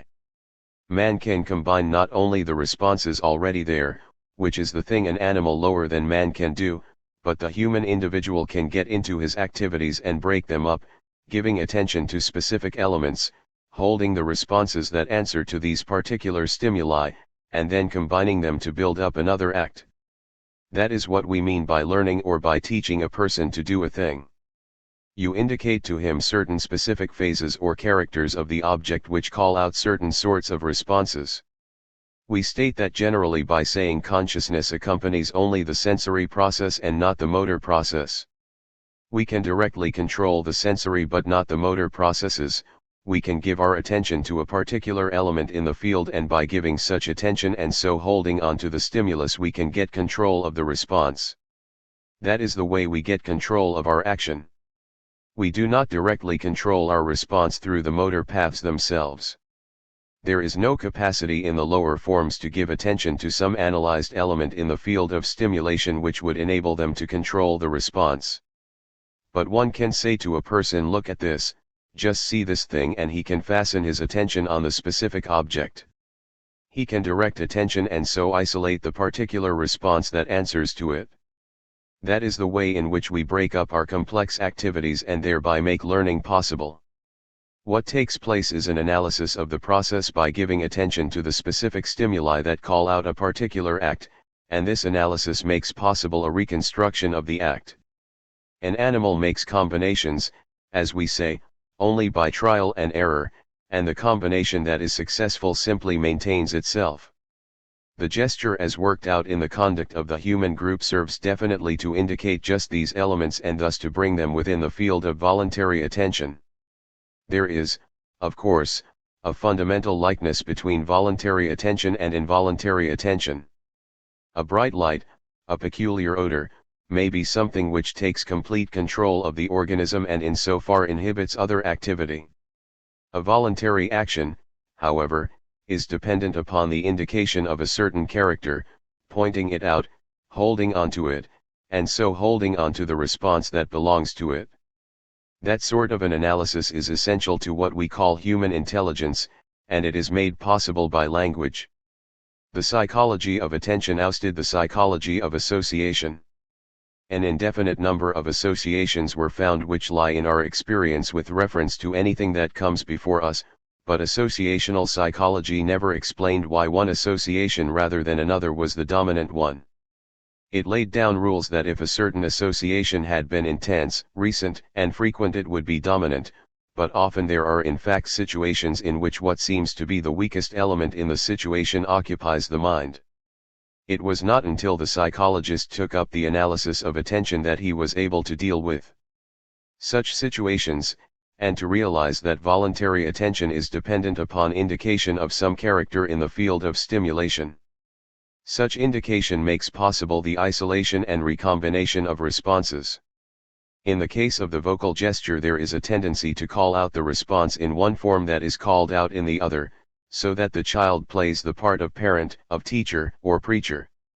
The gesture under those conditions calls out certain responses in the individual which it calls out in the other person, and carrying it out in the individual isolates that particular character of the stimulus. The response of the other is there in the individual isolating the stimulus. If one calls out quickly to a person in danger, he himself is in the attitude of jumping away, though the act is not performed. He is not in danger, but he has those particular elements of the response in himself, and we speak of them as meanings. Stated in terms of the central nervous system, this means that he has stirred up its upper tracts which would lead to the actual jumping away. A person picks out the different responses involved in escape when he enters the theater and notices the signs on the program cautioning him to choose the nearest exit in case of fire. He has all the different responses, so to speak, listed before him, and he prepares what he is going to do by picking out the different elements and putting them together in the way required. The efficiency engineer comes in to pick out this, that, or the other thing, and chooses the order in which they should be carried out. One is doing the same himself in so far as he is self-conscious. Where we have to determine what will be the order of a set of responses, we are putting them together in a certain fashion, and we can do this because we can indicate the order of the stimuli which are going to act upon us. That is what is involved in the human intelligence as distinguished from the intelligence type of the lower forms. We cannot tell an elephant that he is to take hold of the other elephant's tail. The stimulus will not indicate the same thing to the elephant as to ourselves. We can create a situation which is a stimulus to the elephant, but we cannot get the elephant to indicate to itself what the stimulus is so that he has the response to it in his own system. The gesture provides a process by means of which one does arouse in himself the reaction that might be aroused in another, and this is not a part of his immediate reaction in so far as his immediate physical environment is concerned. When we tell a person to do something, the response we have is not the doing of the actual thing, but the beginning of it. Communication gives to us those elements of response which can be held in the mental field. We do not carry them out, but they are there constituting the meanings of these objects which we indicate. Language is a process of indicating certain stimuli and changing the response to them in the system of behavior. Language as a social process has made it possible for us to pick out responses and hold them in the organism of the individual, so that they are there in relation to that which we indicate. The actual gesture is, within limits, arbitrary. Whether one points with his finger, or points with the glance of the eye, or motion of the head, or the attitude of the body, or by means of a vocal gesture in one language or another, is indifferent, provided it does call out the response that belongs to that thing which is indicated. That is the essential part of language. The gesture must be one that calls out the response in the individual, or tends to call out the response in the individual, which its utilization will bring out in another's response. Such is the material with which the mind works. However slight, there must be some sort of gesture. To have the response isolated without an indication of a stimulus is almost a contradiction in terms. I have been trying to point out what this process of communication does in the way of providing us with the material that exists in our mind. It does this by furnishing those gestures which in affecting us as they affect others call out the attitude which the other takes, and that we take in so far as we assume his role. We get the attitude, the meaning, within the field of our own control, and that control consists in combining all these various possible responses to furnish the newly constructed act demanded by the problem. In such a way we can state rational conduct in terms of a behavioristic psychology. I wish to add one further factor to our account, the relation of the temporal character of the nervous system to foresight and choice.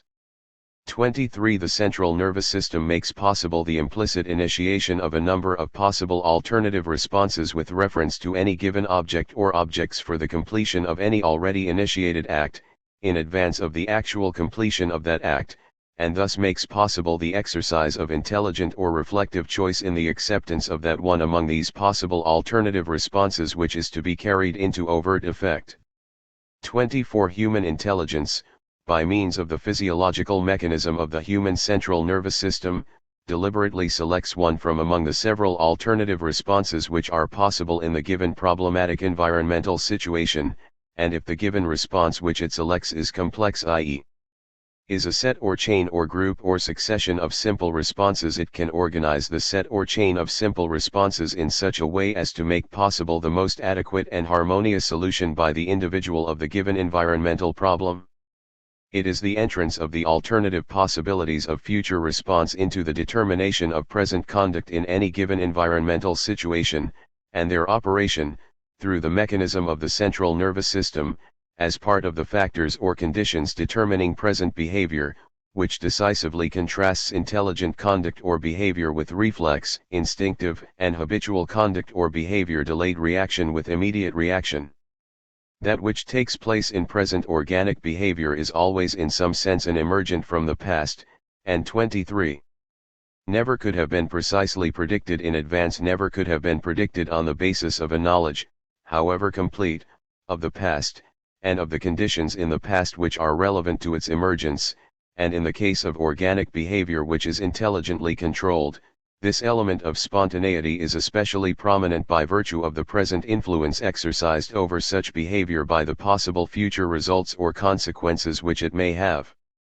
Our ideas of or about future conduct are our tendencies to act in several alternative ways in the presence of a given environmental situation, tendencies or attitudes which can appear, or be implicitly aroused, in the structure of the central nervous system in advance of the overt response or reaction to that situation, and which thus can enter as determining factors into the control or selection of this overt response. Ideas, as distinct from acts, or as failing to issue in overt behavior, are simply what we do not do. They are possibilities of overt responses which we test out implicitly in the central nervous system and then reject in favor of those which we do in fact act upon or carry into effect. The process of intelligent conduct is essentially a process of selection from among various alternatives. Intelligence is largely a matter of selectivity. Delayed reaction is necessary to intelligent conduct. The organization, implicit testing, and final selection by the individual of his overt responses or reactions to the social situations which confront him and which present him with problems of adjustment, would be impossible if his overt responses or reactions could not in such situations be delayed until this process of organizing, implicitly testing, and finally selecting is carried out, that is, would be impossible if some overt response or other to the given environmental stimuli had to be immediate. Without delayed reaction, or except in terms of it, no conscious or intelligent control over behavior could be exercised, for it is through this process of selective reaction, which can be selective only because it is delayed, that intelligence operates in the determination of behavior. Indeed, it is this process which constitutes intelligence. The central nervous system provides not only the necessary physiological mechanism for this process, but also the necessary physiological condition of delayed reaction which this process presupposes. Intelligence is essentially the ability to solve the problems of present behavior in terms of its possible future consequences as implicated on the basis of past experience, the ability, that is, to solve the problems of present behavior in the light of, or by reference to, both the past and the future. It involves both memory and foresight. And the process of exercising intelligence is the process of delaying, organizing, and selecting a response or reaction to the stimuli of the given environmental situation. The process is made possible by the mechanism of the central nervous system, which permits the individual's taking of the attitude of the other toward himself, and thus becoming an object to himself. This is the most effective means of adjustment to the social environment, and indeed to the environment in general, that the individual has at his disposal. An attitude of any sort represents the beginning, or potential initiation, of some composite act or other, a social act in which, along with other individuals, the individual taking the given attitude is involved or implicated. The traditional supposition has been that the purposive element in behavior must ultimately be an idea, a conscious motive, and hence must imply or depend upon the presence of a mind. But the study of the nature of the central nervous system shows that in the form of physiological attitudes, expressed in specific physiological sets, different possible completions to the given act are there in advance of its actual completion, and that through them the earlier parts of the given act are affected or influenced, in present conduct, by its later phases, so that the purposive element in behavior has a physiological seat, a behavioristic basis, and is not fundamentally nor necessarily conscious or psychical. 14. Behaviorism, Watsonism, and reflection. I have been discussing the possibility of bringing the concept or idea into the range of behavioristic treatment, endeavoring in this way to relieve behaviorism as presented by Watson of what seems to be an inadequacy. In carrying back the thinking process to the talking process, Watson seems to identify thought simply with the word, with the symbol, with the vocal gesture. He does this by means of the transference of a reflex from one stimulus to another. Conditioned reflex is the technical term for the process.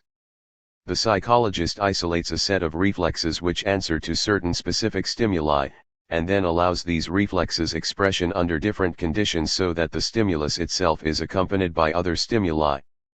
He finds that these reflexes can then be brought about by the new stimulus even in the absence of that which has been previously the necessary stimulus. The typical illustration is that of a child becoming afraid of a white rat because it was presented to him several times at the moment at which a loud sound was made behind him. The loud noise occasions fright. The presence of the white rat conditions this reaction of fright so that the child becomes afraid of the white rat. The fear reactions are then called out by the white rat even when no sound is made. 25. The conditioned reflex of the objective psychologists is also used by Watson to explain the process of thinking. On this view we utilize vocal gestures in connection with things, and thereby condition our reflexes to the things in terms of the vocal process. If we have a tendency to sit down when the chair is there, we condition this reflex by the word chair. Originally the chair is a stimulus that sets free this act of sitting, and by being conditioned the child may come to the point of setting free the act by the use of the word. No particular limit can be set up to such a process. The language process is peculiarly adapted to such a conditioning of reflexes. We have an indefinite number of responses to objects about us. If we can condition these responses by the vocal gesture so that whenever a certain reaction is carried out we at the same time utilize certain phonetic elements, then we can reach the point at which the response will be called out whenever this vocal gesture arises. Thinking would then be nothing but the use of these various vocal elements together with the responses which they call out. Psychologists would not need to look for anything more elaborate in the thinking process than the mere conditioning of reflexes by vocal gestures. From the point of view of the analysis of the experience involved, this account seems very inadequate. For certain types of experience it may perhaps be sufficient. A trained body of troops exhibits a set of conditioned reflexes. A certain formation is brought about by means of certain orders. Its success lies in an automatic response when these orders are given. There, of course, one has action without thought. If the soldier thinks under the circumstances he very likely will not act, his action is dependent in a certain sense on the absence of thought. There must be elaborate thinking done somewhere, but after that has been done by the officers higher up, then the process must become automatic. What we recognize is that this statement does not do justice to the thinking that has to be done higher up. It is true that the people below carry out the process without thinking. Now if the thinking is done higher up under the same conditions, the behaviorist evidently falls to bring into account what is peculiar to planning. Something very definite goes on there which cannot be stated in terms of conditioned reflexes. The unthinking conduct of the soldier in carrying out the order, so that the mere giving of the order involves its execution, is characteristic of the type of conduct in lower animals. We use this mechanism to explain the elaborate instincts of certain organisms. One set of responses follows another, the completion of one step brings the form into contact with certain stimuli which set another free, and so on. Great elaborations of this process are found, especially in the ants. That thought which belongs to the human community is presumably absent in these communities. The wasp that stores the paralyzed spider as food for larvae that it never will see and with which it never has come into contact, is not acting in terms of conscious foresight. The human community that stores away food in cold storage, and later makes use of it, is doing in a certain sense the same thing that the wasp is doing, but the important distinction is that the action is now consciously purposive. The individual arranging for the cold storage is actually presenting to himself a situation that is going to arise, and determining his methods of preservation with reference to future uses. The statement which Watson gives of the conditioning of reflexes does not bring in these parts of experience. Such a treatment has been experimentally applied only in such experiences as those of the infant. Watson is trying to work out a simple mechanism which can be widely applied without taking into consideration all the complications involved in that application. It is, of course, legitimate for a new idea to find its widest application and then meet the specific difficulties later. Now, is it possible to recast our statement of behavioristic psychology so that it can do more justice to what we ordinarily term a consciousness of what we are doing? I have been suggesting that we could at least give a picture in the central nervous system of what answers to an idea. That seems to be what is left out of Watson's statement. He simply attaches a set of responses to certain stimuli and shows that the mechanism of the organism is able to change those stimuli, substitute one stimulus for another stimulus, but the ideas that accomplish such a process are not accounted for simply by the substitution. In the illustration I gave of offering a chair and asking a person to sit down, the asking may take the place of the particular perception of the chair. One may be occupied entirely with something else, and then the stimulus is not the stimulus operative in the original reflex. One might come in and sit down without paying attention to the chair. But such substitution does not give to us the picture of the mechanism which in some sense answers to the chair, or the idea of what the person is asking him to do. What I suggested was that we have such a mechanism in the central nervous system that answers to these elaborate reactions, and that the stimuli which call these out may set up a process there which is not fully carried out. We do not actually sit down when a person asks us to, yet the process is in some sense initiated. We are ready to sit down but we do not. We prepare for a certain process by thinking about it, mapping out a campaign of conduct, and then we are ready to carry out the different steps.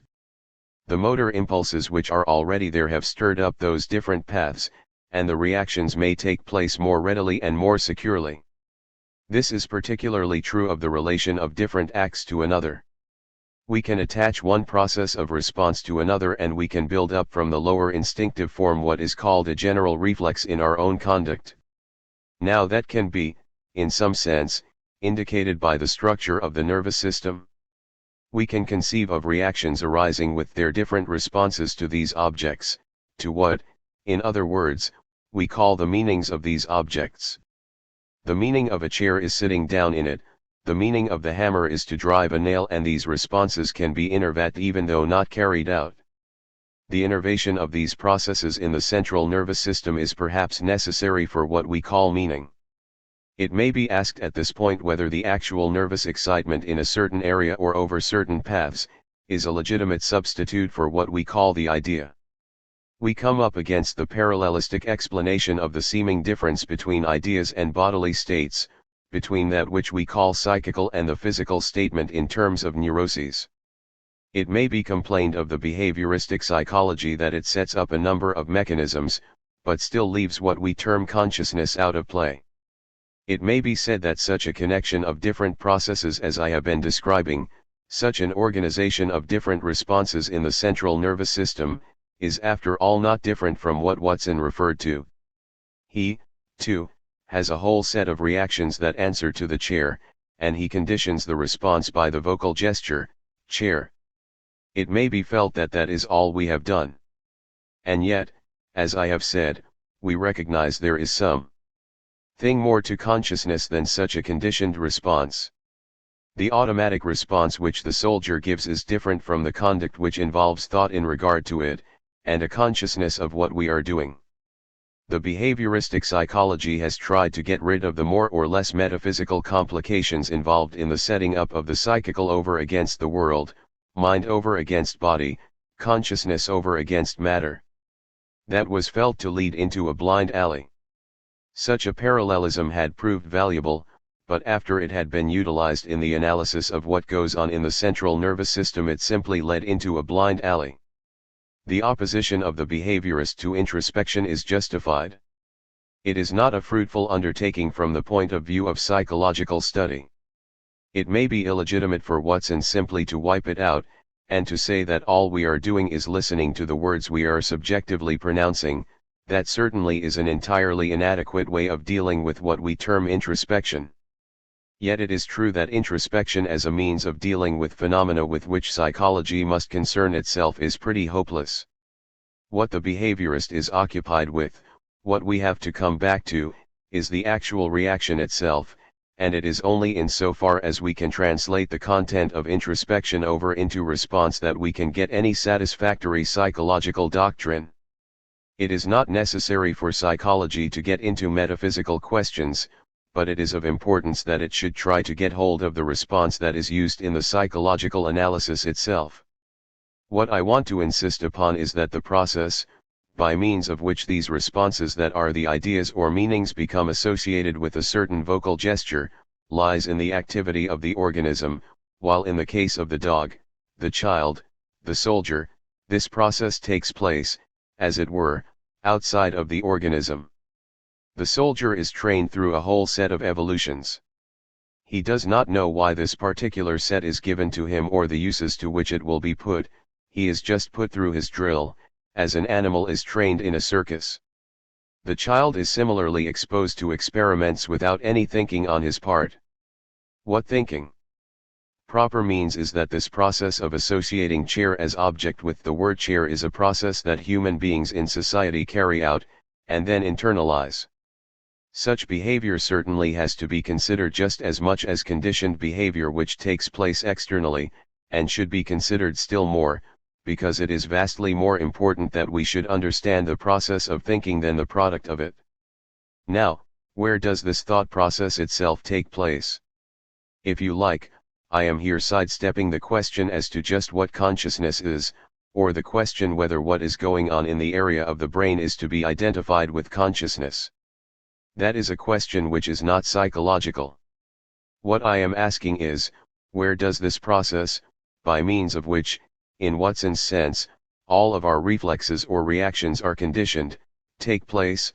For this process is one which takes place in conduct and cannot be explained by the conditioned reflexes which result from it.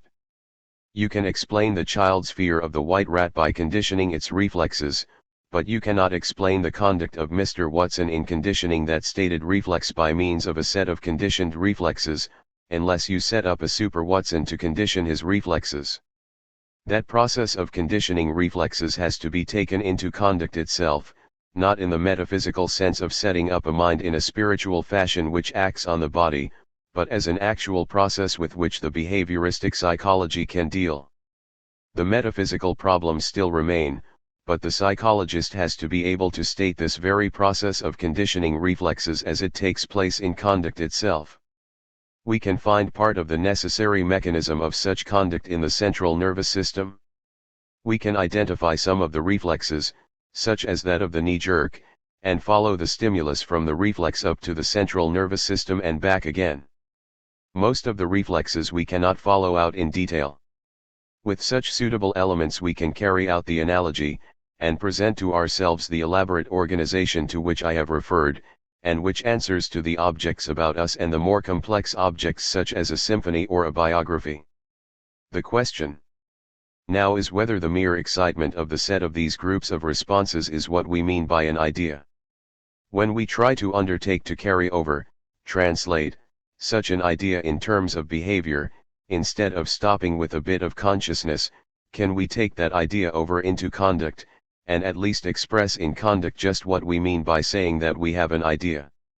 It may be simpler to assume that each one of us has a little bit of consciousness stored away and that impressions are made on consciousness, and as a result of the idea, consciousness in some unexplained way sets up the response in the system itself. But what must be asked of behaviorism is whether it can state in behavioristic terms what is meant by having an idea, or getting a concept. I have just said that Watson's statement of the mere conditioning of the reflex, the setting off of a certain set of responses when the word is used, does not seem to answer to this process of getting an idea. It does answer to the result of having an idea, for having reached the idea, then one starts off to accomplish it, and we assume that the process follows. The getting of an idea is very different from the result of having an idea, for the former involves the setting up or conditioning of reflexes, which cannot, themselves, be used to explain the process.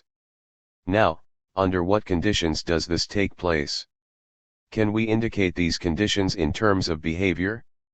We can state in behavioristic terms what the result will be, but can we state in terms of behaviorism the process of getting and having ideas? The process of getting an idea is, in the case of the infant, a process of intercourse with those about him, a social process. He can battle on by himself without getting any idea of what he is doing.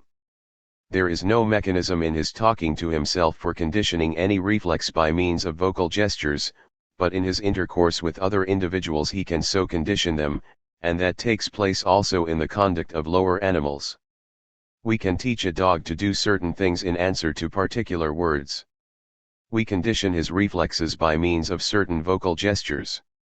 In the same way a child gets to refer to a chair by the word chair.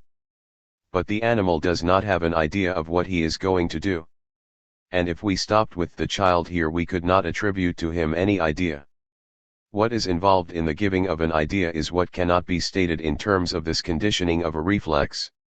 I have suggested that involved in such giving is the fact that the stimulus not only calls out the response, but that the individual who receives the response also himself uses that stimulus, that vocal gesture, and calls out that response in himself.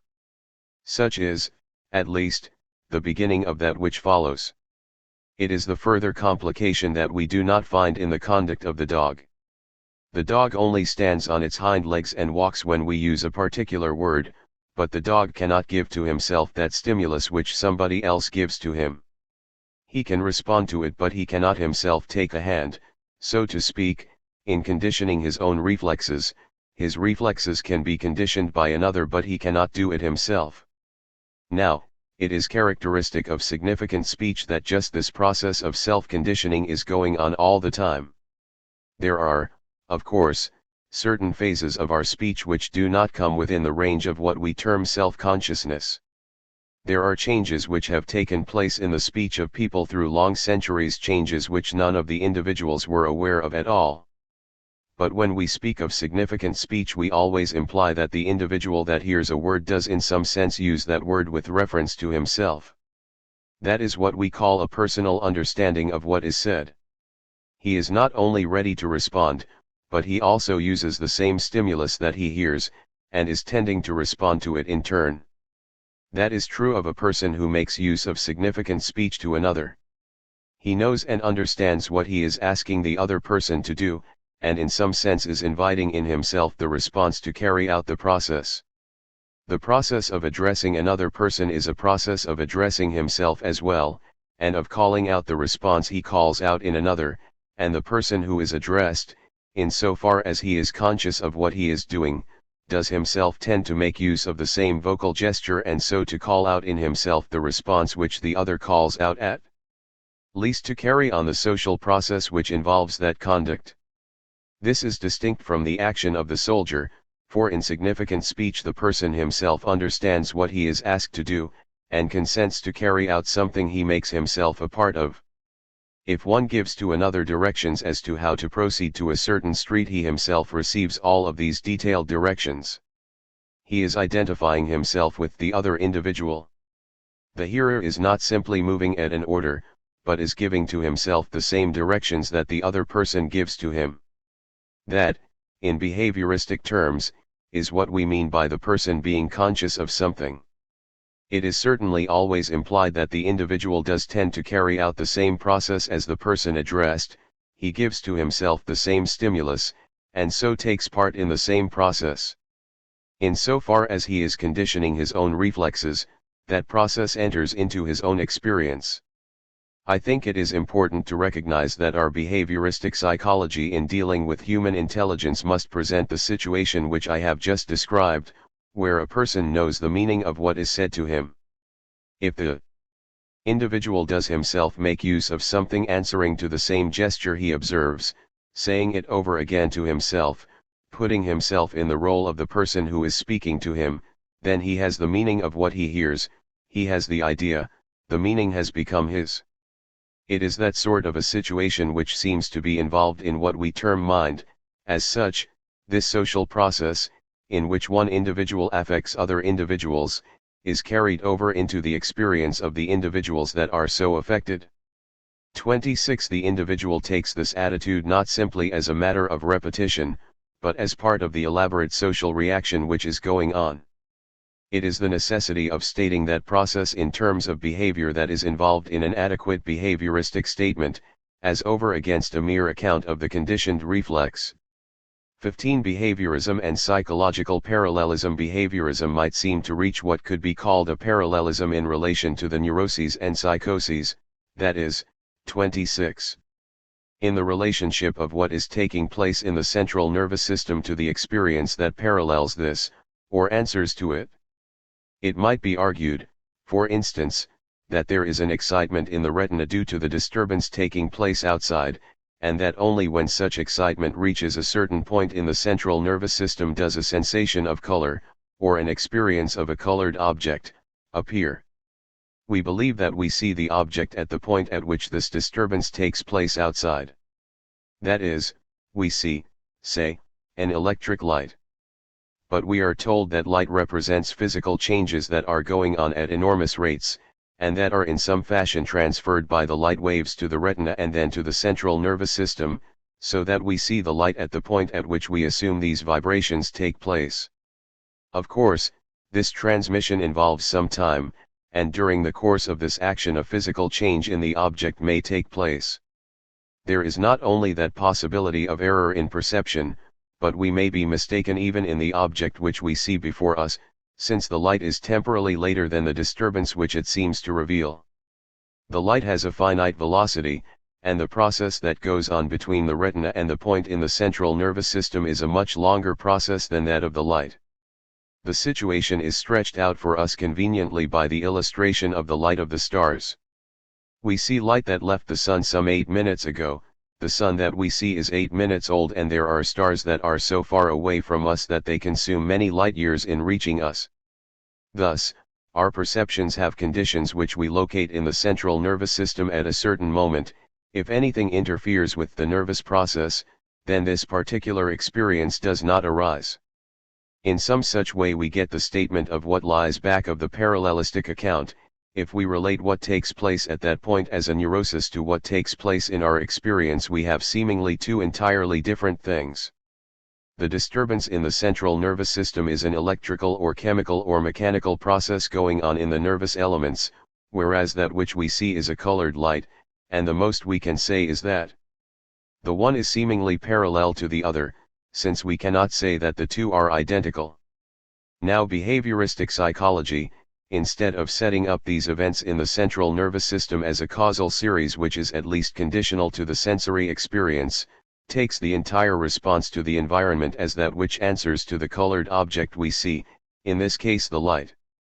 It does not locate the experience at any point in the nervous system, it does not put it, in the terms of Mr. Russell, inside of a head. Russell makes the experience the effect of what happens at that point where a causal process takes place in the head.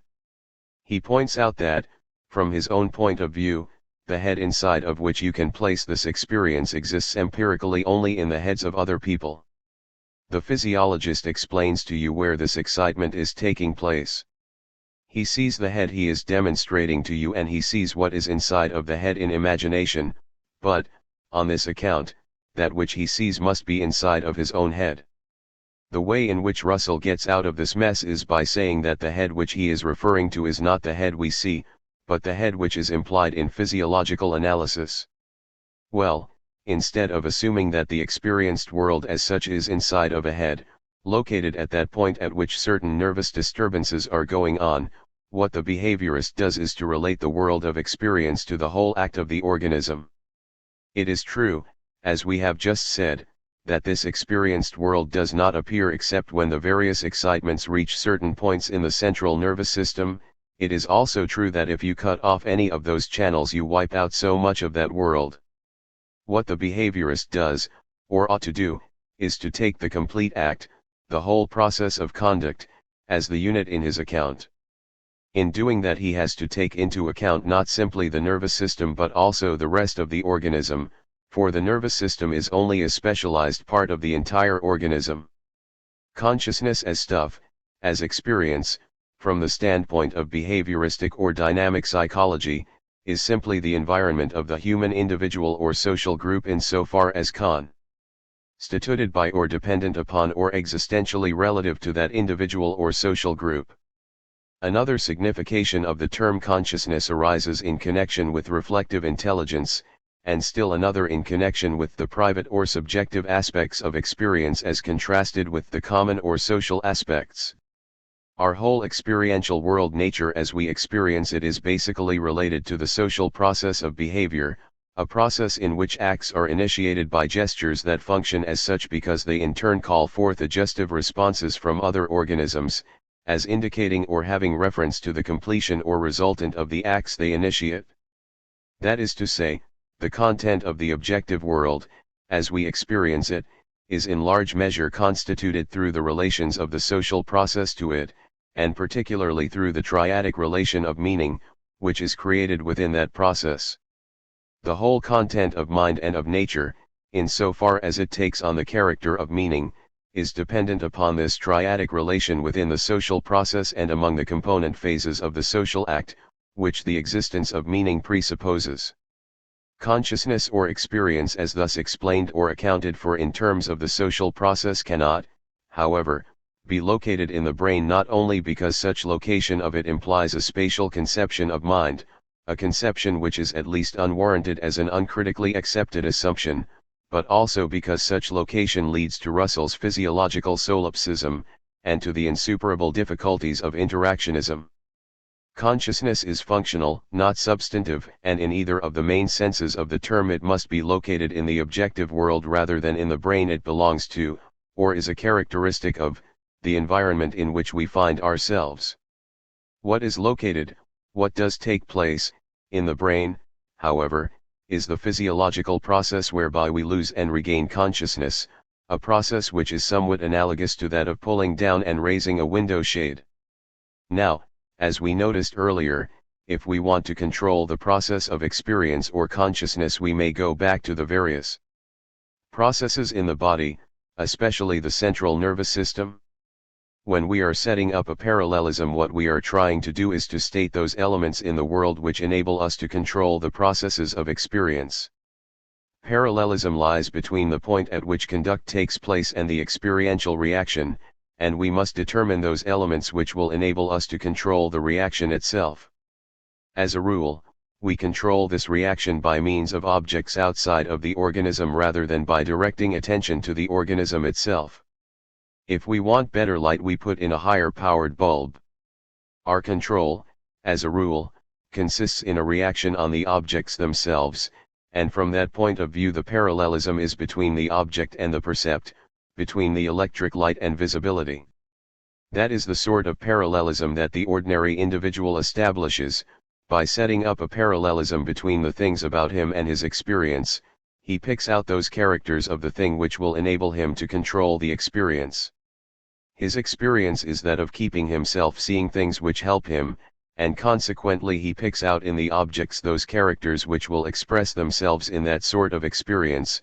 But if the trouble he has is due to some disturbance in his central nervous system, then he will have to go back to it. In this case the parallelism will be between his experience and the excitements in the central nervous system. If he finds that he is not seeing well, he may discover some trouble with the optic nerve, and the parallelism is then between his vision and the functioning of the optic nerve. If he is interested in certain mental images he goes back to experiences which have affected the central nervous system in the past. Certain of the effects on the central nervous system of such experiences are still present, so that if he is setting up a parallelism he will find that it lies between that past event and the present condition of his central nervous system. Such a relationship becomes a matter of great importance in our whole perception. The traces of past experience are continually playing in upon our perceived world. Now, to get hold of that in the organism which answers to the stage of our conduct, to our remembering, to our intelligently responding to the present in terms of the past, we set up a parallelism between what is going on in the central nervous system and immediate experience. Our memory is dependent upon the condition of certain tracks in our head, and these conditions have to be picked out to get control of processes of that sort. This type of correlation is increasingly noticeable when we go from the images as such over to the thinking process. The intelligence that is involved in perception is elaborated enormously in what we call thought. One perceives an object in terms of his response to it. If you notice your conduct, you find frequently that you are turning your head to one side to see something because of light rays which have reached the periphery of the retina. You turn your head to see what it was. You come to use the term aware of something there. We may have the impression that someone is looking at us out of a crowd and find ourselves turning our head to see who is looking at us, and our tendency to turn reveals to us the fact that there are rays from other people's eyes. It is true of all of our experience that it is the response that interprets to us what comes to us in the stimulus, and it is such attention which makes the percept out of what we call sensation. The interpretation of the response is what gives the content to it. Our thinking is simply an elaboration of that interpretation in terms of our own response. The sound is something that leads to a jumping away, the light is something we are to look at. When the danger is something that is perhaps a long way off, the danger of loss of funds through a bad investment, the danger to some of our organs on account of injury, the interpretation is one which involves a very elaborate process of thinking. Instead of simply jumping aside, we can change our diet, take more exercise, or change our investments. This process of thinking, which is the elaboration of our responses to the stimulus, is a process which also necessarily goes on in the organism. Yet it is a mistake to assume that all that we call thought can be located in the organism or can be put inside of the head. The goodness or badness of the investment is in the investment, and the valuable or dangerous character of food is in the food, not in our heads. The relationship between these and the organism depends upon the sort of response we are going to make, and that is a relationship which is mapped out in the central nervous system. The way in which we are going to respond is found there, and in the possible connections there must be connections of past experiences with present responses in order that there may be thought. We connect up a whole set of things outside, especially those which are past, with our present condition in order that we may intelligently meet some distant danger. In the case of an investment or organic trouble, the danger is a long way off, but still we have to react to it in the way of avoiding the danger. And the process is one which involves an elaborate connection which has to be found in the central nervous system, especially in so far as it represents the past. So, then, we set up what is taking place in the central nervous system as that which is parallel to what lies in experience. If called upon to make any change in the central nervous system, so far as that could be effected under present knowledge, we might assist what goes on in the processes of the central nervous system.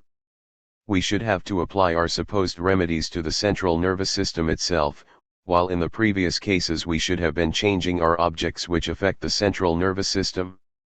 There is very little we can do directly at the present time, but we can conceive of such a response as would enable us to affect our memory and to affect our thought. We do, of course, try to select the time of the day and conditions when our heads are clear if we have a difficult piece of work to do. That is an indirect way of attempting to get favorable cooperation of the nervous elements in the brain to do a certain amount of thinking. It is the same sort of parallelism which lies between the lighting systems in our houses and the experience we have of visibility. In one case we have to attend to conditions outside and in the other to conditions inside the central nervous system in order to control our responses. There is no parallelism in general between the world and the brain. What a behavioristic psychology is trying to do is to find that in the responses, in our whole group of responses, which answers to those conditions in the world which we want to change, to improve, in order that our conduct may be successful. The past that is in our present experience is there because of the central nervous system in relation to the rest of the organism. If one has acquired a certain facility in playing the violin, that past experience is registered in the nerves and muscles themselves, but mainly in connections found in the central nervous system, in the whole set of paths there which are kept open so that when the stimulus comes in there is released a complex set of elaborate responses. Our past stays with us in terms of those changes which have resulted from our experience and which are in some sense registered there. The peculiar intelligence of the human form lies in this elaborate control gained through the past. The human animal's past is constantly present in the facility with which he acts, but to say that that past is simply located in the central nervous system is not a correct statement. It is true such a mechanism must be present in order that the past may appear in our experience, but this is part of the conditions, not the only condition. If you recognize somebody, it must be through the fact that you have seen that individual in the past, and when you see him again there are those tendencies to react as you have in the past, but the individual must be there, or somebody like him, in order that this may take place. The past must be found in the present world. 27 From the standpoint of behavioristic psychology, we pick out the central nervous system only because it is that which is the immediate mechanism through which our organism operates in bringing the past to bear on the present. If we want to understand the way in which an organism responds to a certain situation which has a past, we have to get into the effects of the past actions on that organism which have been left in the central nervous system. There is no question about that fact. These effects AC 31. Accordingly become peculiarly important, but the parallelism is no different for a behavioristic psychology from the parallelism that lies between the warmth in the house and the heating apparatus installed there. 16 Mind and the symbol. I have attempted to point out that the meanings of things, our ideas of them, answer to the structure of the organism in its conduct with reference to things. The structure which makes this possible was found primarily in the central nervous system. One of the peculiarities of this system is that it has, in a sense, a temporal dimension. The things we are going to do can be arranged in a temporal order so that the later processes can in their inception be present determining the earlier processes. What we are going to do can determine our immediate approach to the object. The mechanism of the central nervous system enables us to have now present, in terms of attitudes or implicit responses, the alternative possible overt completions of any given act in which we are involved, and this fact must be realized and recognized, in virtue of the obvious control which later phases of any given act exert over its earlier phases. More specifically, the central nervous system provides a mechanism of implicit response which enables the individual to test out implicitly the various possible completions of an already initiated act in advance of the actual completion of the act, and thus to choose for himself, on the basis of this testing, the one which it is most desirable to perform explicitly or carry into overt effect. The central nervous system, in short, enables the individual to exercise conscious control over his behavior. It is the possibility of delayed response which principally differentiates reflective conduct from non-reflective conduct in which the response is always immediate. The higher centers of the central nervous system are involved in the former type of behavior by making possible the interposition between stimulus and response in the simple stimulus-response arc of a process of selecting one or another of a whole set of possible responses and combinations of responses to the given stimulus. Mental processes take place in this field of attitudes as expressed by the central nervous system, and this field is hence the field of ideas, the field of the control of present behavior in terms of its future consequences, or in terms of future behavior, the field of that type of intelligent conduct which is peculiarly characteristic of the higher forms of life, and especially of human beings. The various attitudes expressible through the central nervous system can be organized into different types of subsequent acts, and the delayed reactions or responses thus made possible by the central nervous system are the distinctive feature of mentally controlled or intelligent behavior. 28 What is the mind as such? if we are to think in behavioristic terms. Mind, of course, is a very ambiguous term, and I want to avoid ambiguities. What I suggested as characteristic of the mind is the reflective intelligence of the human animal, which can be distinguished from the intelligence of lower forms. If we should try to regard reason as a specific faculty which deals with that which is universal, we should find responses in lower forms which are universal. We can also point out that their conduct is purposive, and that types of conduct which do not lead up to certain ends are eliminated. This would seem to answer to what we term mind when we talk about the animal mind, but what we refer to as reflective intelligence we generally recognize as belonging only to the human organism.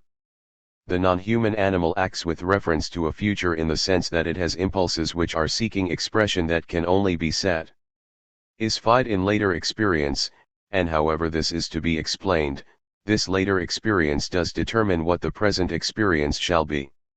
If one accepts a Darwinian explanation, he says that only those forms survive whose conduct has a certain relationship to a specific future, such as belongs to the environment of the specific form. The forms whose conduct does ensure the future will naturally survive.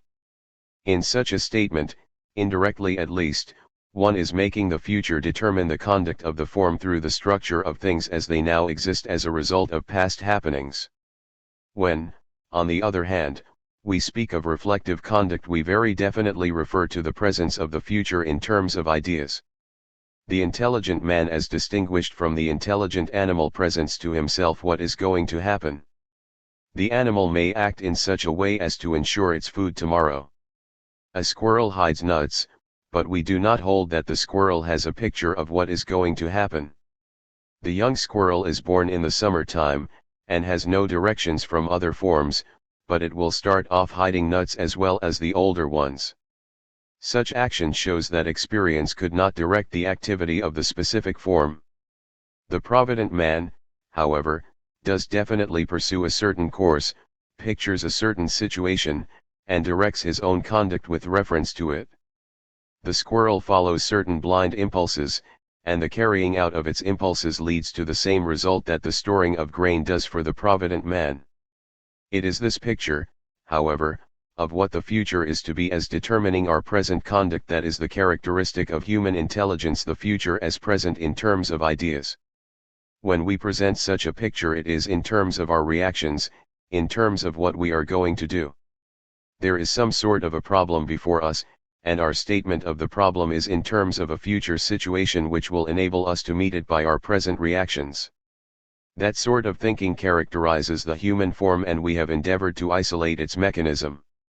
What is essential to this mechanism is a way of indicating characters of things which control responses, and which have various values to the form itself, so that such characters will engage the attention of the organism and bring about a desired result.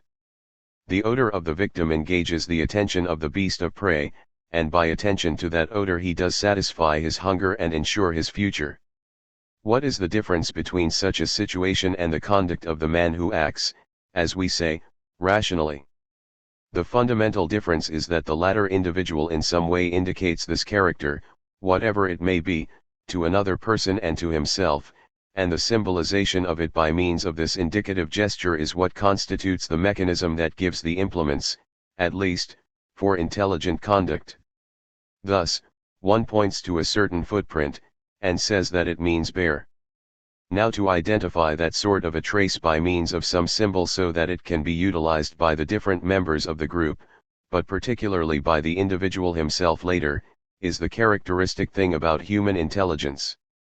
To be able to identify this as leading to that, and to get some sort of a gesture, vocal or otherwise, which can be used to indicate the implication to others and to himself so as to make possible the control of conduct with reference to it, is the distinctive thing in human intelligence which is not found in animal intelligence. What such symbols do is to pick out particular characteristics of the situation so that the response to them can be present in the experience of the individual. We may say they are present in ideal form, as in a tendency to run away, in a sinking of the stomach when we come on the fresh footprints of a bear. The indication that this is a bear calls out the response of avoiding the bear, or if one is on a bear hunt, it indicates the further progress of the hunt. One gets the response into experience before that response is overtly carried out through indicating and emphasizing the stimulus that instigates it. When this symbol is utilized for the thing itself, one is, in Watson's terms, conditioning a reflex. The sight of the bear would lead one to run away, the footprint conditioned that reflex, and the word bear spoken by oneself or a friend can also condition the reflex, so that the sign comes to stand for the thing so far as action is concerned. What I have been trying to bring out is the difference between the foregoing type of conduct and the type which I have illustrated by the experiment on the baby with the white rat and the noise behind its head. In the latter situation there is a conditioning of the reflex in which there is no holding apart of the different elements. But when there is a conditioning of the reflex which involves the word bear, or the sight of the footprint, there is in the experience of the individual the separation of the stimulus and the response. Here the symbol means bear, and that in turn means getting out of the way, or furthering the hunt. Under those circumstances the person who stumbles on the footprints of the bear is not afraid of the footprints, he is afraid of the bear. The footprint means a bear. The child is afraid of the rat, so that the response of fear is to the sight of the white rat. The man is not afraid of the footprint, but of the bear. The footprint and the symbol which refers to the bear in some sense may be said to condition or set off the response, but the bear and not the sign is the object of the fear. The isolation of the symbol, as such, enables one to hold on to these given characters and to isolate them in their relationship to the object, and consequently in their relation to the response. It is that, I think, which characterizes our human intelligence to a peculiar degree. We have a set of symbols by means of which we indicate certain characters, and in indicating those characters hold them apart from their immediate environment, and keep simply one relationship clear. We isolate the footprint of the bear and keep only that relationship to the animal that made it. We are reacting to that, nothing else. One holds onto it as an indication of the bear and of the value that object has in experience as something to be avoided or to be hunted. The ability to isolate these important characters in their relationship to the object and to the response which belongs to the object is, I think, what we generally mean when we speak of a human being thinking a thing out, or having a mind. Such ability makes the worldwide difference between the conditioning of reflexes in the case of the white rat and the human process of thinking by means of symbols. 29. What is there in conduct that makes this level of experience possible, this selection of certain characters with their relationship to other characters and to the responses which these call out? My own answer, it is clear, is in terms of such a set of symbols as arise in our social conduct, in the conversation of gestures, in a word, in terms of language. When we get into conduct these symbols which indicate certain characters and their relationship to things and to responses, they enable us to pick out these characters and hold them in so far as they determine our conduct. A man walking across country comes upon a chasm which he cannot jump. He wants to go ahead, but the chasm prevents this tendency from being carried out. In that kind of a situation there arises a sensitivity to all sorts of characters which he has not noticed before. When he stops, mind, we say, is freed. He does not simply look for the indication of the path going ahead. The dog and the man would both try to find a point where they could cross. But what the man could do that the dog could not would be to note that the sides of the chasm seem to be approaching each other in one direction. He picks out the best places to try, and that approach which he indicates to himself determines the way in which he is going to go. If the dog saw at a distance a narrow place he would run to it, but probably he would not be affected by the gradual approach which the human individual symbolically could indicate to himself. The human individual would see other objects about him, and have other images appear in his experience. He sees a tree which might serve as a bridge across the space ahead of him. He might try various sorts of possible actions which would be suggested to him in such a situation, and present them to himself by means of the symbols he uses. He has not simply conditioned certain responses by certain stimuli. If he had, he would be bound to those.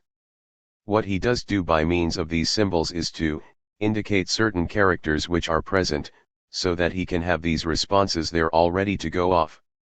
He looks down the chasm and thinks he sees the edges drawing together, and he may run toward that point.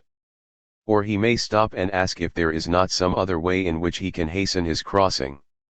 What stops him is a variety of other things he may do. He notes all the possibilities of getting across. He can hold on to them by means of symbols, and relate them to each other so that he can get a final action. The beginning of the act is there in his experience. He already has a tendency to go in a certain direction, and what he would do is already there determining him. And not only is that determination there in his attitude, but he has that which is picked out by means of the term that is narrow: I can jump it. He is ready to jump, and that reflex is ready to determine what he is doing. These symbols, instead of being a mere conditioning of reflexes, are ways of picking out the stimuli so that the various responses can organize themselves into a form of action. 30. The situation in which one seeks conditioning responses is, I think, as far as effective intelligence is concerned, always present in the form of a problem. When a man is just going ahead, he seeks the indications of the path, but he does it unconsciously. He just sees the path ahead of him, he is not aware of looking for it under those conditions. But when he reaches the chasm, this onward movement is stopped by the very process of drawing back from the chasm. That conflict, so to speak, sets him free to see a whole set of other things. Now, the sort of things he will see will be the characters which represent various possibilities of action under the circumstances. The man holds on to these different possibilities of response in terms of the different stimuli which present themselves, and it is his ability to hold them there that constitutes his mind. We have no evidence of such a situation in the case of the lower animals, as is made fairly clear by the fact that we do not find in any animal behavior that we can work out in detail any symbol, any method of communication, anything that will answer to these different responses so that they can all be held there in the experience of the individual. It is that which differentiates the action of the reflectively intelligent being from the conduct of the lower forms, and the mechanism that makes that possible is language. We have to recognize that language is a part of conduct. Mind involves, however, a relationship to the characters of things. Those characters are in the things. And while the stimuli call out the response which is in one sense present in the organism, the responses are to things out there. The whole process is not a mental product, and you cannot put it inside of the brain. Mentality is that relationship of the organism to the situation which is mediated by sets of symbols. 17. The relation of mind to response and environment. We have seen that mental processes have to do with the meanings of things, and that these meanings can be stated in terms of highly organized attitudes of the individual. These attitudes involve not only situations in which the elements are simultaneous, but also ones which involve other temporal relationships, i.e., the adjustment of the present response to later responses which are in some sense already initiated. Such an organization of attitudes with reference to what we term objects is what constitutes for us the meanings of things. These meanings in logical terminology are considered as universals, and this universality, we have seen, attaches in a certain sense to a habitual response in contrast to the particular stimuli which elicit this response. The universality is reflected in behavioristic terms in the identity of the response, although the stimuli that call out this response are all different. We can throw this statement into a logical form and say that the response is universal while the stimuli are particulars which are brought under such a universal. These relations of attitudes to each other throw light upon the relation of a substance to its attributes. We speak of a house as, in a certain sense, a substance to which the attribute of color may be applied. The color is an accident which inheres in a certain substance, as such. This relationship of the inherence of a certain character in a certain substance is a relationship of a specific response, such as that of ornamenting objects about us, to the group of actions involved in dwelling in a house. The house must protect us, it must provide for us when we are asleep and when we are awake, it must carry the requisites of a family life. These are essentials that stand for a set of responses in which one inevitably implies the other. There are other responses, however, that vary. We can satisfy not simply our taste, but also our whims in the ornaments we use. Those are not essential. There are certain responses that vary, whereas there is a certain body of more or less standardized responses that remain unchanged. The organized sets of responses answer to the meanings of things, answer to them in their universality, that is, in the habitual response that is called out by a great variety of stimuli. They answer to things in their logical relationships. I have referred just now to the relationship of the substance as reflected in the body of habits, to the varied responses answering to the attributes. In the relationship of cause and effect there is the relation of the responses to each other in the sense of dependence, involving the adjustment of the steps to be taken with reference to the thing to be carried out. The arrangement which may appear at one time in terms of means and end appears at another time in terms of cause and effect. We have here a relationship of dependence of one response on another, a necessary relation that lies inside of a larger system. 31 It depends upon what we are going to do whether we select this means or another one causal series or another. Our habits are so adjusted that if we decide to take a journey, for instance, we have a body of related habits that begin to operate: packing our bags, getting our railroad tickets, drawing out money for use, selecting books to read on the journey, and so on. There are a whole set of organized responses which at once start to go off in their proper relationship to each other when a person makes up his mind that he will take a journey. There must be such an organization in our habits in order that man may have the sort of intelligence which he in fact has. We have, then, in the behavioristic statement, a place for that which is supposed to be the peculiar content of mind, that is, the meanings of things. I have referred to these factors as attitudes.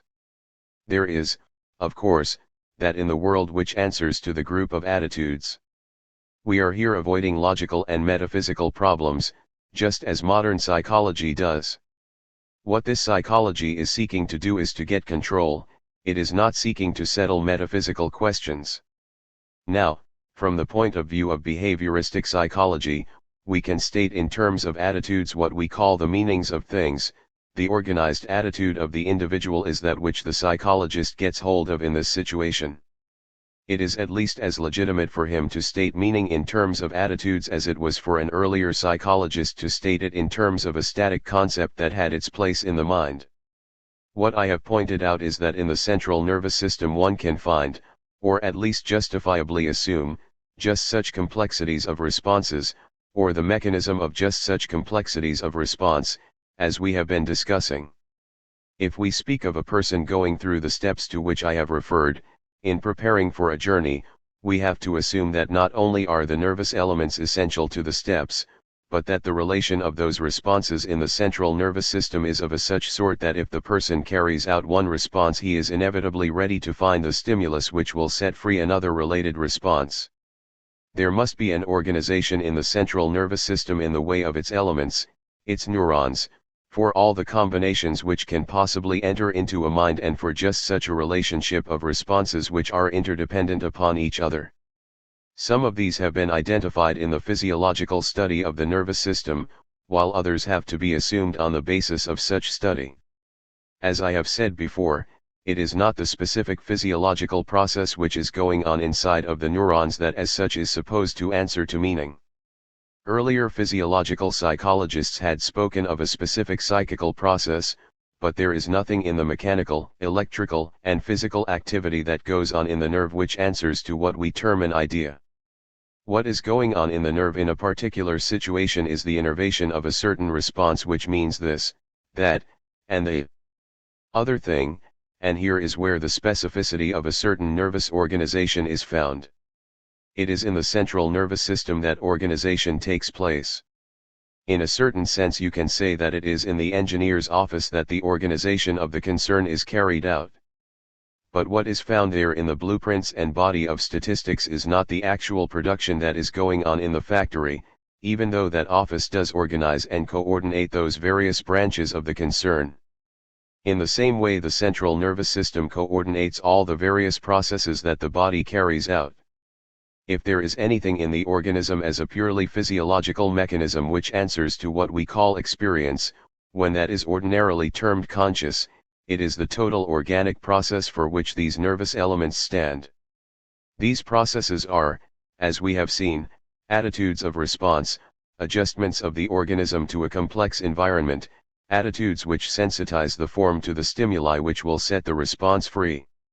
The point I want to emphasize is the way that these attitudes determine the environment. There is an organized set of responses which first send off certain telegrams, then select the means of transportation, then send us to the bank to get money, and then see to it that we get something to read on the train. As we advance from one set of responses to another, we find ourselves picking out the environment which answers to this next set of responses. To finish one response is to put ourselves in a position where we see other things. The appearance of the retinal elements has given the world color, the development of the organs in the ear has given the world sound. We pick out an organized environment in relationship to our response, so that these attitudes, as such, not only represent our organized responses but they also represent what exists for us in the world. The particular phase of reality that is there for us is picked out for us by our response. We can recognize that it is the sensitizing of the organism to the stimuli which will set free its responses that is responsible for one's living in this sort of an environment rather than in another. We see things in their temporal relationship which answer to the temporal organization which is found in the central nervous system. We see things as distant from us not only spatially but temporally. When we do this we can do that. Our world is definitely mapped out for us by the responses which are going to take place. 32. It is a difficult matter to state just what we mean by dividing up a certain situation between the organism and its environment. Certain objects come to exist for us because of the character of the organism. Take the case of food. If an animal that can digest grass, such as an ox, comes into the world, then grass becomes food. That object did not exist before, that is, grass as food. The advent of the ox brings in a new object. In that sense, organisms are responsible for the appearance of whole sets of objects that did not exist before. 33. The distribution of meaning to the organism and the environment has its expression in the organism as well as in the thing, and that expression is not a matter of psychical or mental conditions. There is an expression of the reaction of the organized response of the organism to the environment, and that reaction is not simply a determination of the organism by the environment, since the organism determines the environment as fully as the environment determines the organs. The organic reaction is responsible for the appearance of a whole set of objects which did not exist before. There is a definite and necessary structure or percent and of sensitivity within the organism, which determines selectively and relatively the character of the external object it perceives. What we term consciousness needs to be brought inside just this relation between an organism and its environment. Our constructive selection of an environment, colors, emotional values, and the like in terms of our physiological sensitivities, is essentially what we mean by consciousness. This consciousness we have tended historically to locate in the mind or in the brain. The eye and related processes endow objects with color in exactly the same sense that an ox endows grass with the character of food, that is, not in the sense of projecting sensations into objects, but rather of putting itself into a relation with the object which makes the appearance and existence of the color possible, as a quality of the object. Colors inhere in objects only by virtue of their relations to given percipient organisms. The physiological or sensory structure of the percipient organism determines the experienced content of the object. The organism, then, is in a sense responsible for its environment. And since organism and environment determine each other and are mutually dependent for their existence, it follows that the life process, to be adequately understood, must be considered in terms of their interrelations. The social environment is endowed with meanings in terms of the process of social activity. It is an organization of objective relations which arises in relation to a group of organisms engaged in such activity, in processes of social experience and behavior. Certain characters of the external world are possessed by it only with reference to or in relation to an interacting social group of individual organisms, just as other characters of it are possessed by it only with reference to or in relation to individual organisms themselves. The relation of the social process of behavior or the relation of the social organism to the social environment is analogous to the relation of the processes of individual biological activity or the relation of the individual organism to the physical biological environment. 34. The parallelism I have been referring to is the parallelism of the set of the organism and the objects answering to it. In the ox there is hunger, and also the sight and odor which bring in the food. The whole process is not found simply in the stomach, but in all the activities of grazing, chewing the cud, and so on. This process is one which is intimately related to the so-called food which exists out there. The organism sets up a bacteriological laboratory, such as the ox carries around to take care of the grass which then becomes food. Within that parallelism what we term the meaning of the object is found, specifically, in the organized attitude of response on the part of the organism to the characters and the things. The meanings are there, and the mind is occupied with these meanings. The organized stimuli answer to the organized responses. It is the organization of the different responses to each other in their relationship to the stimuli they are setting free that is the peculiar subject matter of psychology in dealing with what we term mind. We generally confine the term mental, and so mind, to the human organism, because there we find that body of symbols that enables us to isolate these characters, these meanings. We try to distinguish the meaning of a house from the stone, the cement, the bricks that make it up as a physical object, and in doing so we are referring to the use of it. That is what makes the house a mental affair. 35. We are isolating, if you like, the building materials from the standpoint of the physicist and the architect. There are various standpoints from which one can look at a house. The burrow in which some animal lives is in one sense the house of the animal, but when the human being lives in a house it takes on what we term a mental character for him which it presumably has not for the mole that lives in the burrow. The human individual has the ability to pick out the elements in a house which answer to his responses so that he can control them. He reads the advertisement of a new form of a boiler and can then have more warmth, have a more comfortable dressing room than before. Man is able to control the process from the standpoint of his own responses. He gets meanings and so controls his responses. His ability to pick those out is what makes the house a mental affair. The mole, too, has to find his food, meet his enemies, and avoid them, but we do not assume that the mole is able to indicate to himself the peculiar advantages of his burrow over against another one. His house has no mental characteristics. Mentality resides in the ability of the organism to indicate that in the environment which answers to his responses, so that he can control those responses in various ways. That, from the point of view of behavioristic psychology, is what mentality consists in. There are in the mole and other animals complex elements of behavior related to the environment, but the human animal is able to indicate to itself and to others what the characters are in the environment which call out these complex, highly organized responses, and by such indication is able to control the responses. The human animal has the ability over and above the adjustment which belongs to the lower animal to pick out and isolate the stimulus.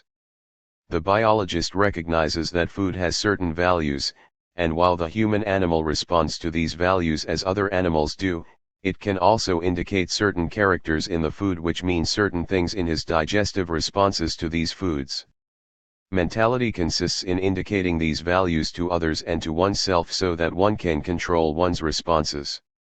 Mentality on our approach simply comes in when the organism is able to point out meanings to others and to himself.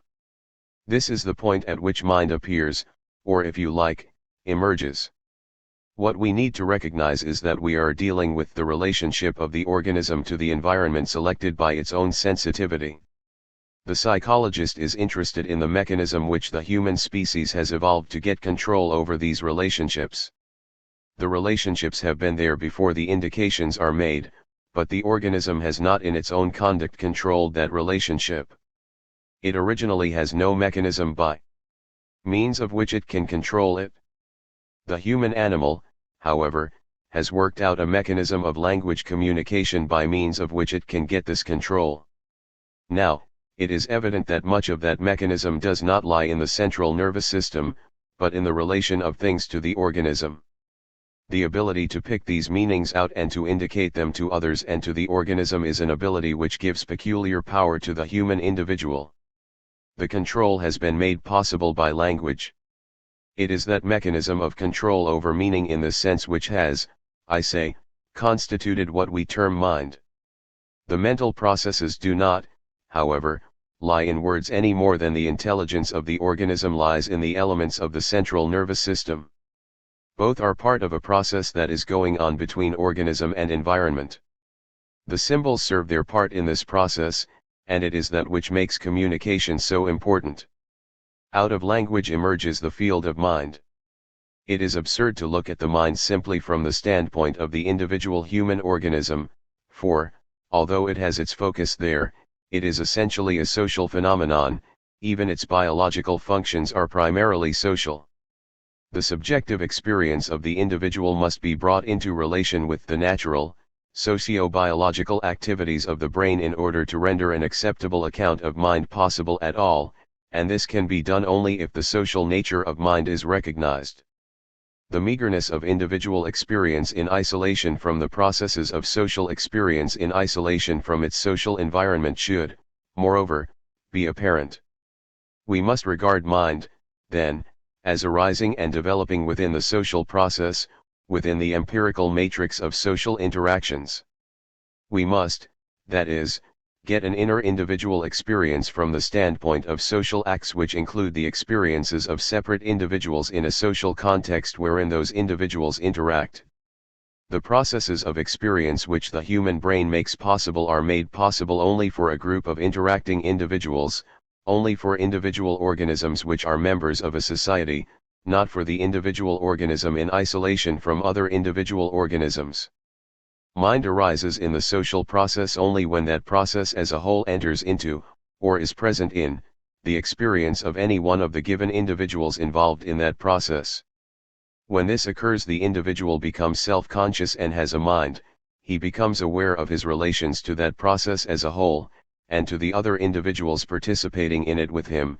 He becomes aware of that process as modified by the reactions and interactions of the individuals including himself who are carrying it on. The evolutionary appearance of mind or intelligence takes place when the whole social process of experience and behavior is brought within the experience of any one of the separate individuals implicated therein, and when the individual's adjustment to the process is modified and refined by the awareness or consciousness which he thus has of it. It is by means of reflexiveness, the turning back of the experience of the individual upon himself, that the whole social process is thus brought into the experience of the individuals involved in it. It is by such means, which enable the individual to take the attitude of the other toward himself, that the individual is able consciously to adjust himself to that process, and to modify the resultant of that process in any given social act in terms of his adjustment to it. Reflexiveness, then, is the essential condition, within the social process, for the development of mind. Part 3. The Self. 18. The Self and the Organism. In our statement of the development of intelligence, we have already suggested that the language process is essential for the development of the self. The self has a character which is different from that of the physiological organism proper. The self is something which has a development. It is not initially there, at birth, but arises in the process of social experience and activity, that is, develops in the given individual as a result of his relations to that process as a whole and to other individuals within that process. The intelligence of the lower forms of animal life, like a great deal of human intelligence, does not involve a self. In our habitual actions, for example, in our moving about in a world that is simply there and to which we are so adjusted that no thinking is involved, there is a certain amount of sensuous experience such as persons have when they are just waking up, a bare there-ness of the world. Such characters about us may exist in experience without taking their place in relationship to the self. One must, of course, under those conditions, distinguish between the experience that immediately takes place and our own organization of it into the experience of the self. One says upon analysis that a certain item had its place in his experience, in the experience of his self. We do inevitably tend at a certain level of sophistication to organize all experience into that of a self. We do so intimately identify our experiences, especially our affective experiences, with the self that it takes a moment's abstraction to realize that pain and pleasure can be there without being the experience of the self. Similarly, we normally organize our memories upon the string of our self. If we date things, we always date them from the point of view of our past experiences. We frequently have memories that we cannot date, that we cannot place. A picture comes before us suddenly and we are at a loss to explain when that experience originally took place. We remember perfectly distinctly the picture, but we do not have it definitely placed, and until we can place it in terms of our past experience we are not satisfied. Nevertheless, I think it is obvious when one comes to consider it that the self is not necessarily involved in the life of the organism, nor involved in what we term our sensuous experience, that is, experience in a world about us for which we have habitual reactions. We can distinguish very definitely between the self and the body. The body can be there and can operate in a very intelligent fashion without there being a self involved in the experience. The self has the characteristic that it is an object to itself, and that characteristic distinguishes it from other objects and from the body. It is perfectly true that the eye can see the foot, but it does not see the body as a whole. We cannot see our backs, we can feel certain portions of them, if we are agile, but we cannot get an experience of our whole body. There are, of course, experiences which are somewhat vague and difficult of location, but the bodily experiences are for us organized about a self. The foot and hand belong to the self. We can see our feet, especially if we look at them from the wrong end of an opera glass, as strange things which we have difficulty in recognizing as our own. The parts of the body are quite distinguishable from the self. We can lose parts of the body without any serious invasion of the self. The mere ability to experience different parts of the body is not different from the experience of a table. The table presents a different feel from what the hand does when one hand feels another, but it is an experience of something with which we come definitely into contact. The body does not experience itself as a whole, in the sense in which the self in some way enters into the experience of the self. It is the characteristic of the self as an object to itself that I want to bring out. This characteristic is represented in the word self, which is a reflexive, and indicates that which can be both subject and object. This type of object is essentially different from other objects, and in the past it has been distinguished as conscious, a term which indicates an experience with, an experience of, oneself. It was assumed that consciousness in some way carried this capacity of being an object to itself. In giving a behavioristic statement of consciousness we have to look for some sort of experience in which the physical organism can become an object to itself. When one is running to get away from someone who is chasing him, he is entirely occupied in this action, and his experience may be swallowed up in the objects about him, so that he has, at the time being, no consciousness of self at all. We must be, of course, very completely occupied to have that take place, but we can, I think, recognize that sort of a possible experience in which the self does not enter. We can, perhaps, get some light on that situation through those experiences in which in very intense action there appear in the experience of the individual, back of this intense action, memories and anticipations. Tolstoy as an officer in the war gives an account of having pictures of his past experience in the midst of his most intense action. There are also the pictures that flash into a person's mind when he is drowning. In such instances there is a contrast between an experience that is absolutely wound up in outside activity in which the self as an object does not enter, and an activity of memory and imagination in which the self is the principal object. The self is then entirely distinguishable from an organism that is surrounded by things and acts with reference to things, including parts of its own body. These latter may be objects like other objects, but they are just objects out there in the field, and they do not involve a self that is an object to the organism. This is, I think, frequently overlooked. It is that fact which makes our anthropomorphic reconstructions of animal life so fallacious. How can an individual get outside himself, experientially, in such a way as to become an object to himself. This is the essential psychological problem of selfhood or of self-consciousness, and its solution is to be found by referring to the process of social conduct or activity in which the given person or individual is implicated.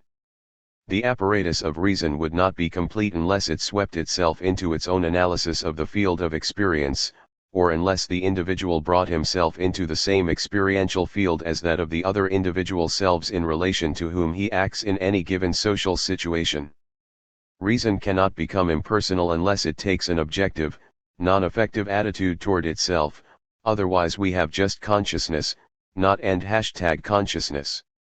And it is necessary to rational conduct that the individual should thus take an objective, impersonal attitude toward himself, that he should become an object to himself.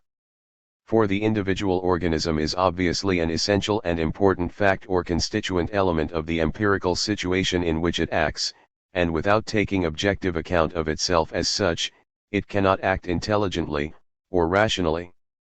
The individual experiences himself as such, not directly, but only indirectly, from the particular standpoints of other individual members of the same social group, or from the generalized standpoint of the social group as a whole to which he belongs.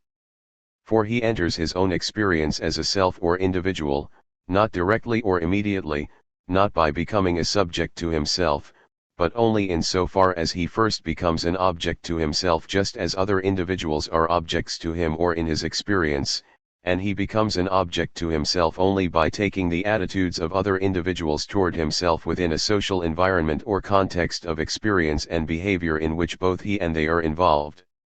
The importance of what we term communication lies in the fact that it provides a form of behavior in which the organism or the individual may become an object to himself. It is that sort of communication which we have been discussing, not communication in the sense of the cluck of the hen to the chickens, or the bark of a wolf to the pack, or the lowing of a cow, but communication in the sense of significant symbols, communication which is directed not only to others but also to the individual himself. So far as that type of communication is a part of behavior, it at least introduces a self. Of course, one may hear without listening, one may see things that he does not realize, do things that he is not really aware of. But it is where one does respond to that which he addresses to another, and where that response of his own becomes a part of his conduct, where he not only hears himself but responds to himself, talks and replies to himself as truly as the other person replies to him, that we have behavior in which the individuals become objects to themselves. Such a self is not, I would say, primarily the physiological organism. The physiological organism is essential to it, too, but we are at least able to think of a self without it. Persons who believe in immortality, or believe in ghosts, or in the possibility of the self leaving the body, assume a self which is quite distinguishable from the body. How successfully they can hold these conceptions is an open question, but we do, as a fact, separate the self and the organism. It is fair to say that the beginning of the self as an object, so far as we can see, is to be found in the experiences of people that lead to the conception of a double. Primitive people assume that there is a double, located presumably in the diaphragm, that leaves the body temporarily in sleep and completely in death. It can be enticed out of the body of one's enemy and perhaps killed. It is represented in infancy by the imaginary playmates which children set up, and through which they come to control their experiences in their play. The self, as that which can be an object to itself, is essentially a social structure, and it arises in social experience. After a self has arisen, it in a certain sense provides for itself its social experiences, and so we can conceive of an absolutely solitary self. But it is impossible to conceive of a self arising outside of social experience. When it has arisen, we can think of a person in solitary confinement for the rest of his life, but who still has himself as a companion, and is able to think and to converse with himself as he had communicated with others. That process to which I have just referred, of responding to oneself as another responds to it, taking part in one's own conversation with others, being aware of what one is saying and using that awareness of what one is saying to determine what one is going to say thereafter. That is a process with which we are all familiar. We are continually following up our own address to other persons by an understanding of what we are saying, and using that understanding in the direction of our continued speech. We are finding out what we are going to say, what we are going to do, by saying and doing, and in the process we are continually controlling the process itself. In the conversation of gestures, what we say calls out a certain response in another, and that in turn changes our own action, so that we shift from what we started to do because of the reply the other makes. The conversation of gestures is the beginning of communication. The individual comes to carry on a conversation of gestures with himself. He says something, and that calls out a certain reply in himself which makes him change what he was going to say. One starts to say something, we will presume an unpleasant something, but when he starts to say it he realizes it is cruel. The effect on himself of what he is saying checks him. There is here a conversation of gestures between the individual and himself. We mean by significant speech that the action is one that affects the individual himself, and that the effect upon the individual himself is part of the intelligent carrying out of the conversation with others.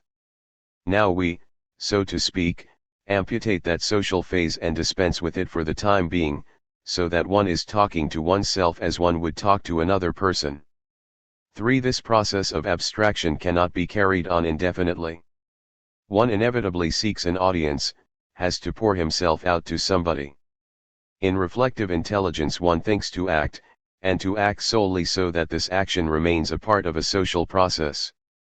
Thinking becomes preparatory to social action. The very process of thinking is, of course, simply an inner conversation that goes on, but it is a conversation of gestures which in its completion implies the expression of that which one thinks to an audience. One separates the significance of what he is saying to others from the actual speech and gets it ready before saying it. He thinks it out, and perhaps writes it in the form of a book, but it is still a part of social intercourse in which one is addressing other persons and at the same time addressing oneself, and in which one controls the address to other persons by the response made to one's own gesture. That the person should be responding to himself is necessary to the self, and it is this sort of social conduct which provides behavior within which that self appears. I know of no other form of behavior than the linguistic in which the individual is an object to himself, and, so far as I can see, the individual is not a self in the reflexive sense unless he is an object to himself. It is this fact that gives a critical importance to communication, since this is a type of behavior in which the individual does so respond to himself. We realize in everyday conduct and experience that an individual does not mean a great deal of what he is doing and saying. We frequently say that such an individual is not himself. We come away from an interview with the realization that we have left out important things, that there are parts of the self that did not get into what was said. What determines the amount of the self that gets into communication is the social experience itself. Of course, a good deal of the self does not need to get expression. We carry on a whole series of different relationships to different people. We are one thing to one man and another thing to another. There are parts of the self which exist only for the self in relationship to itself. We divide ourselves up in all sorts of different selves with reference to our acquaintances. We discuss politics with one and religion with another. There are all sorts of different selves answering to all sorts of different social reactions. It is the social process itself that is responsible for the appearance of the self. It is not there as a self apart from this type of experience. A multiple personality is in a certain sense normal, as I have just pointed out. There is usually an organization of the whole self with reference to the community to which we belong, and the situation in which we find ourselves. What the society is, whether we are living with people of the present, people of our own imaginations, people of the past, varies, of course, with different individuals. Normally, within the sort of community as a whole to which we belong, there is a unified self, but that may be broken up. To a person who is somewhat unstable nervously and in whom there is a line of cleavage, certain activities become impossible, and that set of activities may separate and evolve another self. Two separate me's and I's, two different selves, result, and that is the condition under which there is a tendency to break up the personality. There is an account of a professor of education who disappeared, was lost to the community, and later turned up in a logging camp in the West. He freed himself of his occupation and turned to the woods where he felt, if you like, more at home. The pathological side of it was the forgetting, the leaving out of the rest of the self. This result involved getting rid of certain bodily memories which would identify the individual to himself. We often recognize the lines of cleavage that run through us.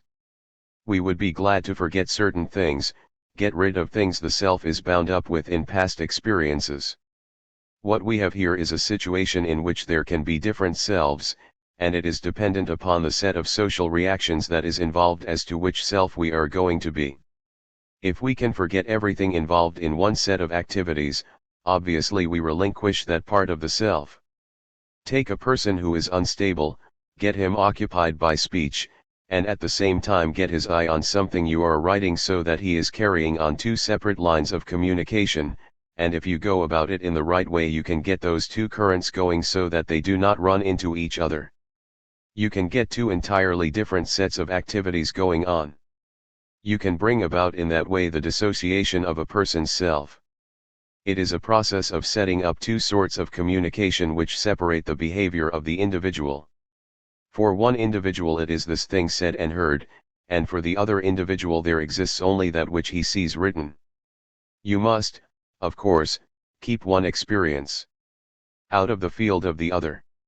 Dissociations are apt to take place when an event leads to emotional upheavals. That which is separated goes on in its own way. The unity and structure of the complete self reflects the unity and structure of the social process as a whole, and each of the elementary selves of which it is composed reflects the unity and structure of one of the various aspects of that process in which the individual is implicated. In other words, the various elementary selves which constitute, or are organized into, a complete self are the various aspects of the structure of that complete self answering to the various aspects of the structure of the social process as a whole. The structure of the complete self is thus a reflection of the complete social process. The organization and unification of a social group is identical with the organization and unification of any one of the selves arising within the social process in which that group is engaged, or which it is carrying on. For the phenomenon of dissociation of personality is caused by a breaking up of the complete, unitary self into the component selves of which it is composed, and which respectively correspond to different aspects of the social process in which the person is involved, and within which his complete or unitary self has arisen, these aspects being the different social groups to which he belongs within that process. 19. The background of the genesis of the self. The problem now presents itself as to how, in detail, a self arises. We have to note something of the background of its genesis. First of all there is the conversation of gestures between animals involving some sort of cooperative activity. There the beginning of the act of one is a stimulus to the other to respond. In a certain way, while the beginning of this response becomes again a stimulus to the first to adjust his action to the oncoming response. Such is the preparation for the completed act, and ultimately it leads up to the conduct which is the outcome of this preparation. The conversation of gestures, however, does not carry with it the reference of the individual, the animal, the organism, to itself. It is not acting in a fashion which calls for a response from the form itself, although it is conduct with reference to the conduct of others. We have seen, however, that there are certain gestures that do affect the organism as they affect other organisms and may, therefore, arouse in the organism responses of the same character as aroused in the other. Here, then, we have a situation in which the individual may at least arouse responses in himself and reply to these responses, the condition being that the social stimuli have an effect on the individual which is like that which they have on the other. That, for example, is what is implied in language, otherwise language as significant symbol would disappear, since the individual would not get the meaning of that which he says. The peculiar character possessed by our human social environment belongs to it by virtue of the peculiar character of human social activity, and that character, as we have seen, is to be found in the process of communication, and more particularly in the triadic relation on which the existence of meaning is based, the relation of the gesture of one organism to the adjustive response made to it by another organism, in its indicative capacity as pointing to the completion or resultant of the act. It initiates, the meaning of the gesture being thus the response of the second organism to it as such, or as a gesture. What, as it were, takes the gesture out of the social act and isolates it as such, what makes it something more than just an early phase of an individual act, is the response of another organism, or of other organisms, to it. Such a response is its meaning, or gives it its meaning. The social situation and process of behavior are here presupposed by the acts of the individual organisms implicated therein. The gesture arises as a separable element in the social act, by virtue of the fact that it is selected out by the sensitivities of other organisms to it. It does not exist as a gesture merely in the experience of the single individual. The meaning of a gesture by one organism, to repeat, is found in the response of another organism to what would be the completion of the act of the first organism which that gesture initiates and indicates. We sometimes speak as if a person could build up an entire argument in his mind, and then put it into words to convey it to someone else. Actually, our thinking always takes place by means of some sort of symbols. It is possible that one could have the meaning of chair in his experience without there being a symbol, but we would not be thinking about it in that case. We may sit down in a chair without thinking about what we are doing, that is, the approach to the chair is presumably already aroused in our experience, so that the meaning is there. But if one is thinking about the chair, he must have some sort of a symbol for it. It may be the form of the chair, it may be the attitude that somebody else takes in sitting down, but it is more apt to be some language symbol that arouses this response. In a thought process there has to be some sort of a symbol that can refer to this meaning, that is, tend to call out this response, and also serve this purpose for other persons as well. It would not be a thought process if that were not the case.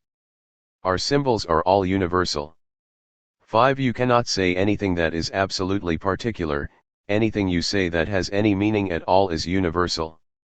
You are saying something that calls out a specific response in anybody else provided that the symbol exists for him in his experience as it does for you. There is the language of speech and the language of hands, and there may be the language of the expression of the countenance.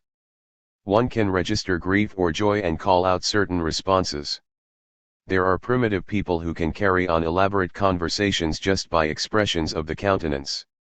Even in these cases the person who communicates is affected by that expression just as he expects somebody else to be affected. Thinking always implies a symbol which will call out the same response in another that it calls out in the thinker. Such a symbol is a universal of discourse, it is universal in its character.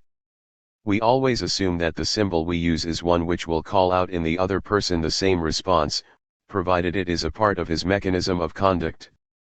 A person who is saying something is saying to himself what he says to others, otherwise he does not know what he is talking about. There is, of course, a great deal in one's conversation with others that does not arouse in oneself the same response it arouses in others. That is particularly true in the case of emotional attitudes. One tries to bully somebody else, he is not trying to bully himself. There is, further, a whole set of values given in speech which are not of a symbolic character. The actor is conscious of these values, that is, if he assumes a certain attitude he is, as we say, aware that this attitude represents grief. If it does, he is able to respond to his own gesture in some sense as his audience does. It is not a natural situation, one is not an actor all of the time. We do at times act and consider just what the effect of our attitude is going to be, and we may deliberately use a certain tone of voice to bring about a certain result. Such a tone arouses the same response in ourselves that we want to arouse in somebody else. But a very large part of what goes on in speech has not this symbolic status. It is the task not only of the actor but of the artist as well to find the sort of expression that will arouse in others what is going on in himself. The lyric poet has an experience of beauty with an emotional thrill to it, and as an artist using words he is seeking for those words which will answer to his emotional attitude, and which will call out in others the attitude he himself has. He can only test his results in himself by seeing whether these words do call out in him the response he wants to call out in others. He is in somewhat the same position as that of the actor. The first direct and immediate experience is not in the form of communication. We have an interesting light on this from such a poet as Wordsworth, who was very much interested in the technique of the poet's expression, and he has told us in his prefaces and also in his own poetry how his poems, as poems, arose, and uniformly the experience itself was not the immediate stimulus to the poetic expression. A period of 10 years might lie between the original experience and the expression of it. This process of finding the expression in language which will call out the emotion once had is more easily accomplished when one is dealing with the memory of it than when one is in the midst of the trance-like experiences through which Wordsworth passed in his contact with nature. One has to experiment and see how the expression that is given does answer to the responses which are now had in the fainter memories of experience. Someone once said that he had very great difficulty in writing poetry. He had plenty of ideas but could not get the language he needed. He was rightly told that poetry was written in words, not in ideas. A great deal of our speech is not of this genuinely aesthetic character. In most of it we do not deliberately feel the emotions which we arouse. We do not normally use language stimuli to call out in ourselves the emotional response which we are calling out in others. One does, of course, have sympathy in emotional situations, but what one is seeking for there is something which is, after all, that in the other which supports the individual in his own experience. In the case of the poet and actor, the stimulus calls out in the artist that which it calls out in the other, but this is not the natural function of language. We do not assume that the person who is angry is calling out the fear in himself that he is calling out in someone else. The emotional part of our act does not directly call out in us the response it calls out in the other. If a person is hostile, the attitude of the other that he is interested in, an attitude which flows naturally from his angered tones, is not one that he definitely recognizes in himself. We are not frightened by a tone which we may use to frighten somebody else. On the emotional side, which is a very large part of the vocal gesture, we do not call out in ourselves in any such degree the response we call out in others as we do in the case of significant speech. Here we should call out in ourselves the type of response we are calling out in others. We must know what we are saying, and the attitude of the other which we arouse in ourselves should control what we do say. Rationality means that the type of the response which we call out in others should be so called out in ourselves, and that this response should in turn take its place in determining what further thing we are going to say and do. What is essential to communication is that the symbol should arouse in oneself what it arouses in the other individual. It must have that sort of universality to any person who finds himself in the same situation. There is a possibility of language whenever a stimulus can affect the individual as it affects the other. With a blind person such as Helen Keller, it is a contact experience that could be given to another as it is given to herself. It is out of that sort of language that the mind of Helen Keller was built up.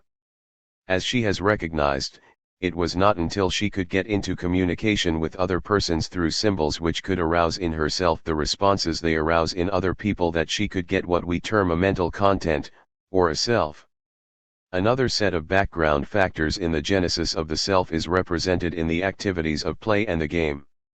Among primitive people, as I have said, the necessity of distinguishing the self and the organism was recognized in what we term the double.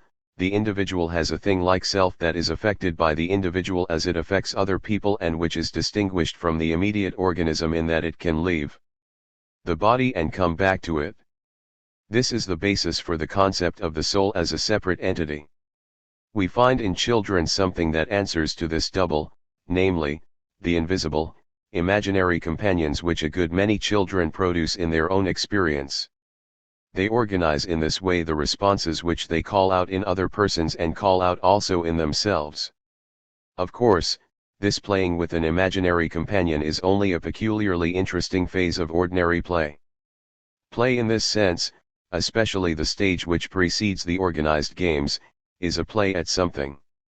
A child plays at being a mother, at being a teacher, at being a policeman, that is, it is taking different roles, as we say. We have something that suggests this in what we call the play of animals. A cat will play with her kittens, and dogs play with each other. Two dogs playing with each other will attack and defend, in a process which if carried through would amount to an actual fight. There is a combination of responses which checks the depth of the bite. But we do not have in such a situation the dogs taking a definite role in the sense that a child deliberately takes the role of another. This tendency on the part of the children is what we are working with in the kindergarten, where the roles which the children assume are made the basis for training. When a child does assume a role, he has in himself the stimuli which call out that particular response or group of responses. He may, of course, run away when he is chased, as the dog does, or he may turn around and strike back just as the dog does in his play. But that is not the same as playing at something. Children get together to play Indian. This means that the child has a certain set of stimuli which call out in itself the responses that they would call out in others, and which answer to an Indian. In the play period, the child utilizes his own responses to these stimuli which he makes use of in building a self. The response which he has a tendency to make to these stimuli organizes them. He plays that he is, for instance, offering himself something, and he buys it. He gives a letter to himself and takes it away. He addresses himself as a parent, as a teacher. He arrests himself as a policeman. He has a set of stimuli which call out in himself the sort of responses they call out in others. He takes this group of responses and organizes them into a certain whole. Such is the simplest form of being another to oneself. It involves a temporal situation. The child says something in one character and responds in another character, and then his responding in another character is a stimulus to himself in the first character, and so the conversation goes on. A certain organized structure arises in him and in his other which replies to it, and these carry on the conversation of gestures between themselves.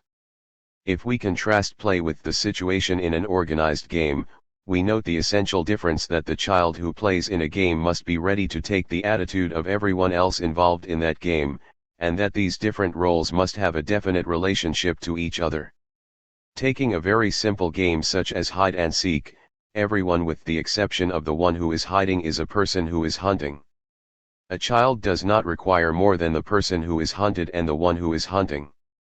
If a child is playing in the first sense, he just goes on playing, but there is no basic organization gained. In that early stage he passes from one role to another just as a whim takes him. But in a game where a number of individuals are involved, then the child taking one role must be ready to take the role of everyone else.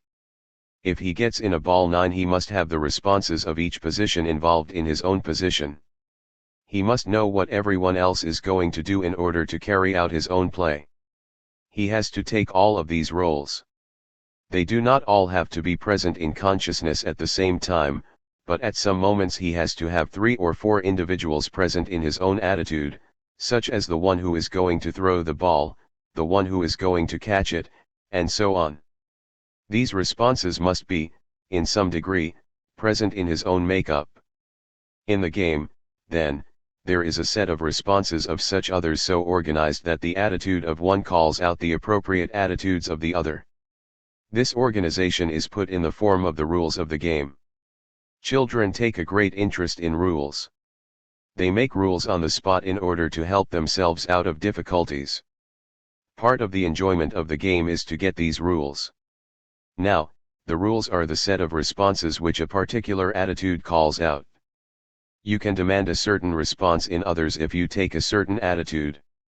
These responses are all in yourself as well. There you get an organized set of such responses as that to which I have referred, which is something more elaborate than the roles found in play. Here there is just a set of responses that follow on each other indefinitely. At such a stage we speak of a child as not yet having a fully developed self. The child responds in a fairly intelligent fashion to the immediate stimuli that come to him, but they are not organized. He does not organize his life as we would like to have him do, namely, as a whole. There is just a set of responses of the type of play. The child reacts to a certain stimulus, and the reaction is in himself that is called out in others, but he is not a whole self. In his game he has to have an organization of these roles, otherwise he cannot play the game. The game represents the passage in the life of the child from taking the role of others in play to the organized part that is essential to self-consciousness in the full sense of the term. 20 Play, the game, and the generalized other. We were speaking of the social conditions under which the self arises as an object. In addition to language we found two illustrations, one in play and the other in the game, and I wish to summarize and expand my account on these points. I have spoken of these from the point of view of children. We can, of course, refer also to the attitudes of more primitive people out of which our civilization has arisen. A striking illustration of play as distinct from the game is found in the myths and various of the plays which primitive people carry out, especially in religious pageants. The pure play attitude which we find in the case of little children may not be found here, since the participants are adults, and undoubtedly the relationship of these play processes to that which they interpret is more or less in the minds of even the most primitive people. In the process of interpretation of such rituals, there is an organization of play which perhaps might be compared to that which is taking place in the kindergarten in dealing with the plays of little children, where these are made into a set that will have a definite structure or relationship. At least something of the same sort is found in the play of primitive people. This type of activity belongs, of course, not to the everyday life of the people in their dealing with the objects about them. There we have a more or less definitely developed self-consciousness, but in their attitudes toward the forces about them, the nature upon which they depend, in their attitude toward this nature which is vague and uncertain, there we have a much more primitive response, and that response finds its expression in taking the role of the other, playing at the expression of their gods and their heroes, going through certain rites which are the representation of what these individuals are supposed to be doing.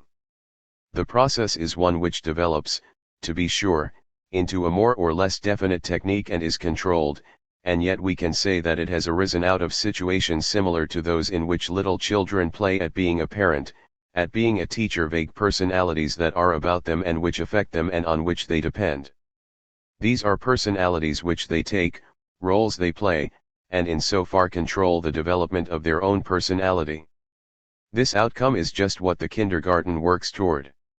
It takes the characters of these various vague beings and gets them into such an organized social relationship to each other that they build up the character of the little child. 6. The very introduction of organization from outside supposes a lack of organization at this period in the child's experience. Over against such a situation of the little child and primitive people, we have the game as such. The fundamental difference between the game and play is that in the latter the child must have the attitude of all the others involved in that game. The attitudes of the other players which the participant assumes organize into a sort of unit, and it is that organization which controls the response of the individual. The illustration used was of a person playing baseball. Each one of his own acts is determined by his assumption of the action of the others who are playing the game. What he does is controlled by his being everyone else on that team, at least in so far as those attitudes affect his own particular response. We get then an other which is an organization of the attitudes of those involved in the same process. The organized community or social group which gives to the individual his unity of self may be called the generalized other. The attitude of the generalized other is the attitude of the whole community. 7. Thus, for example, in the case of such a social group as a ball team, the team is the generalized other in so far as it enters as an organized process or social activity into the experience of any one of the individual members of it. If the given human individual is to develop a self in the fullest sense, it is not sufficient for him merely to take the attitudes of other human individuals toward himself and toward one another within the human social process, and to bring that social process as a whole into his individual experience merely in these terms. He must also, in the same way that he takes the attitudes of other individuals toward himself and toward one another. Take their attitudes toward the various phases or aspects of the common social activity or set of social undertakings in which, as members of an organized society or social group, they are all engaged, and he must then, by generalizing these individual attitudes of that organized society or social group itself, as a whole, act toward different social projects which at any given time it is carrying out, or toward the various larger phases of the general social process which constitutes its life, and of which these projects are specific manifestations. This getting of the broad activities of any given social whole or organized society as such within the experiential field of any one of the individuals involved or included in that whole is, in other words, the essential basis and prerequisite of the fullest development of that individual's self, only in so far as he takes the attitudes of the organized social group to which he belongs toward the organized, cooperative social activity or set of such activities in which that group as such is engaged, does he develop a complete self or possess the sort of complete self he has developed.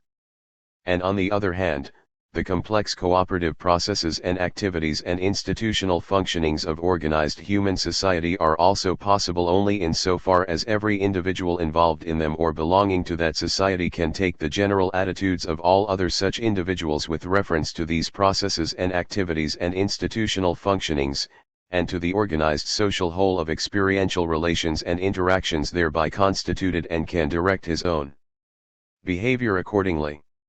It is in the form of the generalized other that the social process influences the behavior of the individuals involved in it and carrying it on, i.e., that the community exercises control over the conduct of its individual members, for it is in this form that the social process or community enters as a determining factor into the individual's thinking.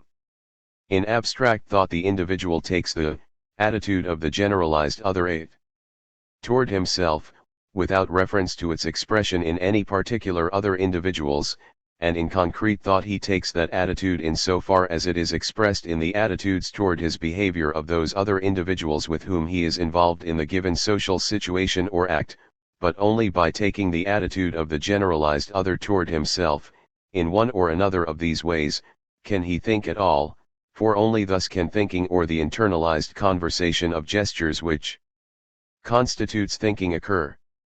And only through the taking by individuals of the attitude or attitudes of the generalized other toward themselves is the existence of a universe of discourse, as that system of common or social meanings which thinking presupposes at its context, rendered possible. The self-conscious human individual, then, takes or assumes the organized social attitudes of the given social group or community, or of some one section thereof to which he belongs, toward the social problems of various kinds which confront that group or community at any given time, and which arise in connection with the correspondingly different social projects or organized cooperative enterprises in which that group or community as such is engaged, and as an individual participant in these social projects or cooperative enterprises, he governs his own conduct accordingly. In politics, for example, the individual identifies himself with an entire political party and takes the organized attitudes of that entire party toward the rest of the given social community and toward the problems which confront the party within the given social situation, and he consequently reacts or responds in terms of the organized attitudes of the party as a whole. He thus enters into a special set of social relations with all the other individuals who belong to that political party, and in the same way he enters into various other special sets of social relations, with various other classes of individuals respectively, the individuals of each of these classes being the other members of some one of the particular organized subgroups, determined in socially functional terms, of which he himself is a member within the entire given society or social community. In the most highly developed, organized, and complicated human social communities, those evolved by civilized man, these various socially functional classes or subgroups of individuals to which any given individual belongs, and with the other individual members of which he thus enters into a special set of social relations, are of two kinds. Some of them are concrete social classes or subgroups, such as political parties, clubs, corporations, which are all actually functional social units, in terms of which their individual members are directly related to one another. The others are abstract social classes or subgroups, such as the class of debtors and the class of creditors, in terms of which their individual members are related to one another only more or less indirectly, and which only more or less indirectly function as social units, but which afford or represent unlimited possibilities for the widening and ramifying and enriching of the social relations among all the individual members of the given society as an organized and unified whole. The given individual's membership in several of these abstract social classes or subgroups makes possible his entrance into definite social relations, however indirect, with an almost infinite number of other individuals who also belong to or are included within one or another of these abstract social classes or subgroups, cutting across functional lines of demarcation which divide different human social communities from one another, and including individual members from several, in some cases, from all, such communities. Of these abstract social classes or subgroups of human individuals, the one which is most inclusive and extensive is, of course, the one defined by the logical universe of discourse, or system of universally significant symbols, determined by the participation and communicative interaction of individuals, for of all such classes or subgroups, it is the one which claims the largest number of individual members, and which enables the largest conceivable number of human individuals to enter into some sort of social relation, however indirect or abstract it may be, with one another, a relation arising from the universal functioning of gestures as significant symbols in the general human social process of communication. I have pointed out, then, that there are two general stages in the full development of the self. At the first of these stages, the individual self is constituted simply by an organization of the particular attitudes of other individuals toward himself and toward one another in the specific social acts in which he participates with them. But at the second stage in the full development of the individual self, that self is constituted not only by an organization of these particular individual attitudes, but also by an organization of the social attitudes of the generalized other or the social group as a whole to which he belongs.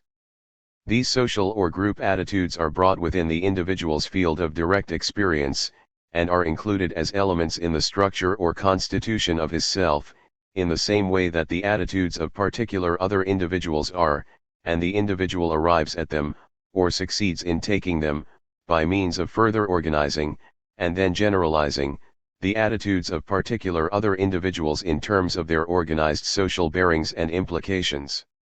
So the self reaches its full development by organizing these individual attitudes of others into the organized social or group attitudes, and by thus becoming an individual reflection of the general systematic pattern of social or group behavior in which it and the others are all involved, a pattern which enters as a whole into the individual's experience in terms of these organized group attitudes which, through the mechanism of his central nervous system, he takes toward himself, just as he takes the individual attitudes of others.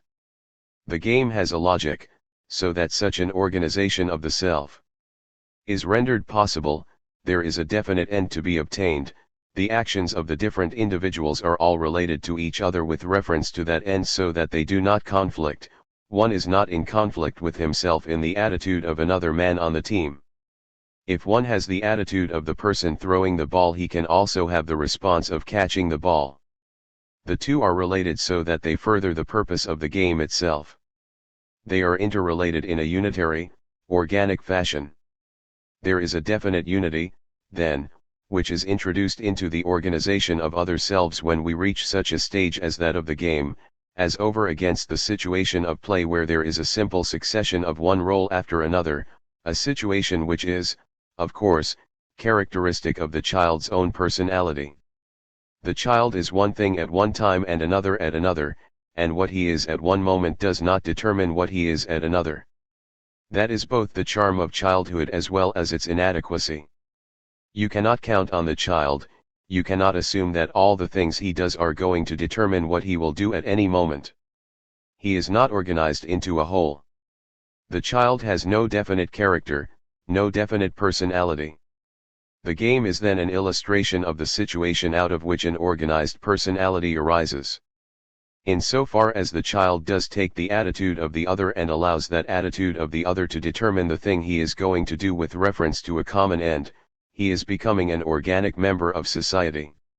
He is taking over the morale of that society and is becoming an essential member of it. He belongs to it insofar as he does allow the attitude of the other that he takes to control his own immediate expression. What is involved here is some sort of an organized process. That which is expressed in terms of the game is, of course, being continually expressed in the social life of the child, but this wider process goes beyond the immediate experience of the child himself. The importance of the game is that it lies entirely inside of the child's own experience, and the importance of our modern type of education is that it is brought as far as possible within this realm. The different attitudes that a child assumes are so organized that they exercise a definite control over his response, as the attitudes in a game control his own immediate response. In the game we get an organized other, a generalized other, which is found in the nature of the child itself, and finds its expression in the immediate experience of the child. And it is that organized activity in the child's own nature controlling the particular response which gives unity, and which builds up his own self. What goes on in the game goes on in the life of the child all the time.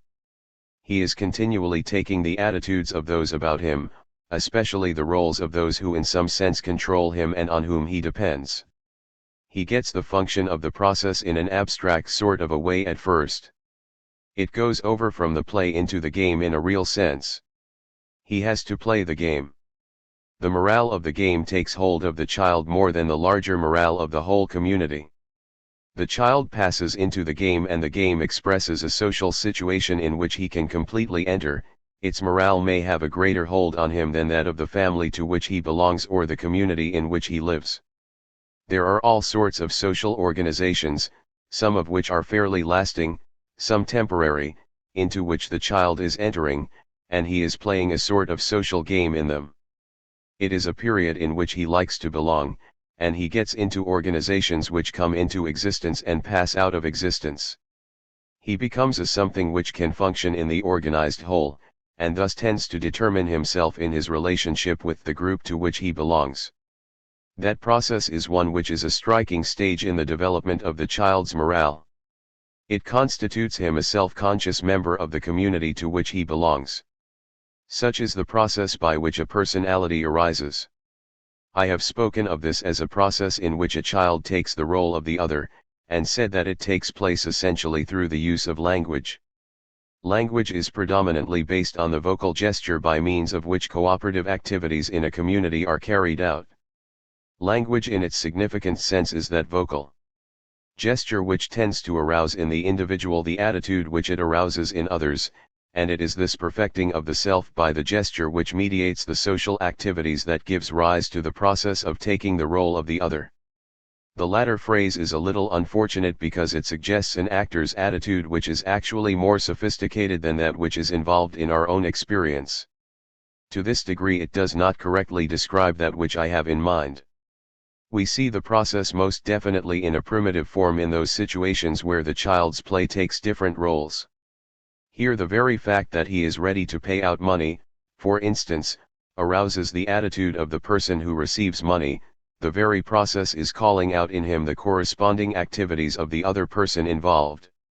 The individual stimulates himself to the response which he is calling out in the other person, and then acts in some degree in response to that situation.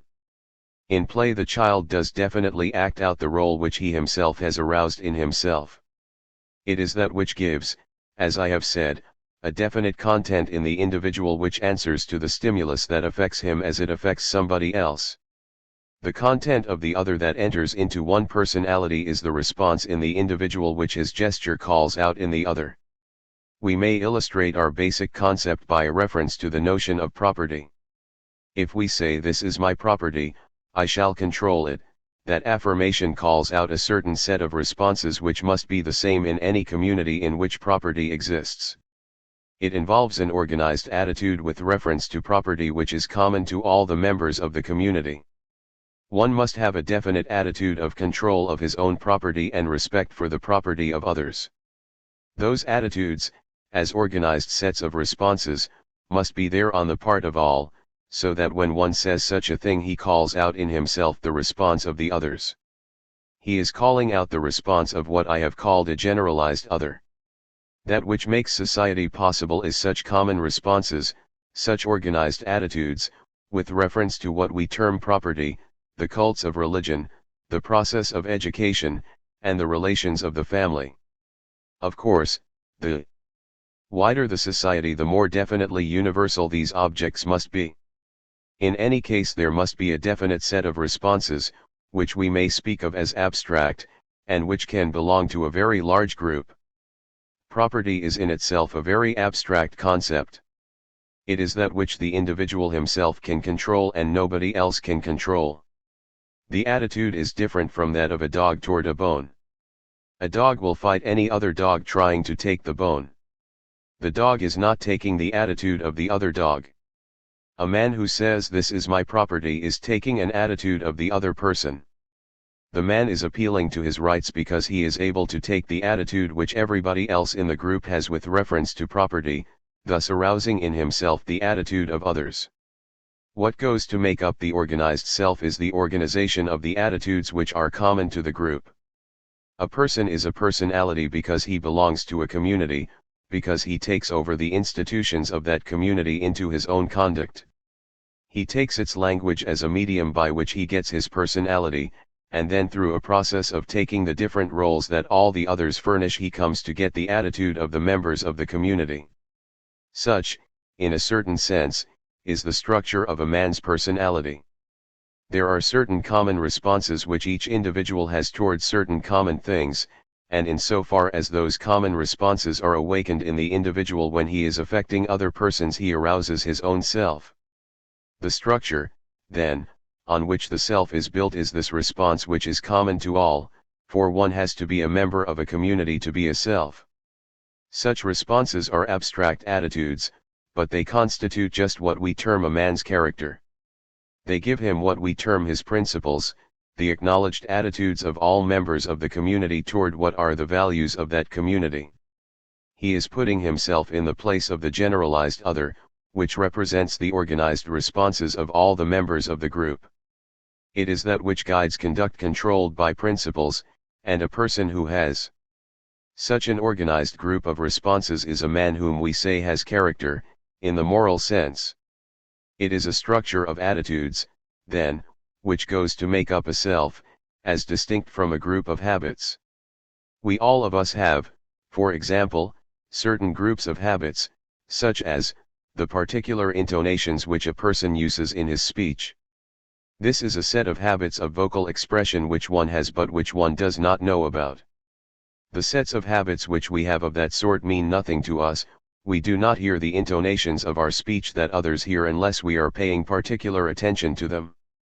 The habits of emotional expression which belong to our speech are of the same sort. We may know that we have expressed ourselves in a joyous fashion, but the detailed process is one which does not come back to our conscious selves. There are whole bundles of such habits which do not enter into a conscious self, but which help to make up what is termed the unconscious self.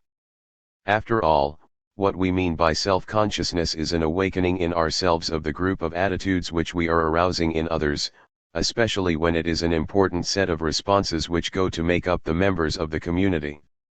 It is unfortunate to fuse or mix up consciousness, as we ordinarily use that term, and self-consciousness. Consciousness, as frequently used, simply has reference to the field of experience, but self-consciousness refers to the ability to call out in ourselves a set of definite responses which belong to the others of the group.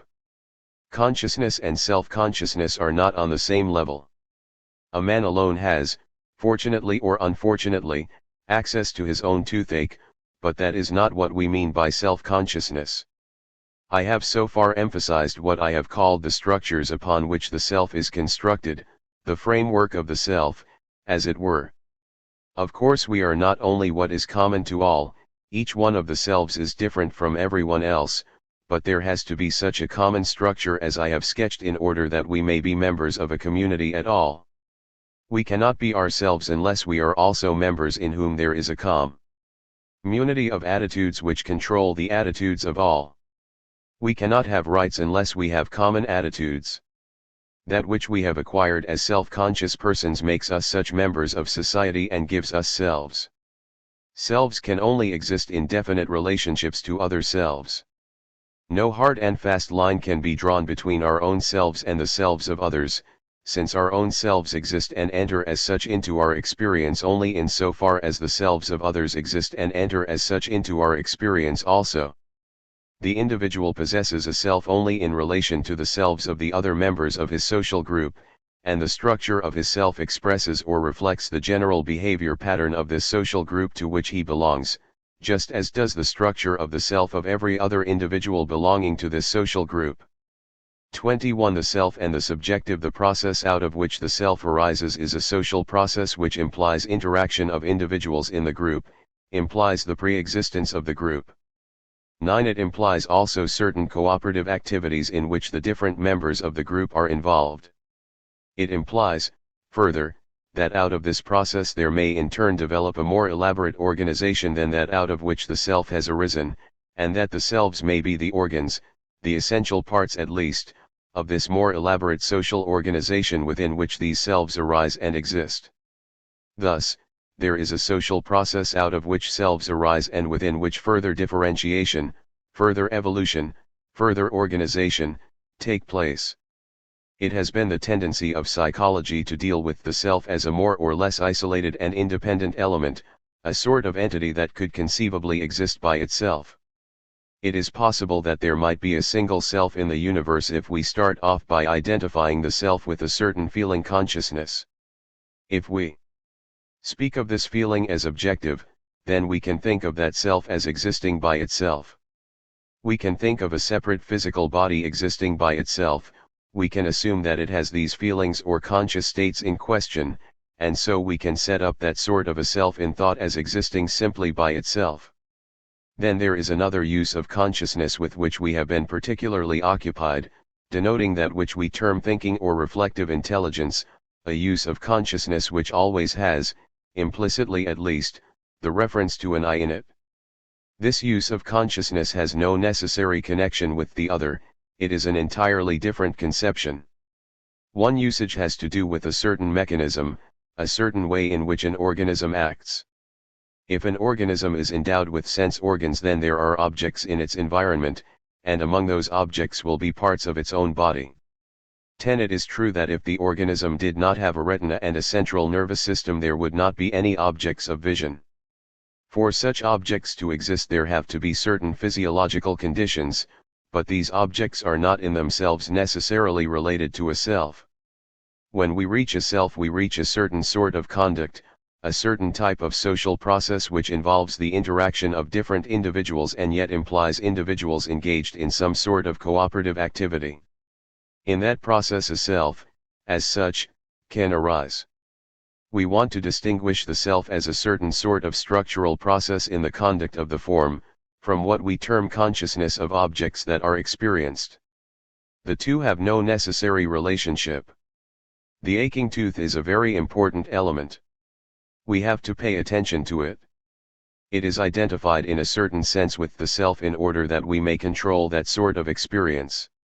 Occasionally we have experiences which we say belong to the atmosphere. The whole world seems to be depressed, the sky is dark, the weather is unpleasant, values that we are interested in are sinking.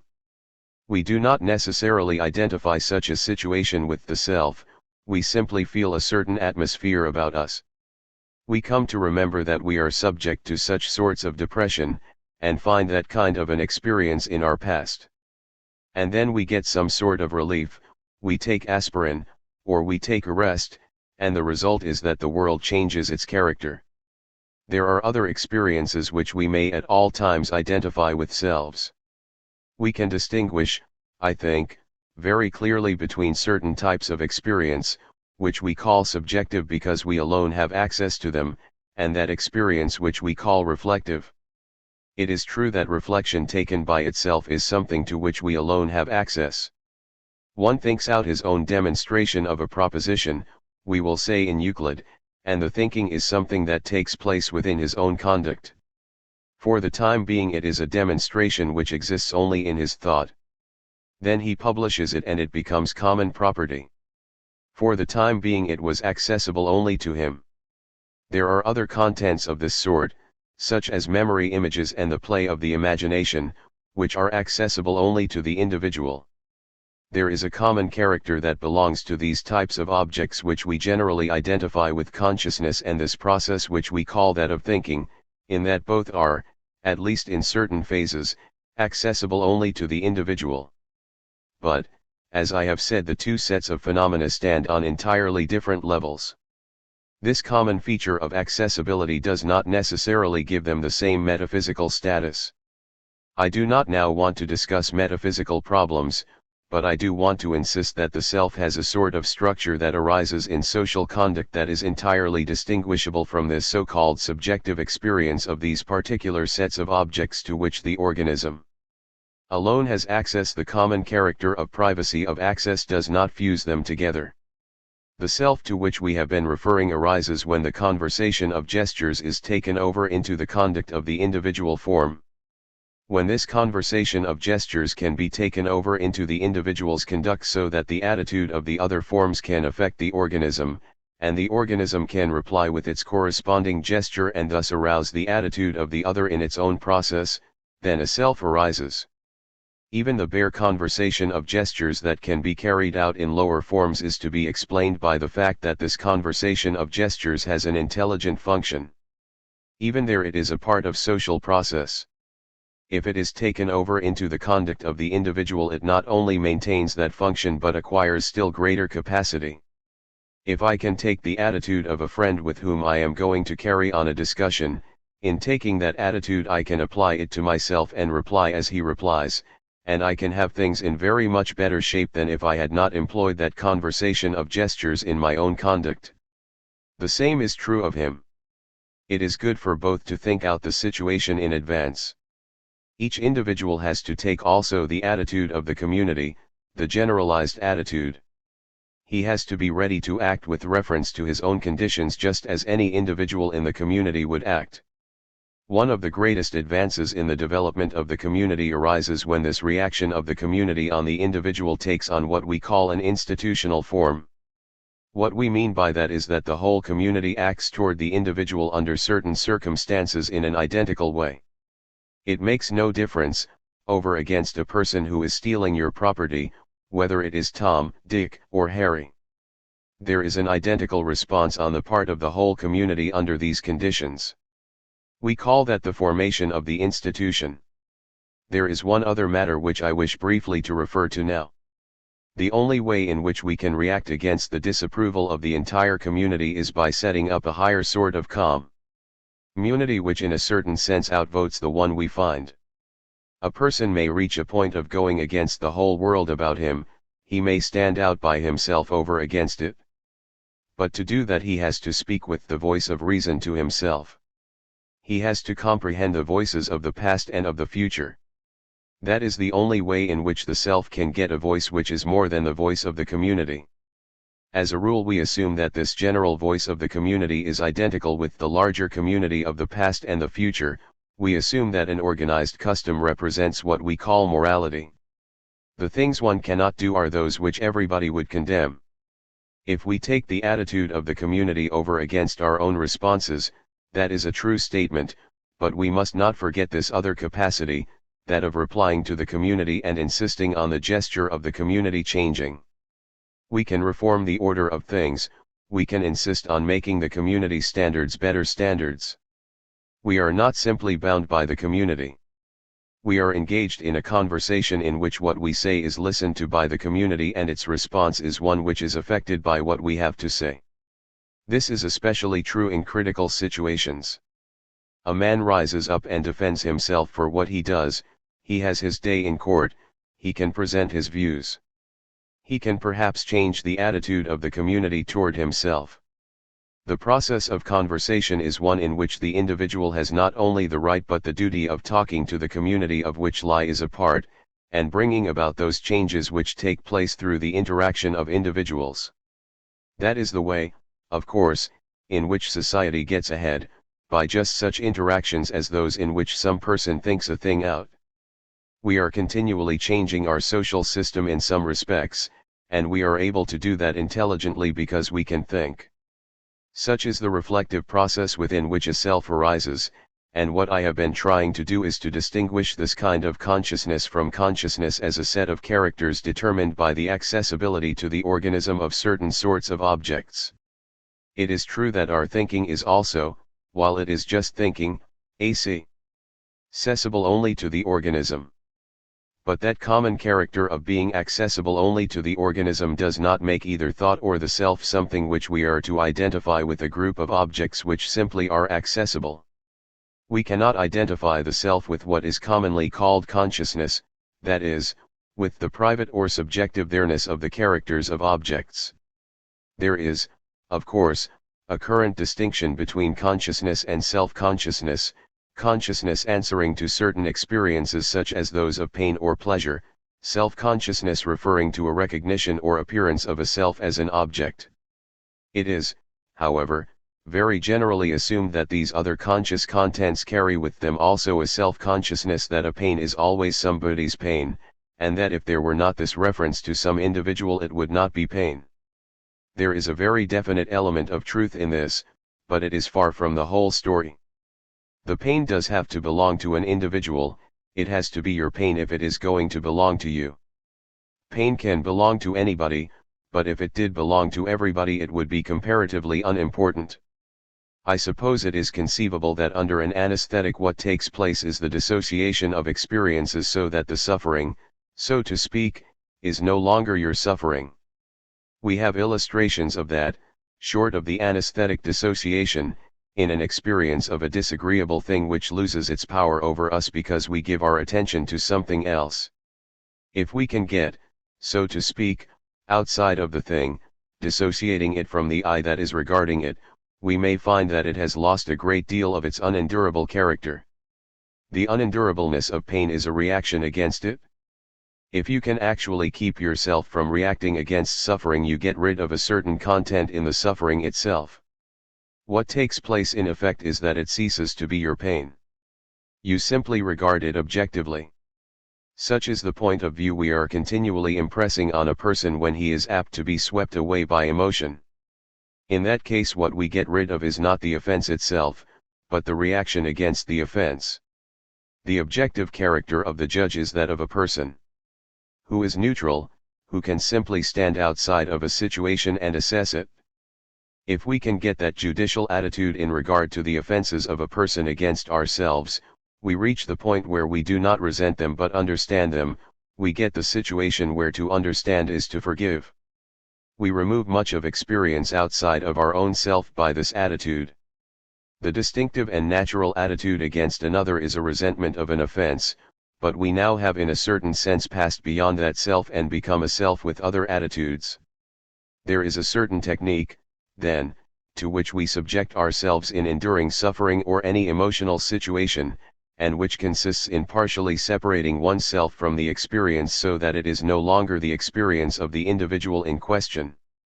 If, now, we could separate the experience entirely, so that we should not remember it, so that we should not have to take it up continually into the self from day to day, from moment to moment, then it would not exist any longer so far as we are concerned.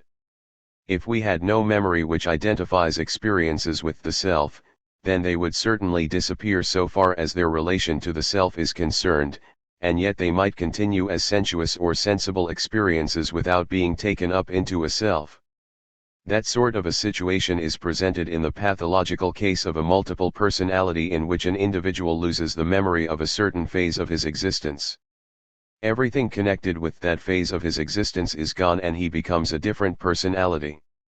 The past has a reality whether in the experience or not, but here it is not identified with the self, it does not go to make up the self. We take an attitude of that sort, for example, with reference to others when a person has committed some sort of an offense which leads to a statement of the situation, an admission, and perhaps regret, and then is dropped. A person who forgives but does not forget is an unpleasant companion. What goes with forgiving is forgetting, getting rid of the memory of it. There are many illustrations which can be brought up of the loose relationship of given contents to a self in defense of our recognition of them as having a certain value outside of the self. At the least, it must be granted that we can approach the point where something which we recognize as a content is less and less essential to the self, is held off from the present self, and no longer has the value for that self which it had for the former self. Extreme cases seem to support the view that a certain portion of such contents can be entirely cut off from the self. While in some sense it is there ready to appear under specific conditions, for the time being it is dissociated and does not get in above the threshold of our self-consciousness. Self-consciousness, on the other hand, is definitely organized about the social individual, and that, as we have seen, is not simply because one is in a social group and affected by others and affects them, but because, and this is a point I have been emphasizing, his own experience as a self is one which he takes over from his action upon others. He becomes a self in so far as he can take the attitude of another and act toward himself as others act. In so far as the conversation of gestures can become part of conduct in the direction and control of experience, then a self can arise. It is the social process of influencing others in a social act and then taking the attitude of the others aroused by the stimulus, and then reacting in turn to this response, which constitutes a self. Our bodies are parts of our environment, and it is possible for the individual to experience and be conscious of his body, and of bodily sensations, without being conscious or aware of himself without, in other words, taking the attitude of the other toward himself. According to the social theory of consciousness, what we mean by consciousness is that peculiar character and aspect of the environment of individual human experience which is due to human society, a society of other individual selves who take the attitude of the other toward themselves. The physiological conception or theory of consciousness is by itself inadequate, it requires supplementation from the socio-psychological point of view. The taking or feeling of the attitude of the other toward yourself is what constitutes self-consciousness, and not mere organic sensations of which the individual is aware and which he experiences. Until the rise of his self-consciousness in the process of social experience, the individual experiences his body, its feelings and sensations merely as an immediate part of his environment, not as his own, not in terms of self-consciousness. The self and self-consciousness have first to arise, and then these experiences can be identified peculiarly with the self, or appropriated by the self, to enter, so to speak, into this heritage of experience. The self has first to develop within the social process in which this heritage is involved. Through self-consciousness the individual organism enters in some sense into its own environmental field, its own body becomes a part of the set of environmental stimuli to which it responds or reacts. Apart from the context of the social process at its higher levels, those at which it involves conscious communication, conscious conversations of gestures, among the individual organisms interacting with it, the individual organism does not set itself as a whole over against its environment, it does not as a whole become an object to itself, and hence is not self-conscious, it is not as a whole a stimulus to which it reacts. On the contrary, it responds only to parts or separate aspects of itself, and regards them, not as parts or aspects of itself at all, but simply as parts or aspects of its environment in general. Only within the social process at its higher levels, only in terms of the more developed forms of the social environment or social situation, does the total individual organism become an object to itself, and hence self-conscious. In the social process at its lower, non-conscious levels, and also in the merely psychophysiological environment or situation which is logically antecedent to and presupposed by the social process of experience and behavior, it does not thus become an object to itself. In such experience or behavior as may be called self-conscious, we act and react particularly with reference to ourselves, though also with reference to other individuals, and to be self-conscious is essentially to become an object to oneself in virtue of one's social relations to other individuals.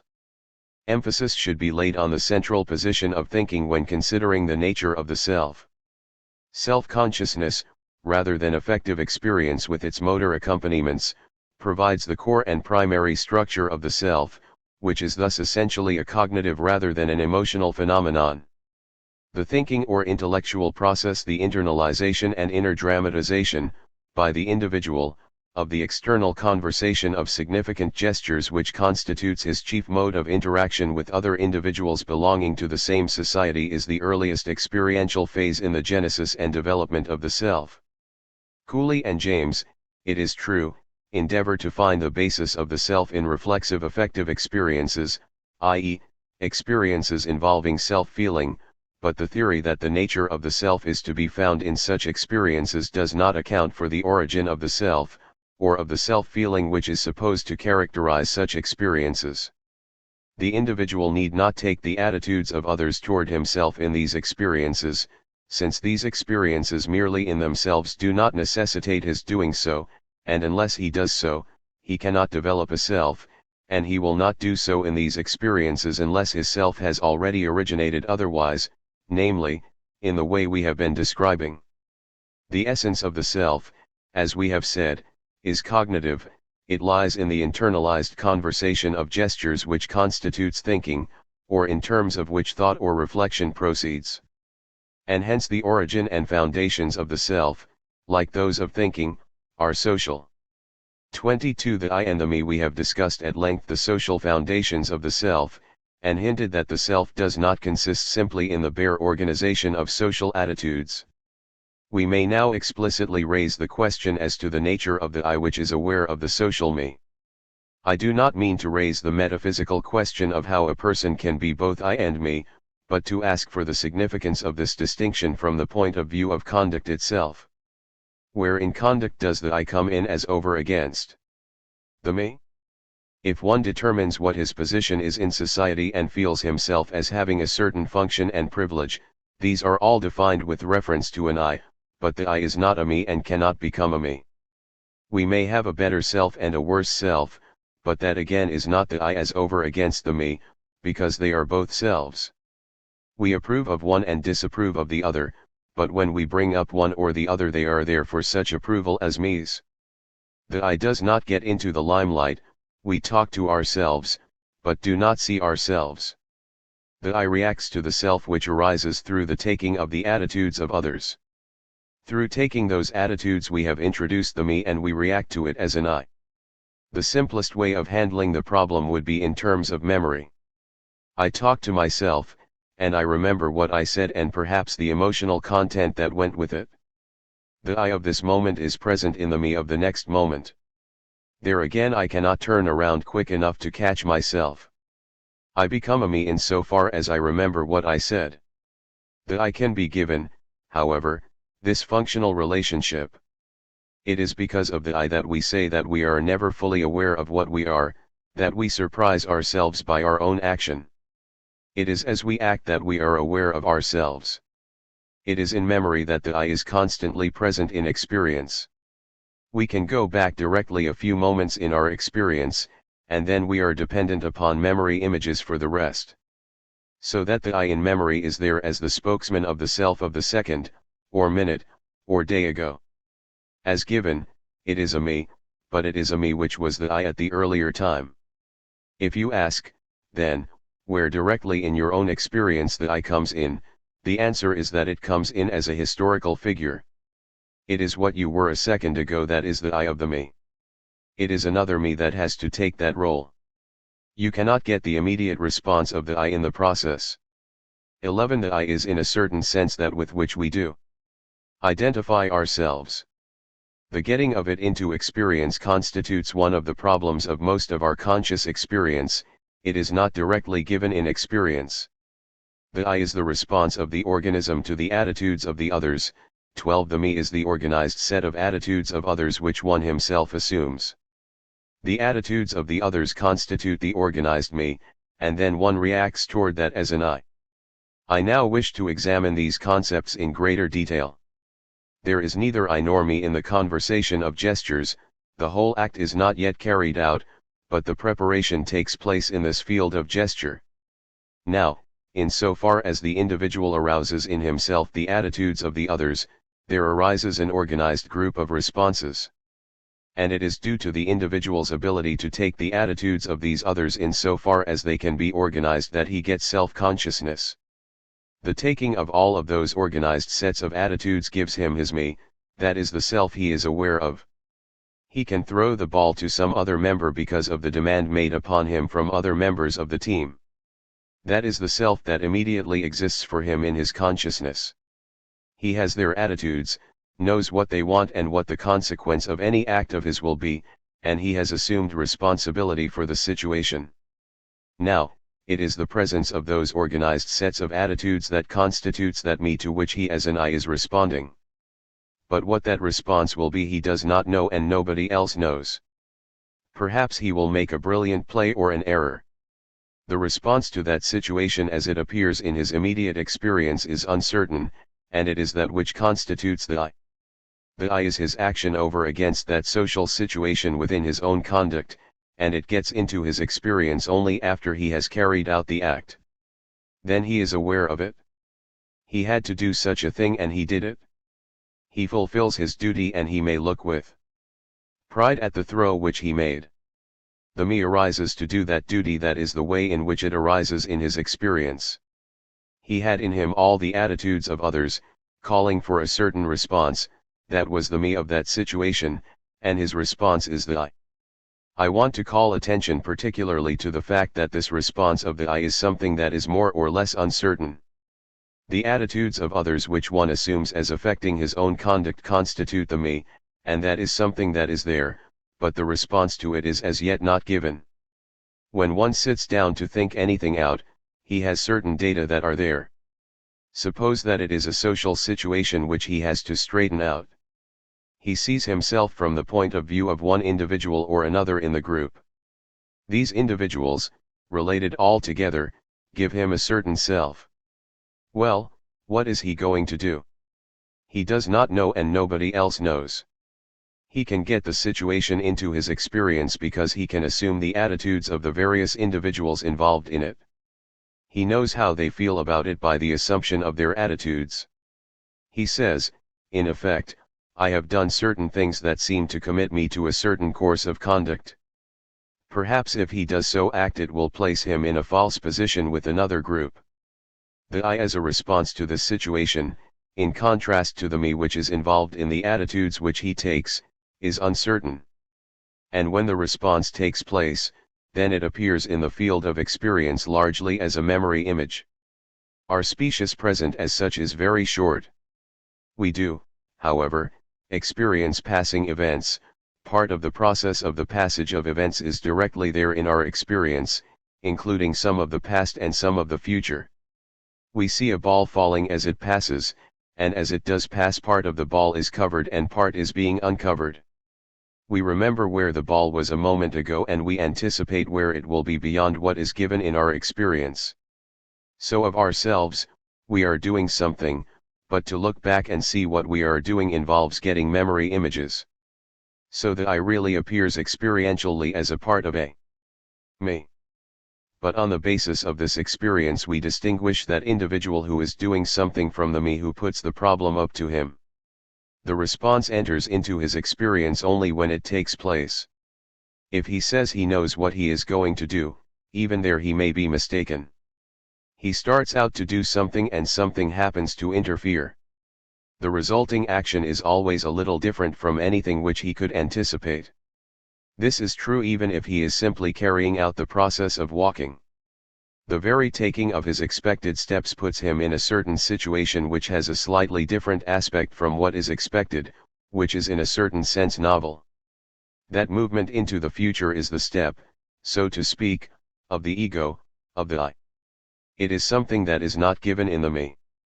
Take the situation of a scientist solving a problem, where he has certain data which call for certain responses. Some of this set of data call for his applying such and such a law, while others call for another law. Data are there with their implications.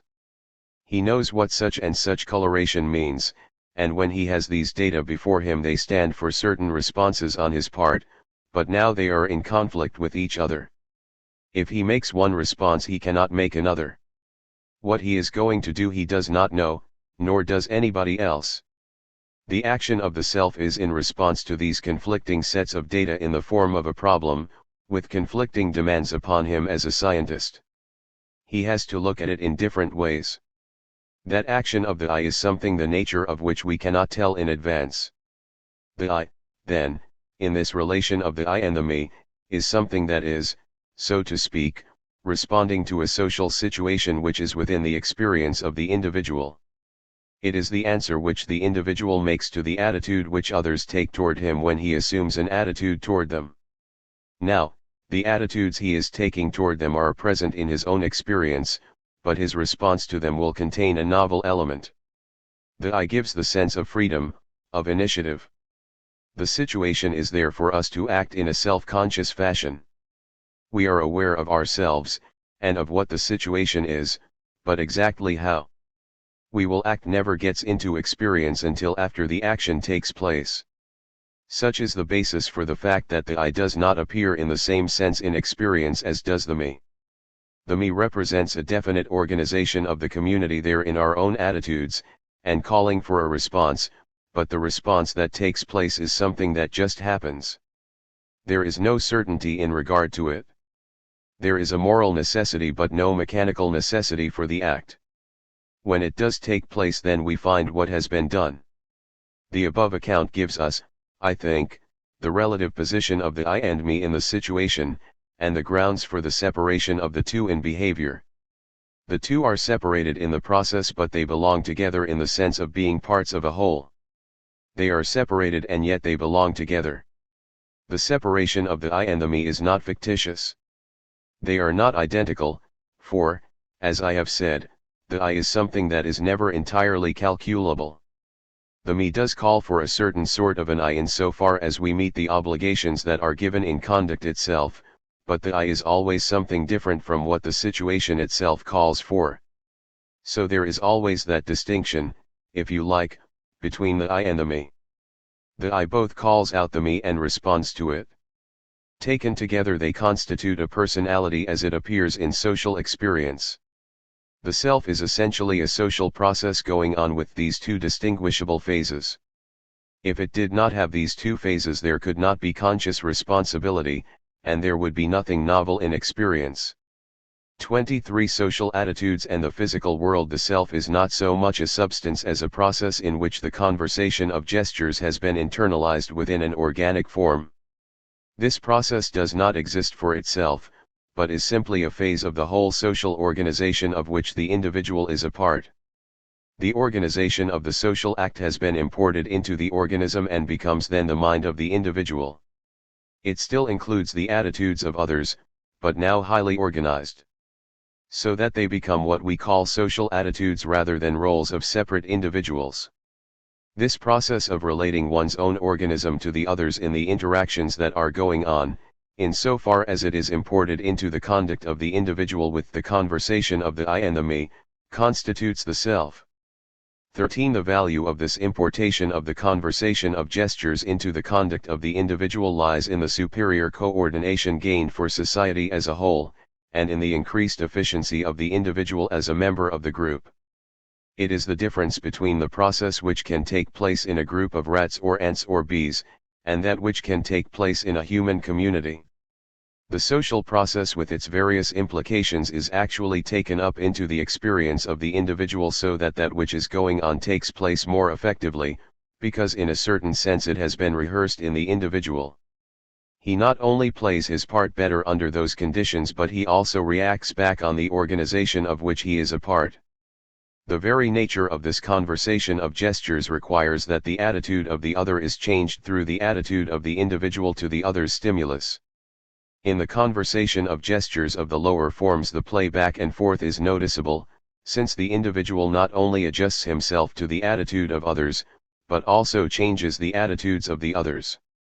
The reaction of the individual in this conversation of gestures is one that in some degree is continually modifying the social process itself. It is this modification of the process which is of greatest interest in the experience of the individual. He takes the attitude of the other toward his own stimulus, and in taking that he finds it modified in that his response becomes a different one, and leads in turn to further change. Fundamental attitudes are presumably those that are only changed gradually, and no one individual can reorganize the whole society, but one is continually affected